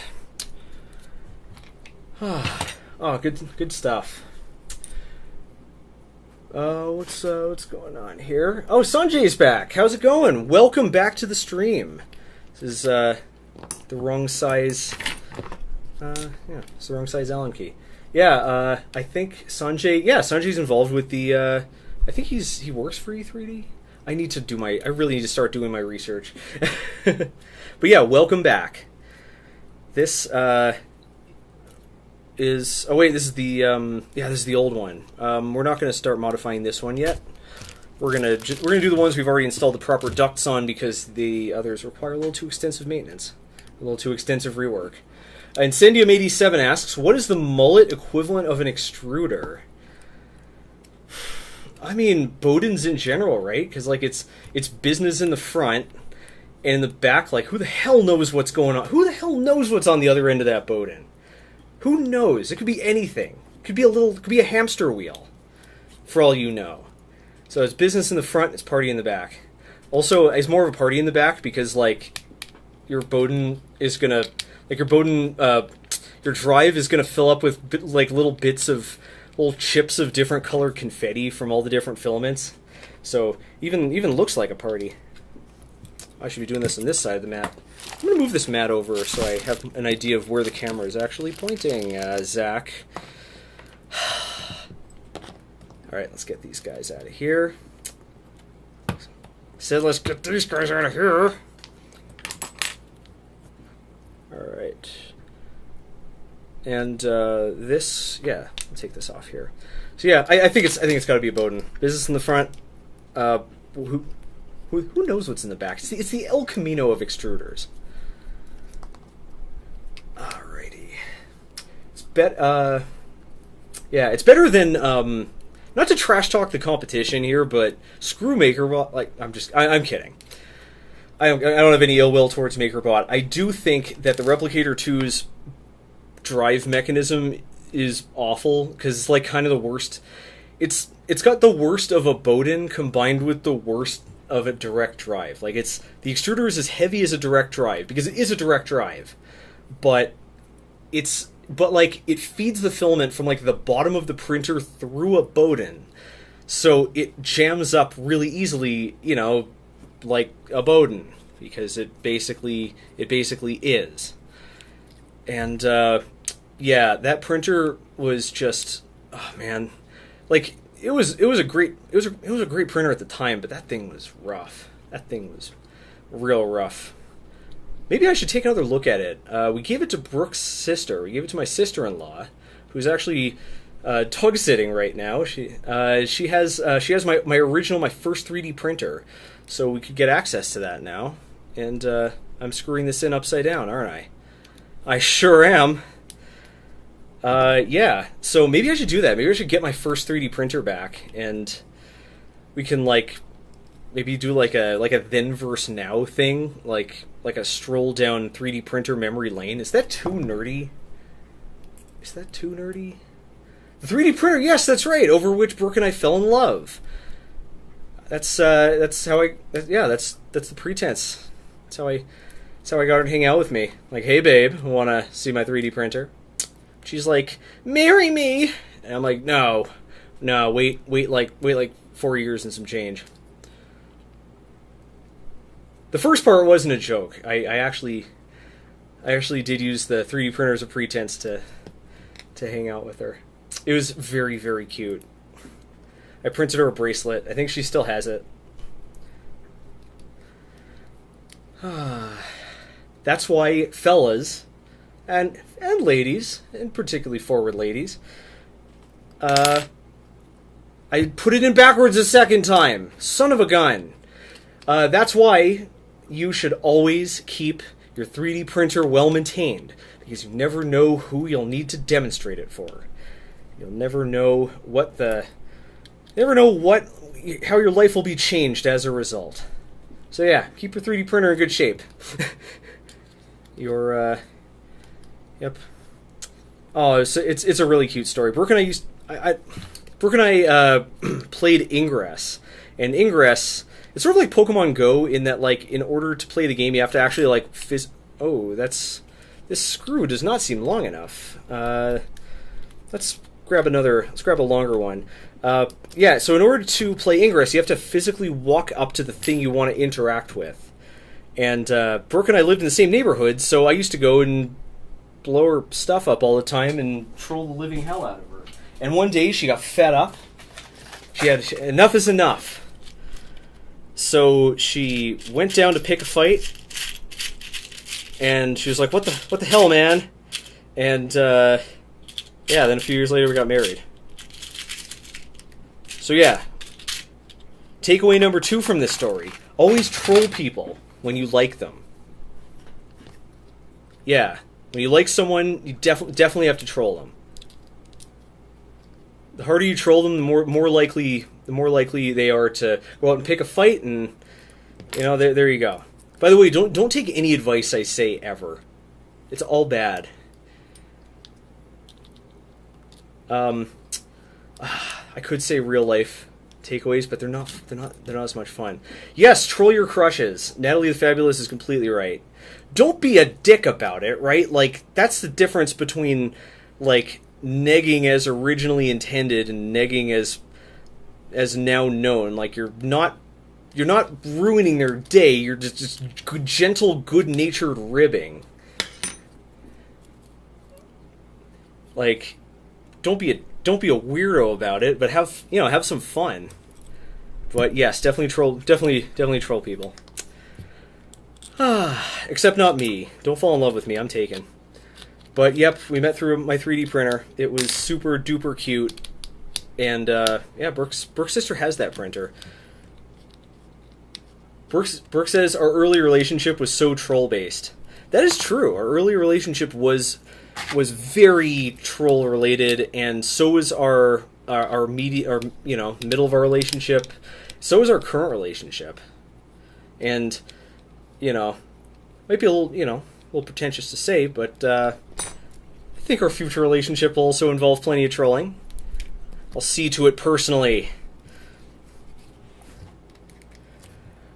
Yeah, gotta find someone who can't take a joke. Like, someone who can't take a joke. Like, I could never spend any significant amount of my life with them.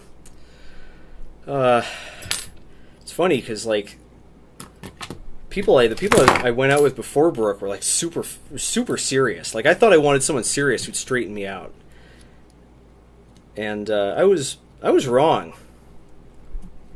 Sometimes you don't know what you want. Sometimes you don't know what you want until you see it.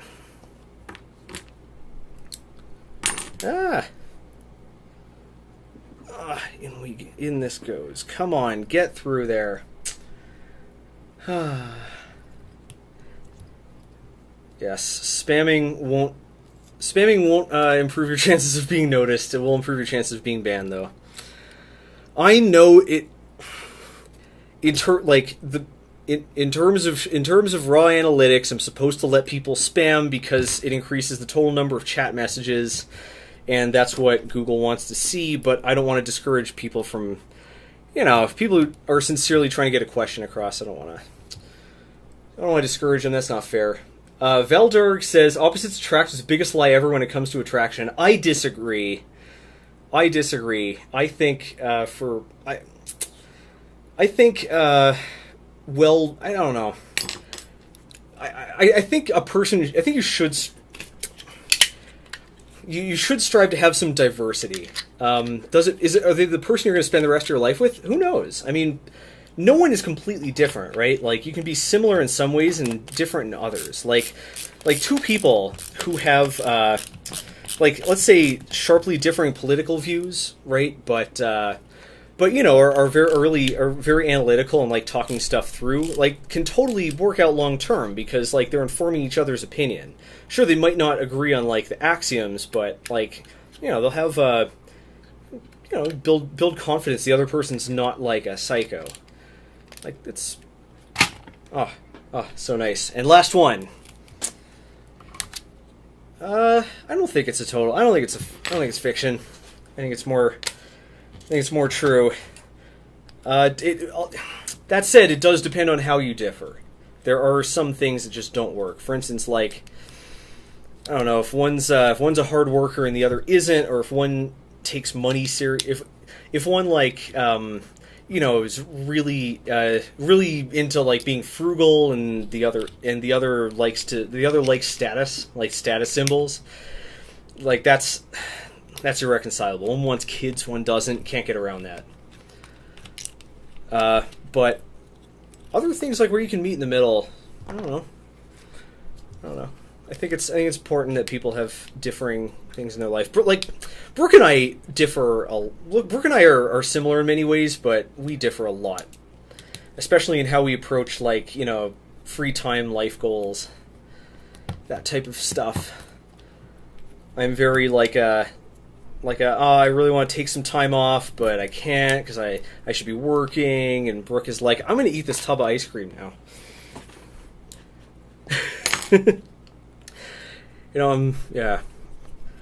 Brooke's a lot less analytic than I am. Yeah.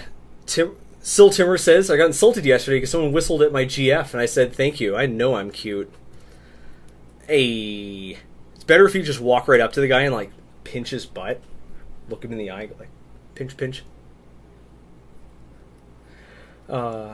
Natalie the Fabulous says, I met my lady at the vape shop. She doesn't vape, but her man at the time did, so he did the old swoop and scoop. Gotta be careful. That is a heartwarming story. I used to be a big vapor. I used to be a vape master. I used to blow fat clouds. I got better. Yeah, luckily I had only been vaping for a few months, so it wasn't like total hell to quit, but it was bad. I'm not gonna pretend any different.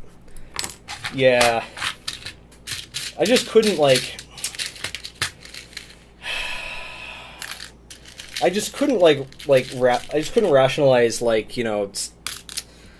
sure, like all the the vape itself is not necessarily bad for you, but who knows what chemicals they're putting in to flavor the juices, and who knows what those chemicals decompose into when they get hot, especially.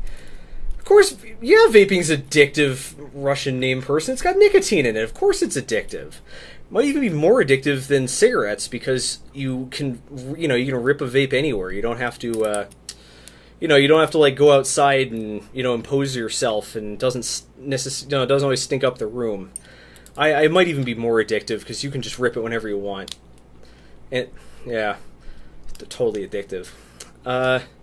Yeah. I didn't taper off. I just quit cold turkey. I've never been so hungry in my life. It was very weird. It's very weird. I quit, and I was just, for the next couple weeks, I was just ravenously hungry, all the time. I was just starving all the time. It was really bizarre. Renee, oh hey Renee, welcome back. Building 4 Hammer tools first. What about the water-cooled Titan? I'm building 3. We're building 3. We do have 4. I just decided that it would be more enjoyable to watch me build 3 from scratch instead of taking one apart and starting that one over. Yeah, I just made an executive decision. That one is going to be kind of our backup. I think I might convert that one to the Volcano, although not necessarily. The water-cooled Titan, I've been kind of trying to avoid it because I don't think I 3D printed the right parts for it. I think I printed the wrong parts. I think I printed parts for the water cooling conversion kit for the the Hemera. I think I messed it up. So yeah, don't at me. Seriously though, yeah, like I figured we're gonna put them all together anyways. Might as well. By the way, there were a couple minor. There was a minor boo boo on the modified the boo boo on the modified dock bracket for the Pabst fan. It was missing the left one. Yeah, it was missing a hole for the next. It was missing a hole for the left side XY gantry thing mounting screw. Yes. Can't get it. This material's too tough. I can't get the overhang off. I guess I can get a knife in there, or even bust out the 3D hot tool. But if we can get away without it, I'd prefer that. Oh my! It's 10 to 5. We're gonna have to wind down soonish. Probably not a bad idea to wind down shortly after putting this thing together, because then we kind of did what we came for. Tell you what, we'll finish building this. We'll rack up. We'll put the tools in the rack so we can see what this thing is going to look like, and then we'll say our goodbyes. Yep, we'll say our sad goodbyes. Farting is such sweet sorrow. While you're here, don't forget to join the Discord. Discord.gg/VoidStarLab. That's Discord.gg/VoidStarLab. For our hardware hacker community. I spend a little too much time there. Yeah. But gotta take a look. And our next video, tomorrow, 8 o'clock Mountain, whenever the hell that is, UTC, 6 hours later. We were gonna do Doggo Vision, aren't we? We're gonna give it a shot. The 3D hot tool is called the Modify 3D, and it's sort of like a low temperature, almost like a low temperature soldering iron, with all kinds of different attachments for tuning, tweaking, and refining your 3D prints. And I bought one with my filament. I bought one with one of my European very expensive filament samples, and yeah, it's already started to pay. It's already started to pay dividends. Kind of a very neat tool. Is it worth $100 if you already have a soldering iron? Not necessarily.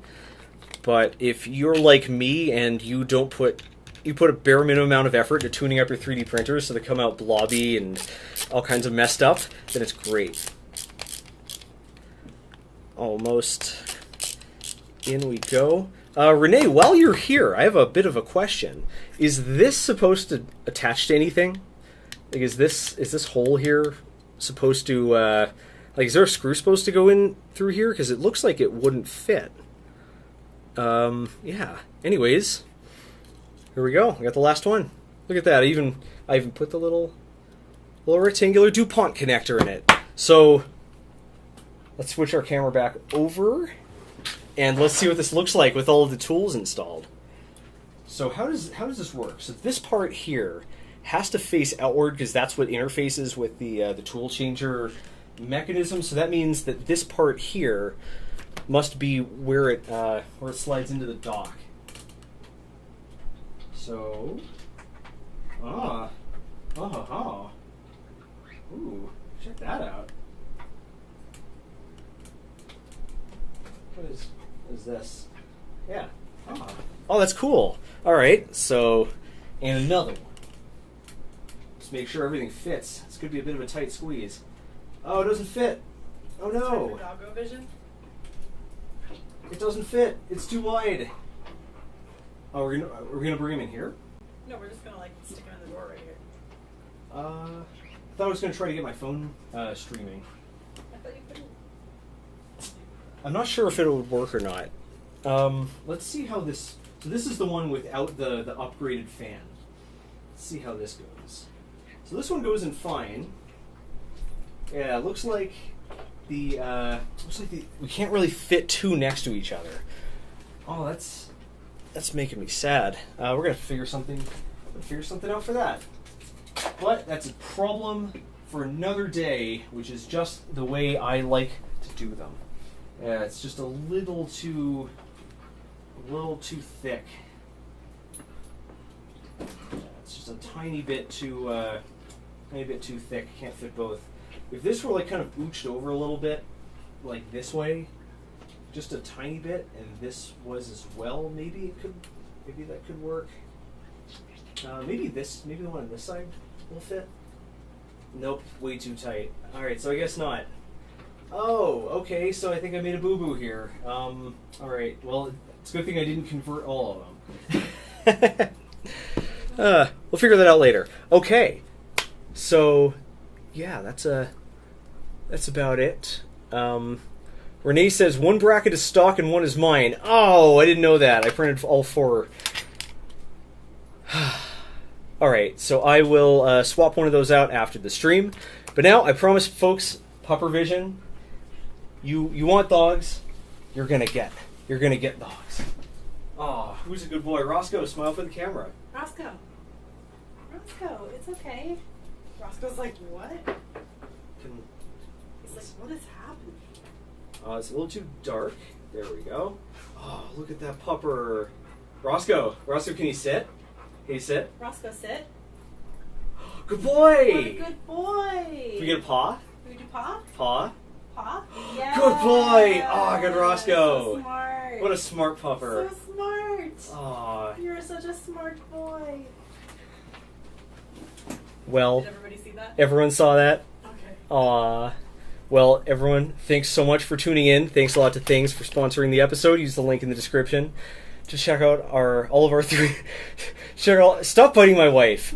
Finding his leash. Use the link in the description to check out all of the really sick 3D prints. Download mine as well. And, yeah, I will make sure to see you in the future. Oh, right, of course. Next episode coming out tomorrow. Full-on video, one of the best I've ever done. Next stream is going to be on Monday. We're going to finish... Might not finish the job, but we're going to come close. Oh, if we ever got a big place for our pupper.